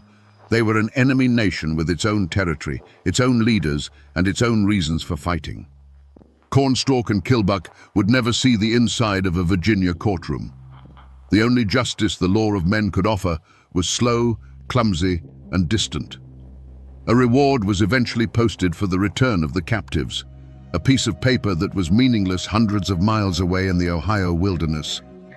The militia, when it finally mustered, was more concerned with defending against the next raid than avenging the last one. The wheels of colonial justice turned with the speed of a dying glacier, while for the captives, every tick of the clock was an eternity. For William Ingalls, the verdict was clear. The system had failed. The law was a distant abstraction, useless against the immediate, brutal reality of his loss. But in the mountains, there is another kind of court, another kind of justice. And in the fall of 1755, Mary Draper Ingalls found herself standing trial in it. Her captors were not on trial, she was. The courtroom was the vast, unforgiving landscape of the Ohio Valley. The judge was the coming winter. The jury was hunger, fear, and exhaustion. The verdict would be simple and final, life or death. While William was hunting shadows in the east, Mary was enduring the verdict of her captors. She had been judged not as a criminal, but as an asset. Her skill with the needle and thread spared her from the brutal gauntlet ritual upon her arrival at Lower Shawneetown. She was put to work, her hands making fine shirts for the very men who had destroyed her world. But this small mercy was a cage within a cage. The true sentence had already been carried out on her family.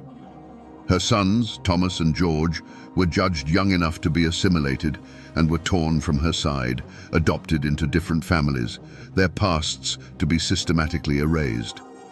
Her infant daughter, Louisa, was deemed just another mouth to feed and was given away. Mary was now a prisoner, not just of the Shawnee, but of her own bottomless grief. The law of men had abandoned her. The justice of the tribe had shattered her family. In that profound darkness, she came to a realization. If there was any justice to be had, she would have to seize it for herself. It would not be a justice of punishment or revenge. It would be the justice of survival, the justice of reclaiming a life that had been stolen. The Shawnee had passed their sentence on her. Now, she was about to deliver her own.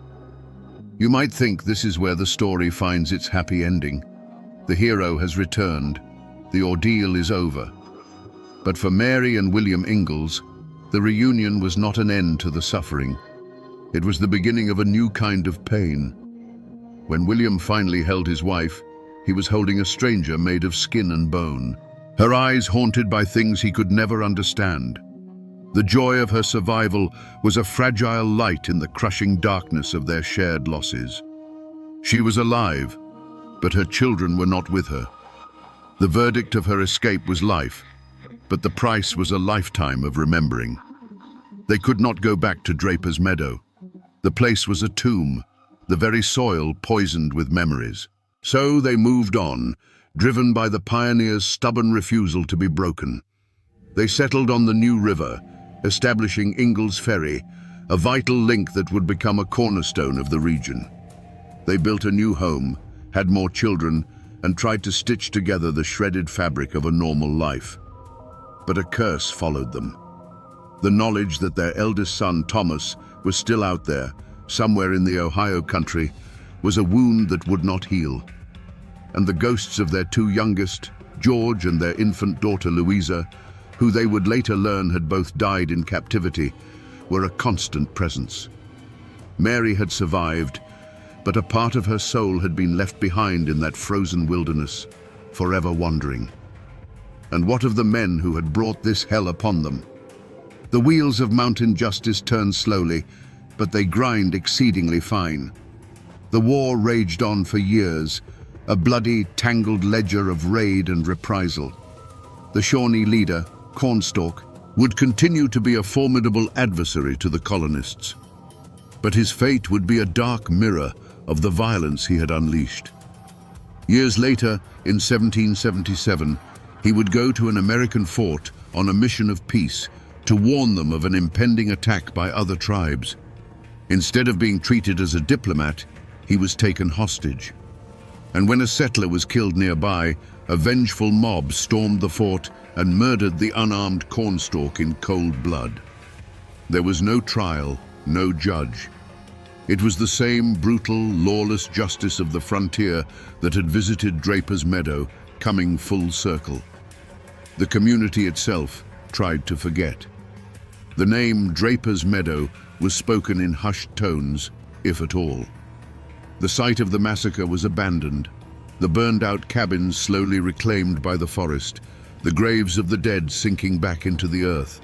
It became a haunted place, a scar that the land itself was trying to cover over. The survivors scattered, seeking new ground, trying to build lives far from the shadows of that terrible day. The story was not celebrated or memorialized. It was buried. It was a trauma so profound that the only way people knew how to deal with it was to turn their backs and walk away, hoping the silence would eventually smother the screams. But a story this powerful doesn't just fade away into the mist.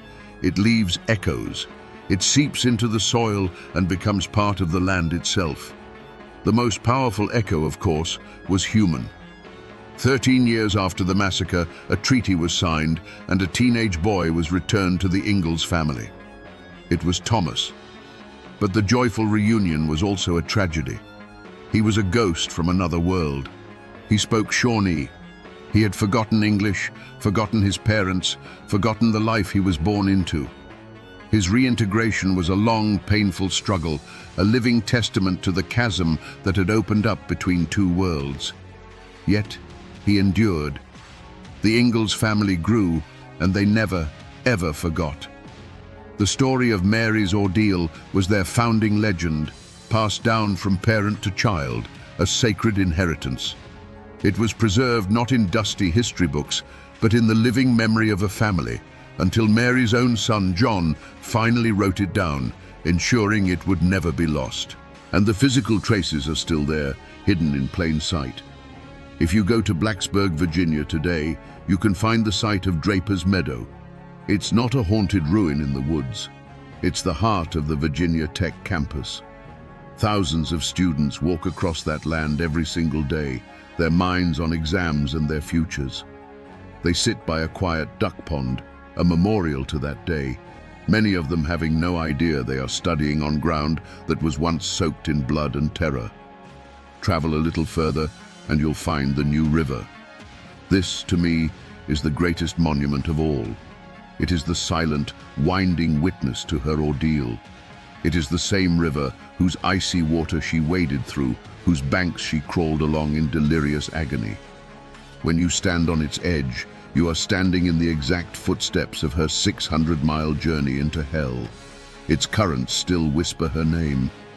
You can even go and stand at her grave in Radford, Virginia, and touch the cold stone that bears her name. It's a tangible link, a direct connection to this woman of impossible courage. People build new lives.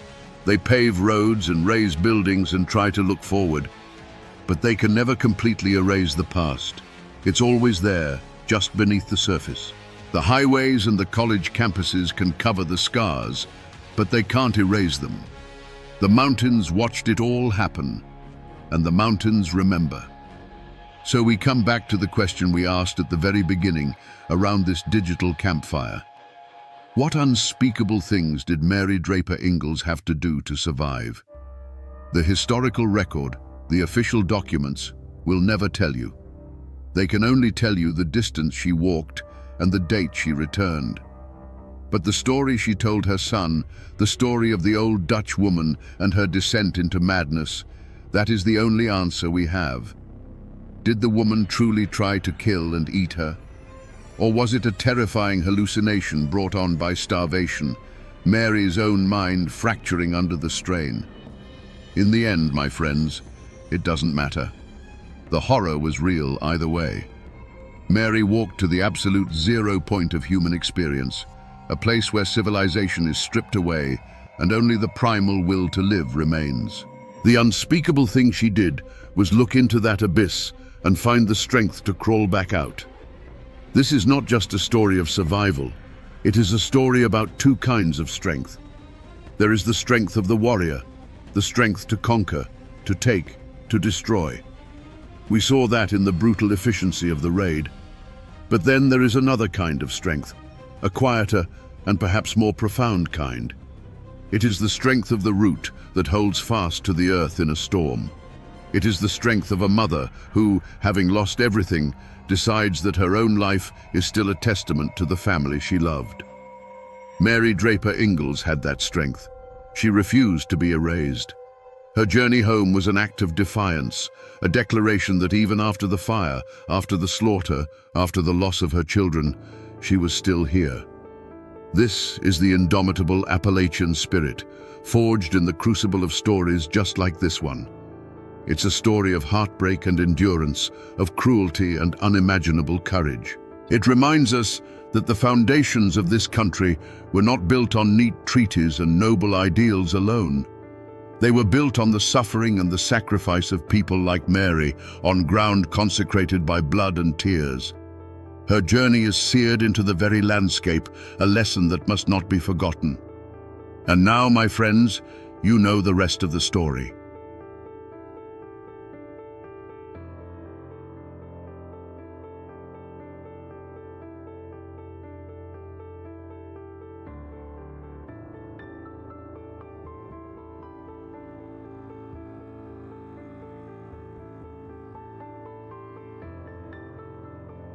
Standing on the banks of a slow-moving creek in the heart of Clay County, Kentucky. It's quiet here, peaceful. The only sounds are the rustle of leaves in the poplar trees and the gentle murmur of water flowing over smooth gray stones. But this place holds a violent secret.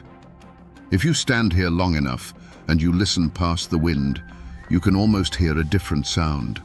The echo of a quiet morning being torn apart by a dozen rifles firing all at once. It was right here, on this ground, that one of the most feared men in Appalachian history drew his last breath. His name was Thomas Baker, but no one called him that. They called him Bad Tom. For years, he was a ghost in these hills, a peerless marksman who seemed untouchable. Today, We're going to piece together the lost story of how a man like that ended up here, ambushed and alone, with nothing in his hand but a bar of soap. We're here to listen to the whispers from the past. To understand the man, you have to understand the world that forged him. Let's wind the clock back, long before that morning at the creek, to the years after the Civil War. Clay County wasn't a peaceful place then. It was a hornet's nest. The war between the states hadn't washed this land clean. It had just given old grudges a new flag to hide behind. Neighbor had fought neighbor in brutal guerrilla bands, and when the official armies went home, the bitterness remained, thick and suffocating as the summer fog in these hollers. In this world, the law from the state capital was a distant rumor. The real law was kinship. Your family name was your shield, your jury, and your executioner. A man's honor wasn't just a word. It was the most valuable thing he owned, and an insult was a debt that could only be paid in blood. This was a land of hard men, where disputes were settled not with lawsuits, but with long rifles and steady hands. At the center of this world stood the Howard clan. They were a powerful family, deeply rooted in the soil of Clay County, their influence tied to the wealth of the Goose Creek salt works. They were proud, numerous, and saw themselves as the rightful leaders of the region. They were men who expected respect and were quick to answer any perceived challenge to their authority. To them, the county had a natural order, and they were at the top of it. And then there was Thomas Baker. He was a different kind of force, a Union veteran who had walked through the fire of the war and come out the other side harder than mountain stone. He wasn't loud or boastful. He was a man of few words, with what people called a cold, glittering eye that seemed to look right through you. He was a hunter, and his time in the army had perfected his aim to a terrifying degree. He moved with a quiet confidence that some saw as arrogance, a challenge to the old ways. You could feel the tension crackle in the air on court days in Manchester. The Howards and their kin would stand on one side of the dusty street, and Tom Baker and his family would stand on the other. They were like two storm fronts gathering on opposite sides of a valley, dark and heavy with unspoken threats. Everyone knew it wasn't a matter of if the storm would break, but when. All it would take was a single spark to ignite an inferno that would consume them all.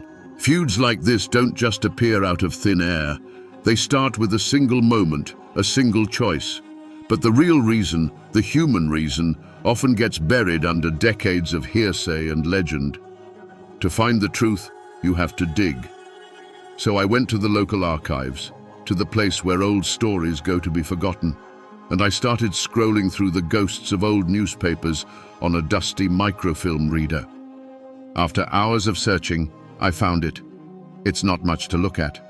A faded column in an 1888 edition of a local paper, the text blurry at the edges. The headline is simple, almost sterile. Man shot and killed at logging camp. There's no picture, just a few short paragraphs. But this small, forgotten piece of newsprint is the Rosetta Stone of the Baker-Howard feud. The article reports that a man named Abner Eversole was killed by Thomas Baker following a dispute. It mentions cards and it mentions liquor.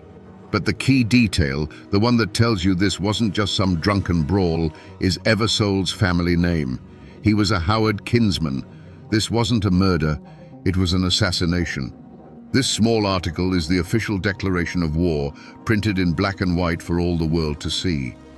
But this yellowed paper, for all its facts, leaves the most important question unanswered. It tells us what happened, but it doesn't tell us why. What was the argument really about? The paper just says a dispute, but a dispute doesn't start a war that will last for over a decade and claim dozens of lives. To find that answer, we have to go back to the logging camp itself and listen to what the official record left out. Let's travel back to that logging camp in 1888. Picture a rough-hewn bunkhouse, smelling of pine sap, sweat, and cheap whiskey. A game of cards is underway by lantern light, a circle of hard men who worked with their hands all day and gambled with their pay at night. On one side of the table sat Tom Baker, on the other, Abner Eversole and a few of his Howard cousins. The air was already thick with a tension that had little to do with the cards being dealt. The game got heated, as it always did when liquor and pride were on the table. An argument started over a disputed pot. Eversole, maybe feeling brave with his kinsman beside him, pointed a finger at Baker and accused him of cheating. The other men fell silent. It was a dangerous accusation to level against any man in that camp, but to say it to Tom Baker was like throwing a lit match into a barrel of gunpowder. But it wasn't just about the cards. A darker rumor had been festering in the county for weeks, a whisper that Tom Baker had stolen a pig from a Howard family homestead. In a place where livestock was a family's wealth and a man's reputation was everything, this was the gravest of insults. It branded him a common thief. And now, in the middle of the tense bunkhouse, Eversole made the fatal mistake of saying the quiet part out loud. He threw the accusation of the stolen pig right in Baker's face. The room went dead still. This was the moment, the point of no return. Tom Baker didn't shout. He didn't curse. He simply pushed his chair back and stood up. In a voice that was low and steady, a voice colder than a winter creek, he looked Eversole in the eye, denied the charge, and demanded he take it back. For a long second, Abner Eversole had a choice: swallow his pride and live, or stand his ground and die. Emboldened by his friends and the whiskey burning in his gut, he made his choice. He refused to apologize, and his hand went for the pistol at his belt.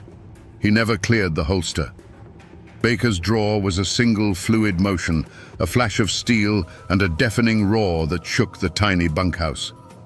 Abner Eversole crumpled to the floor. The card game was over, and the story behind that brief newspaper article was written in blood. Paper records and newspaper clippings can only tell you so much. They give you the bones of a story, but not the heart. To find that, you have to talk to the people who carry the story in their blood. I found James Baker sitting on the front porch of his small house, tucked away on a ridge overlooking the same hills his infamous ancestor once roamed. He's a man in his 80s now, with his great-grandfather's clear, steady eyes and hands weathered by a lifetime of working this land. He offered me a seat and listened patiently as I explained what I was doing. He'd heard it all before, from reporters, from authors, from curious outsiders. He nodded slowly, a tired smile playing on his lips. "You've been reading the books," he said, his voice a low Appalachian drawl. "They all talk about a stolen pig. They make my great-grandfather out to be a common thief who killed a man over a card game. That's the story the Howards wanted everyone to believe.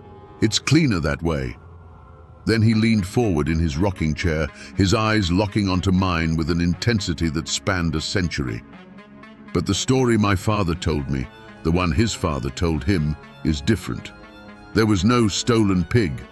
That was a lie, a slander cooked up by the Howards because Tom was becoming too well respected, and they couldn't stand it. They wanted to tear down his name. My great-grandfather," he continued, his voice dropping, "was not a man who started fights, but he was damn sure a man who finished them. In that logging camp, Abner Eversole didn't just accuse him of stealing. He'd been drinking, and he got mean. He looked Tom square in the face, and he said something vile about his wife, Mary. An insult so foul that in those days, for a man to say that about another man's wife, there was only one possible answer. It wasn't a choice, it was a duty." Hearing him say that, the whole story shifted. The dusty newspaper article felt hollow, incomplete. This wasn't a feud over property or a card game. According to the Baker family, this was about a sacred line being crossed. A husband defending his wife's honor in the only way his world understood. Suddenly, Tom Baker wasn't just a killer. He was an avenger. Let's go back inside that cramped, smoky bunkhouse. The argument over the cards and the stolen pig was just the kindling. Abner Eversole, full of liquor and backed by his kin, decided to throw gasoline on the fire. He looked Tom Baker dead in the eye, and the words that came out of his mouth were not about cheating or theft. They were a vile personal attack aimed squarely at Tom's wife, Mary. It was a poisoned dart of an insult designed to strip a man of his dignity in front of his peers, to stain the one thing in his life he held sacred. The air in the room was sucked out in an instant. The other men froze, their eyes wide. This was no longer a squabble. This was a line being crossed, a taboo violated. In the code of the mountains, you could challenge a man's strength, his word, even his life. But you did not speak ill of his wife. To do so was to invite death to your door. Everyone in that room knew that Abner Eversole had just signed his own death warrant. Tom Baker's reaction was terrifying in its stillness. There was no explosion of rage, no shouted curses. A deep, cold calm settled over him. He slowly pushed his chair back from the rough plank table and rose to his full height. His face was a mask of stone, and that glittering eye of his was fixed on Eversole, not with anger, but with a kind of finality, like a judge who has already passed sentence. In a voice that cut through the silence, he said, "Take it back." It wasn't a request, it was an order. One last chance to step back from the abyss. But Eversole was trapped. His pride, the whiskey, and the watching eyes of his cousins had him in a corner. To back down now would be to live with the shame forever. He likely let out a sneer, a drunken laugh, and doubled down on his insult. His hand, clumsy and slow, dropped to the butt of his pistol. It was the last mistake he would ever make. Before Eversole's fingers could even get a proper grip, Tom Baker's hand moved. It wasn't a frantic motion. It was a blur of practiced economy, a movement he had honed in the chaos of war and the solitude of the hunt. The gunshot wasn't just a sound. It was a physical blow that slammed into the walls of the small room. Abner Eversole was thrown backward, the look of shock permanently etched on his face as he hit the floor. Tom Baker stood for a moment in the ringing silence, the smoke curling from the barrel of his revolver. He didn't look at the other men. He simply holstered his weapon, turned, and walked out into the night. He knew what he had just done. He hadn't just ended a man's life. He had sounded the first trumpet of a long and bloody war. From that moment on, there would be no apologies, no truces, and no peace. There would only be the feud. The killing of Abner Eversole lit the fuse. What followed was an explosion of violence that turned Clay County into a war zone. The feud spilled out of the isolated hollers and into the streets, and the epicenter of it all was right here, where I'm standing now, the town square in Manchester. Today, it's a peaceful place. Cars pass by, people go in and out of the shops. It's hard to imagine it as anything else. But if you walk with me over to the old courthouse, a proud red brick building that has seen more history than any person alive, and you run your hand along the wall facing the street, you'll feel it. The surface isn't smooth. It's dotted with small dark pockmarks, little craters where the brick has been chipped away. Most people probably walk past these scars every day and never give them a second thought. But these aren't from weather or age. Right here. This is where it happened. Each of these marks is a silent testament to the chaos, a bullet hole left from a day when this town square was a free fire zone. This place, the very symbol of law and order in the county, became a hunting ground. The courthouse steps were turned into a fortress, and men used wagons and street corners as cover while they waged their private war in public, with no regard for who was caught in the crossfire. We're about to go back to one of those days, to a moment when the gunfire was so intense its echoes are still trapped in this very brick. Imagine a stiflingly hot court day in Manchester. The town square is crowded, but it's a tense, watchful crowd. The unwritten rule on these days was that the town itself was neutral ground, but nobody believed it. Men with rifles leaned against porch posts, their eyes never still. The Bakers and their allies gathered near the livery stable. The Howards and their faction stood in a tight knot on the courthouse steps, a clear claim to the seat of power. It was a powder keg waiting for a spark. The spark came in the most ordinary way. A Howard man coming down the steps bumped hard into a Baker cousin going up. Words were exchanged, a curse muttered under the breath. A hand moved instinctively toward a pistol grip, not to draw, but as a warning. It was a fatal gesture. A sharp crack echoed off the brick facade, and the first man stumbled backward, a look of disbelief on his face. In a heartbeat, the square erupted. It wasn't a battle, it was a maelstrom of chaos, the deep boom of rifles mixed with the sharp bark of revolvers. Men who had been neighbors dove for cover behind horse troughs and wooden wagons, which offered little protection. Wood splintered, and the high-pitched whine of ricochets filled the air. Puffs of red dust exploded from the courthouse wall as stray bullets found their mark, carving the very scars we can still see today. The air grew thick with the acrid smell of burnt gunpowder and fear. From the center of it all, Wilson Howard, the patriarch of his clan, tried to bring order to the chaos, shouting directions to his men. He was a commanding figure, a rock in the middle of a violent storm. He stood his ground, a symbol of his family's defiance and power, directing the fire from the top of the stone steps. It made him a leader. It also made him a target. Across the square, from the relative safety of a doorway, Tom Baker raised his long rifle. He was not a man for chaotic firefights. He was a hunter, a marksman. For him, this wasn't a brawl. It was a series of calculations. He rested the barrel, took a breath to steady his hands, and squeezed the trigger. There was no wasted motion. A single, heavier crack cut through the din. Wilson Howard, who a moment before had been a pillar of command, suddenly stiffened.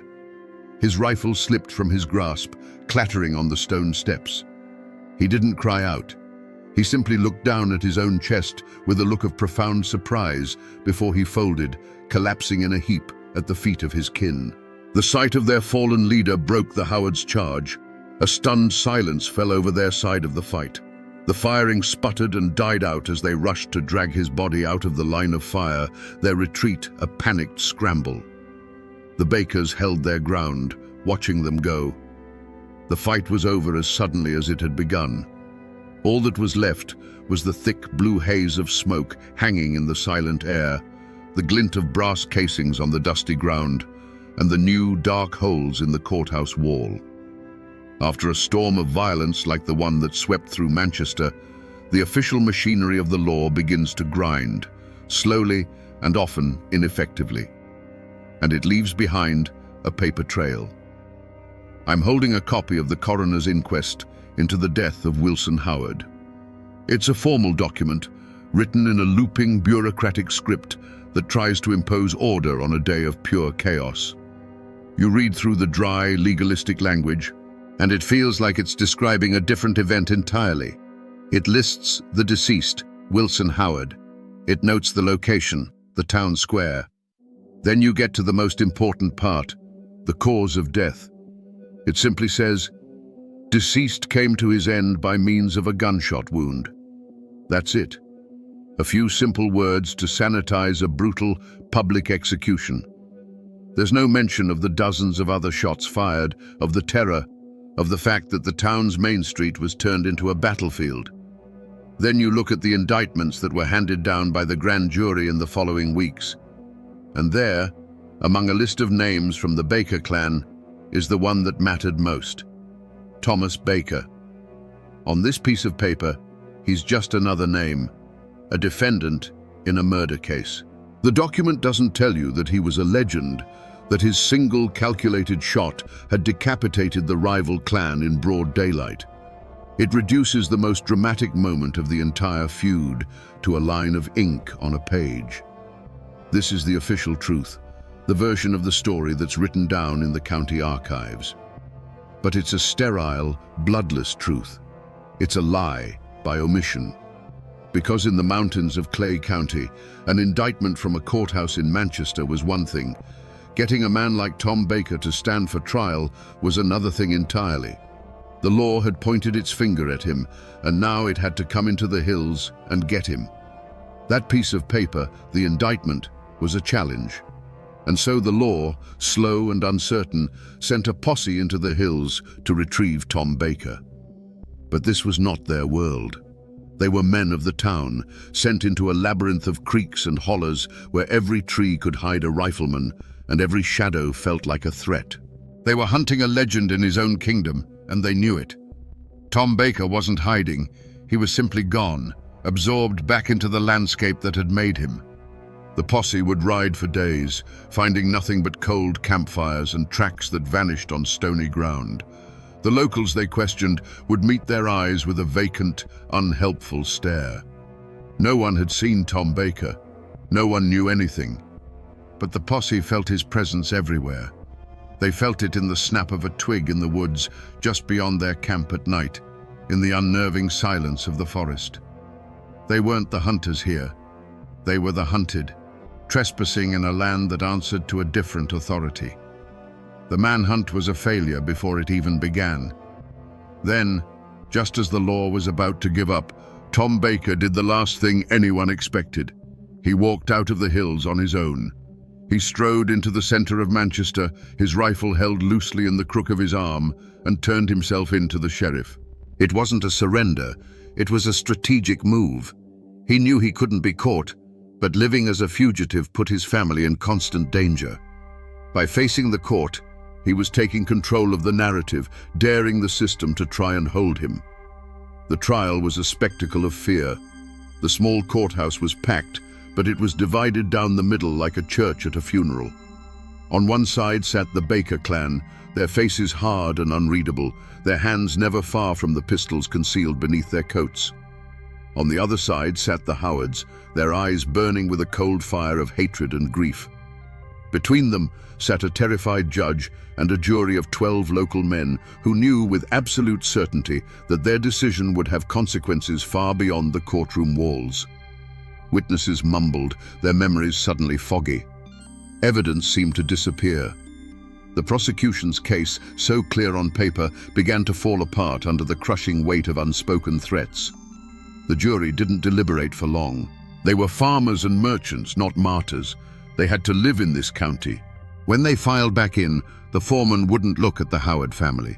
In a quiet, nervous voice, he delivered the verdict: not guilty. The shooting of Wilson Howard was ruled an act of self-defense. A low murmur went through the room. Tom Baker stood, nodded once to the jury, and walked out of the courthouse a free man, his legal innocence now as much a part of his legend as his marksmanship. The Howards were left with nothing but rage. The law had failed them. Their patriarch was dead, and his killer had walked away without consequence. They knew then that if they wanted justice, they would have to get it themselves, not with indictments, but with bullets. Every story eventually ends in the same place. I'm standing in a quiet cemetery on a hillside just outside Manchester. The wind whispers through the cedar trees, and the old tombstones lean at odd angles, their inscriptions softened and blurred by a century of rain and sun. This is where the old names of Clay County come to rest. The names of farmers, merchants, mothers, children, and the names of feuding warriors. Over here, beneath a thick, respectable slab of granite, lies Wilson Howard. The stone is weathered, but it was clearly expensive for its time, a final statement of his status as the patriarch of a powerful clan. It speaks of a man of substance, a leader of the community. There's an air of tragic dignity to it, the resting place of a man whose death was never truly avenged by the law. And then, if you walk just 50 yards down the slope, you'll find another stone. It's simpler, more rugged, cut from local stone. The name carved into it is clear and deep: Thomas Baker, 1845 to 1899. Seeing them here so close together is a profound and bitter irony. They lie just 100 yards apart now, these mortal enemies, closer in death than they ever were in life. They fought a war for control of these hills, and in the end, they each got a small, quiet piece of them forever. But standing here, looking at Tom Baker's grave, a critical question hangs in the air. The trial for Wilson Howard's death was years before 1899. He walked out of that courthouse a free man, legally untouchable. So why is this his final resting place? What happened in those intervening years that drove the Howards' hatred to a point where a courtroom acquittal meant nothing, and the only verdict they would accept was one delivered from the barrel of a gun? Tom Baker walked out of that courthouse a free man, but he wasn't free. The verdict was just a piece of paper. The real sentence had been passed in the hearts of the Howard family. For them, the trial wasn't an acquittal. It was a final, bitter confirmation that the law of the state was useless. Their patriarch was gone, and the man who killed him now walked the streets of Manchester with the government's blessing. Their rage didn't cool. It settled into something harder and colder, a patient hatred that would wait years for its moment. The feud entered a new grinding phase. It was no longer a war of open battles in the town square, but a war of shadows. The Howards set ambushes for Tom, but he seemed to possess a sixth sense for danger, an almost animal instinct that would make him change his path at the last second or melt back into the woods just as a trap was about to be sprung. His legend grew even larger. They said he was protected by something unnatural, that he had made a pact with the devil. But the truth was likely simpler. He was a man who had survived a war, and he knew how to live as if death was always a single step behind him. But even the most vigilant man can be worn down by time. The years passed. The open violence subsided into a tense, watchful peace. Tom Baker was still the most feared man in Clay County, but he was also a man trying to live a life. He had a home, he had a family, he was getting older. The constant threat became a part of the background noise of his life, a danger so familiar that it almost ceased to feel like danger at all. Perhaps he began to believe the worst was over, that the Howards, having failed so many times, had finally accepted that he was untouchable. He started to fall into routines, the small, daily habits that make up a normal life. And one of those routines was to walk down the familiar path from his cabin each morning to the creek, to wash the sleep from his eyes in the cool, clear water. It was a small act of peace in a life defined by violence. It was this routine, this small piece of normal life he reclaimed for himself, that would ultimately be his undoing. The Howards were watching, and they were patient. Even now, more than a century after the last shot was fired, the story of this feud is a living thing in Clay County. And like any living thing, it changes depending on the light you see it in. If you bring up the name Bad Tom Baker today, the answer you get depends entirely on who you ask. The war may be over, but the battle for the story continues. To the Baker family and their sympathizers, Tom is a figure of tragic frontier honor. He is the Union veteran who came home and refused to bow to the old powers of the county. He was a man who defended his wife's honor, who killed Wilson Howard in self-defense during a chaotic firefight, and who was ultimately the victim of a coward's ambush, shot down when he was unarmed and vulnerable. In their story, he is a folk hero, a testament to the mountain spirit of defiance. But if you talk to those whose families were allied with the Howards, you hear a much darker tale. In that version, Tom Baker wasn't a hero, he was a menace. A cold-blooded killer with ice in his veins and a hair-trigger temper who used his reputation to intimidate the whole county. They believe he murdered Abner Eversole over a card game, assassinated their leader in a calculated shot, and then used fear to cheat the law. To them, the final act at the creek wasn't a murder. It was an execution, the only form of justice left to them when the courts had failed. It was the necessary, brutal act of putting down a mad dog to bring peace to the community. So which story is the truth? Was he a righteous avenger or a ruthless killer? A protector of his family or a predator who terrorized his rivals? The honest answer is that the real Tom Baker is likely buried somewhere in the grey space between those two extremes, lost to time and loyalties. The facts are set in stone. The men who died, the trial, the ambush.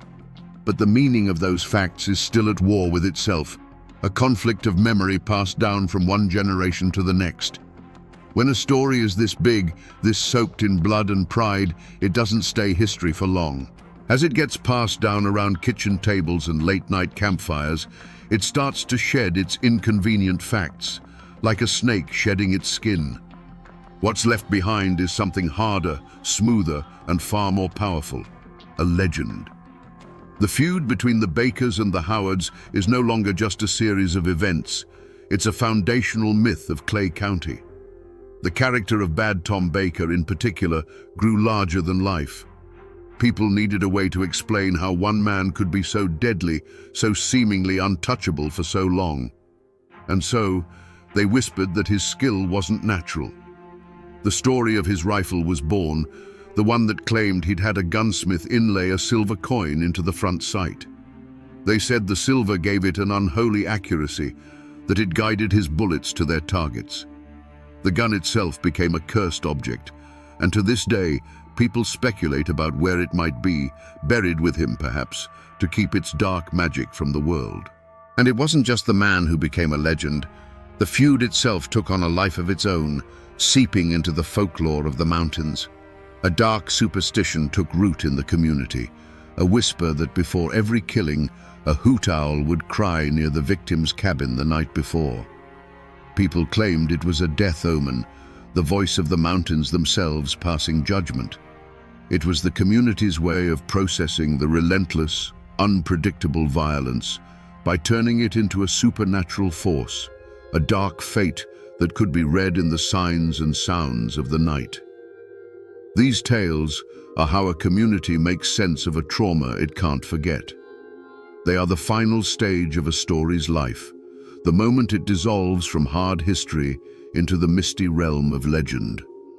They serve as a warning, a ghost story to tell children about the price of pride and the darkness that can rise up between neighbors.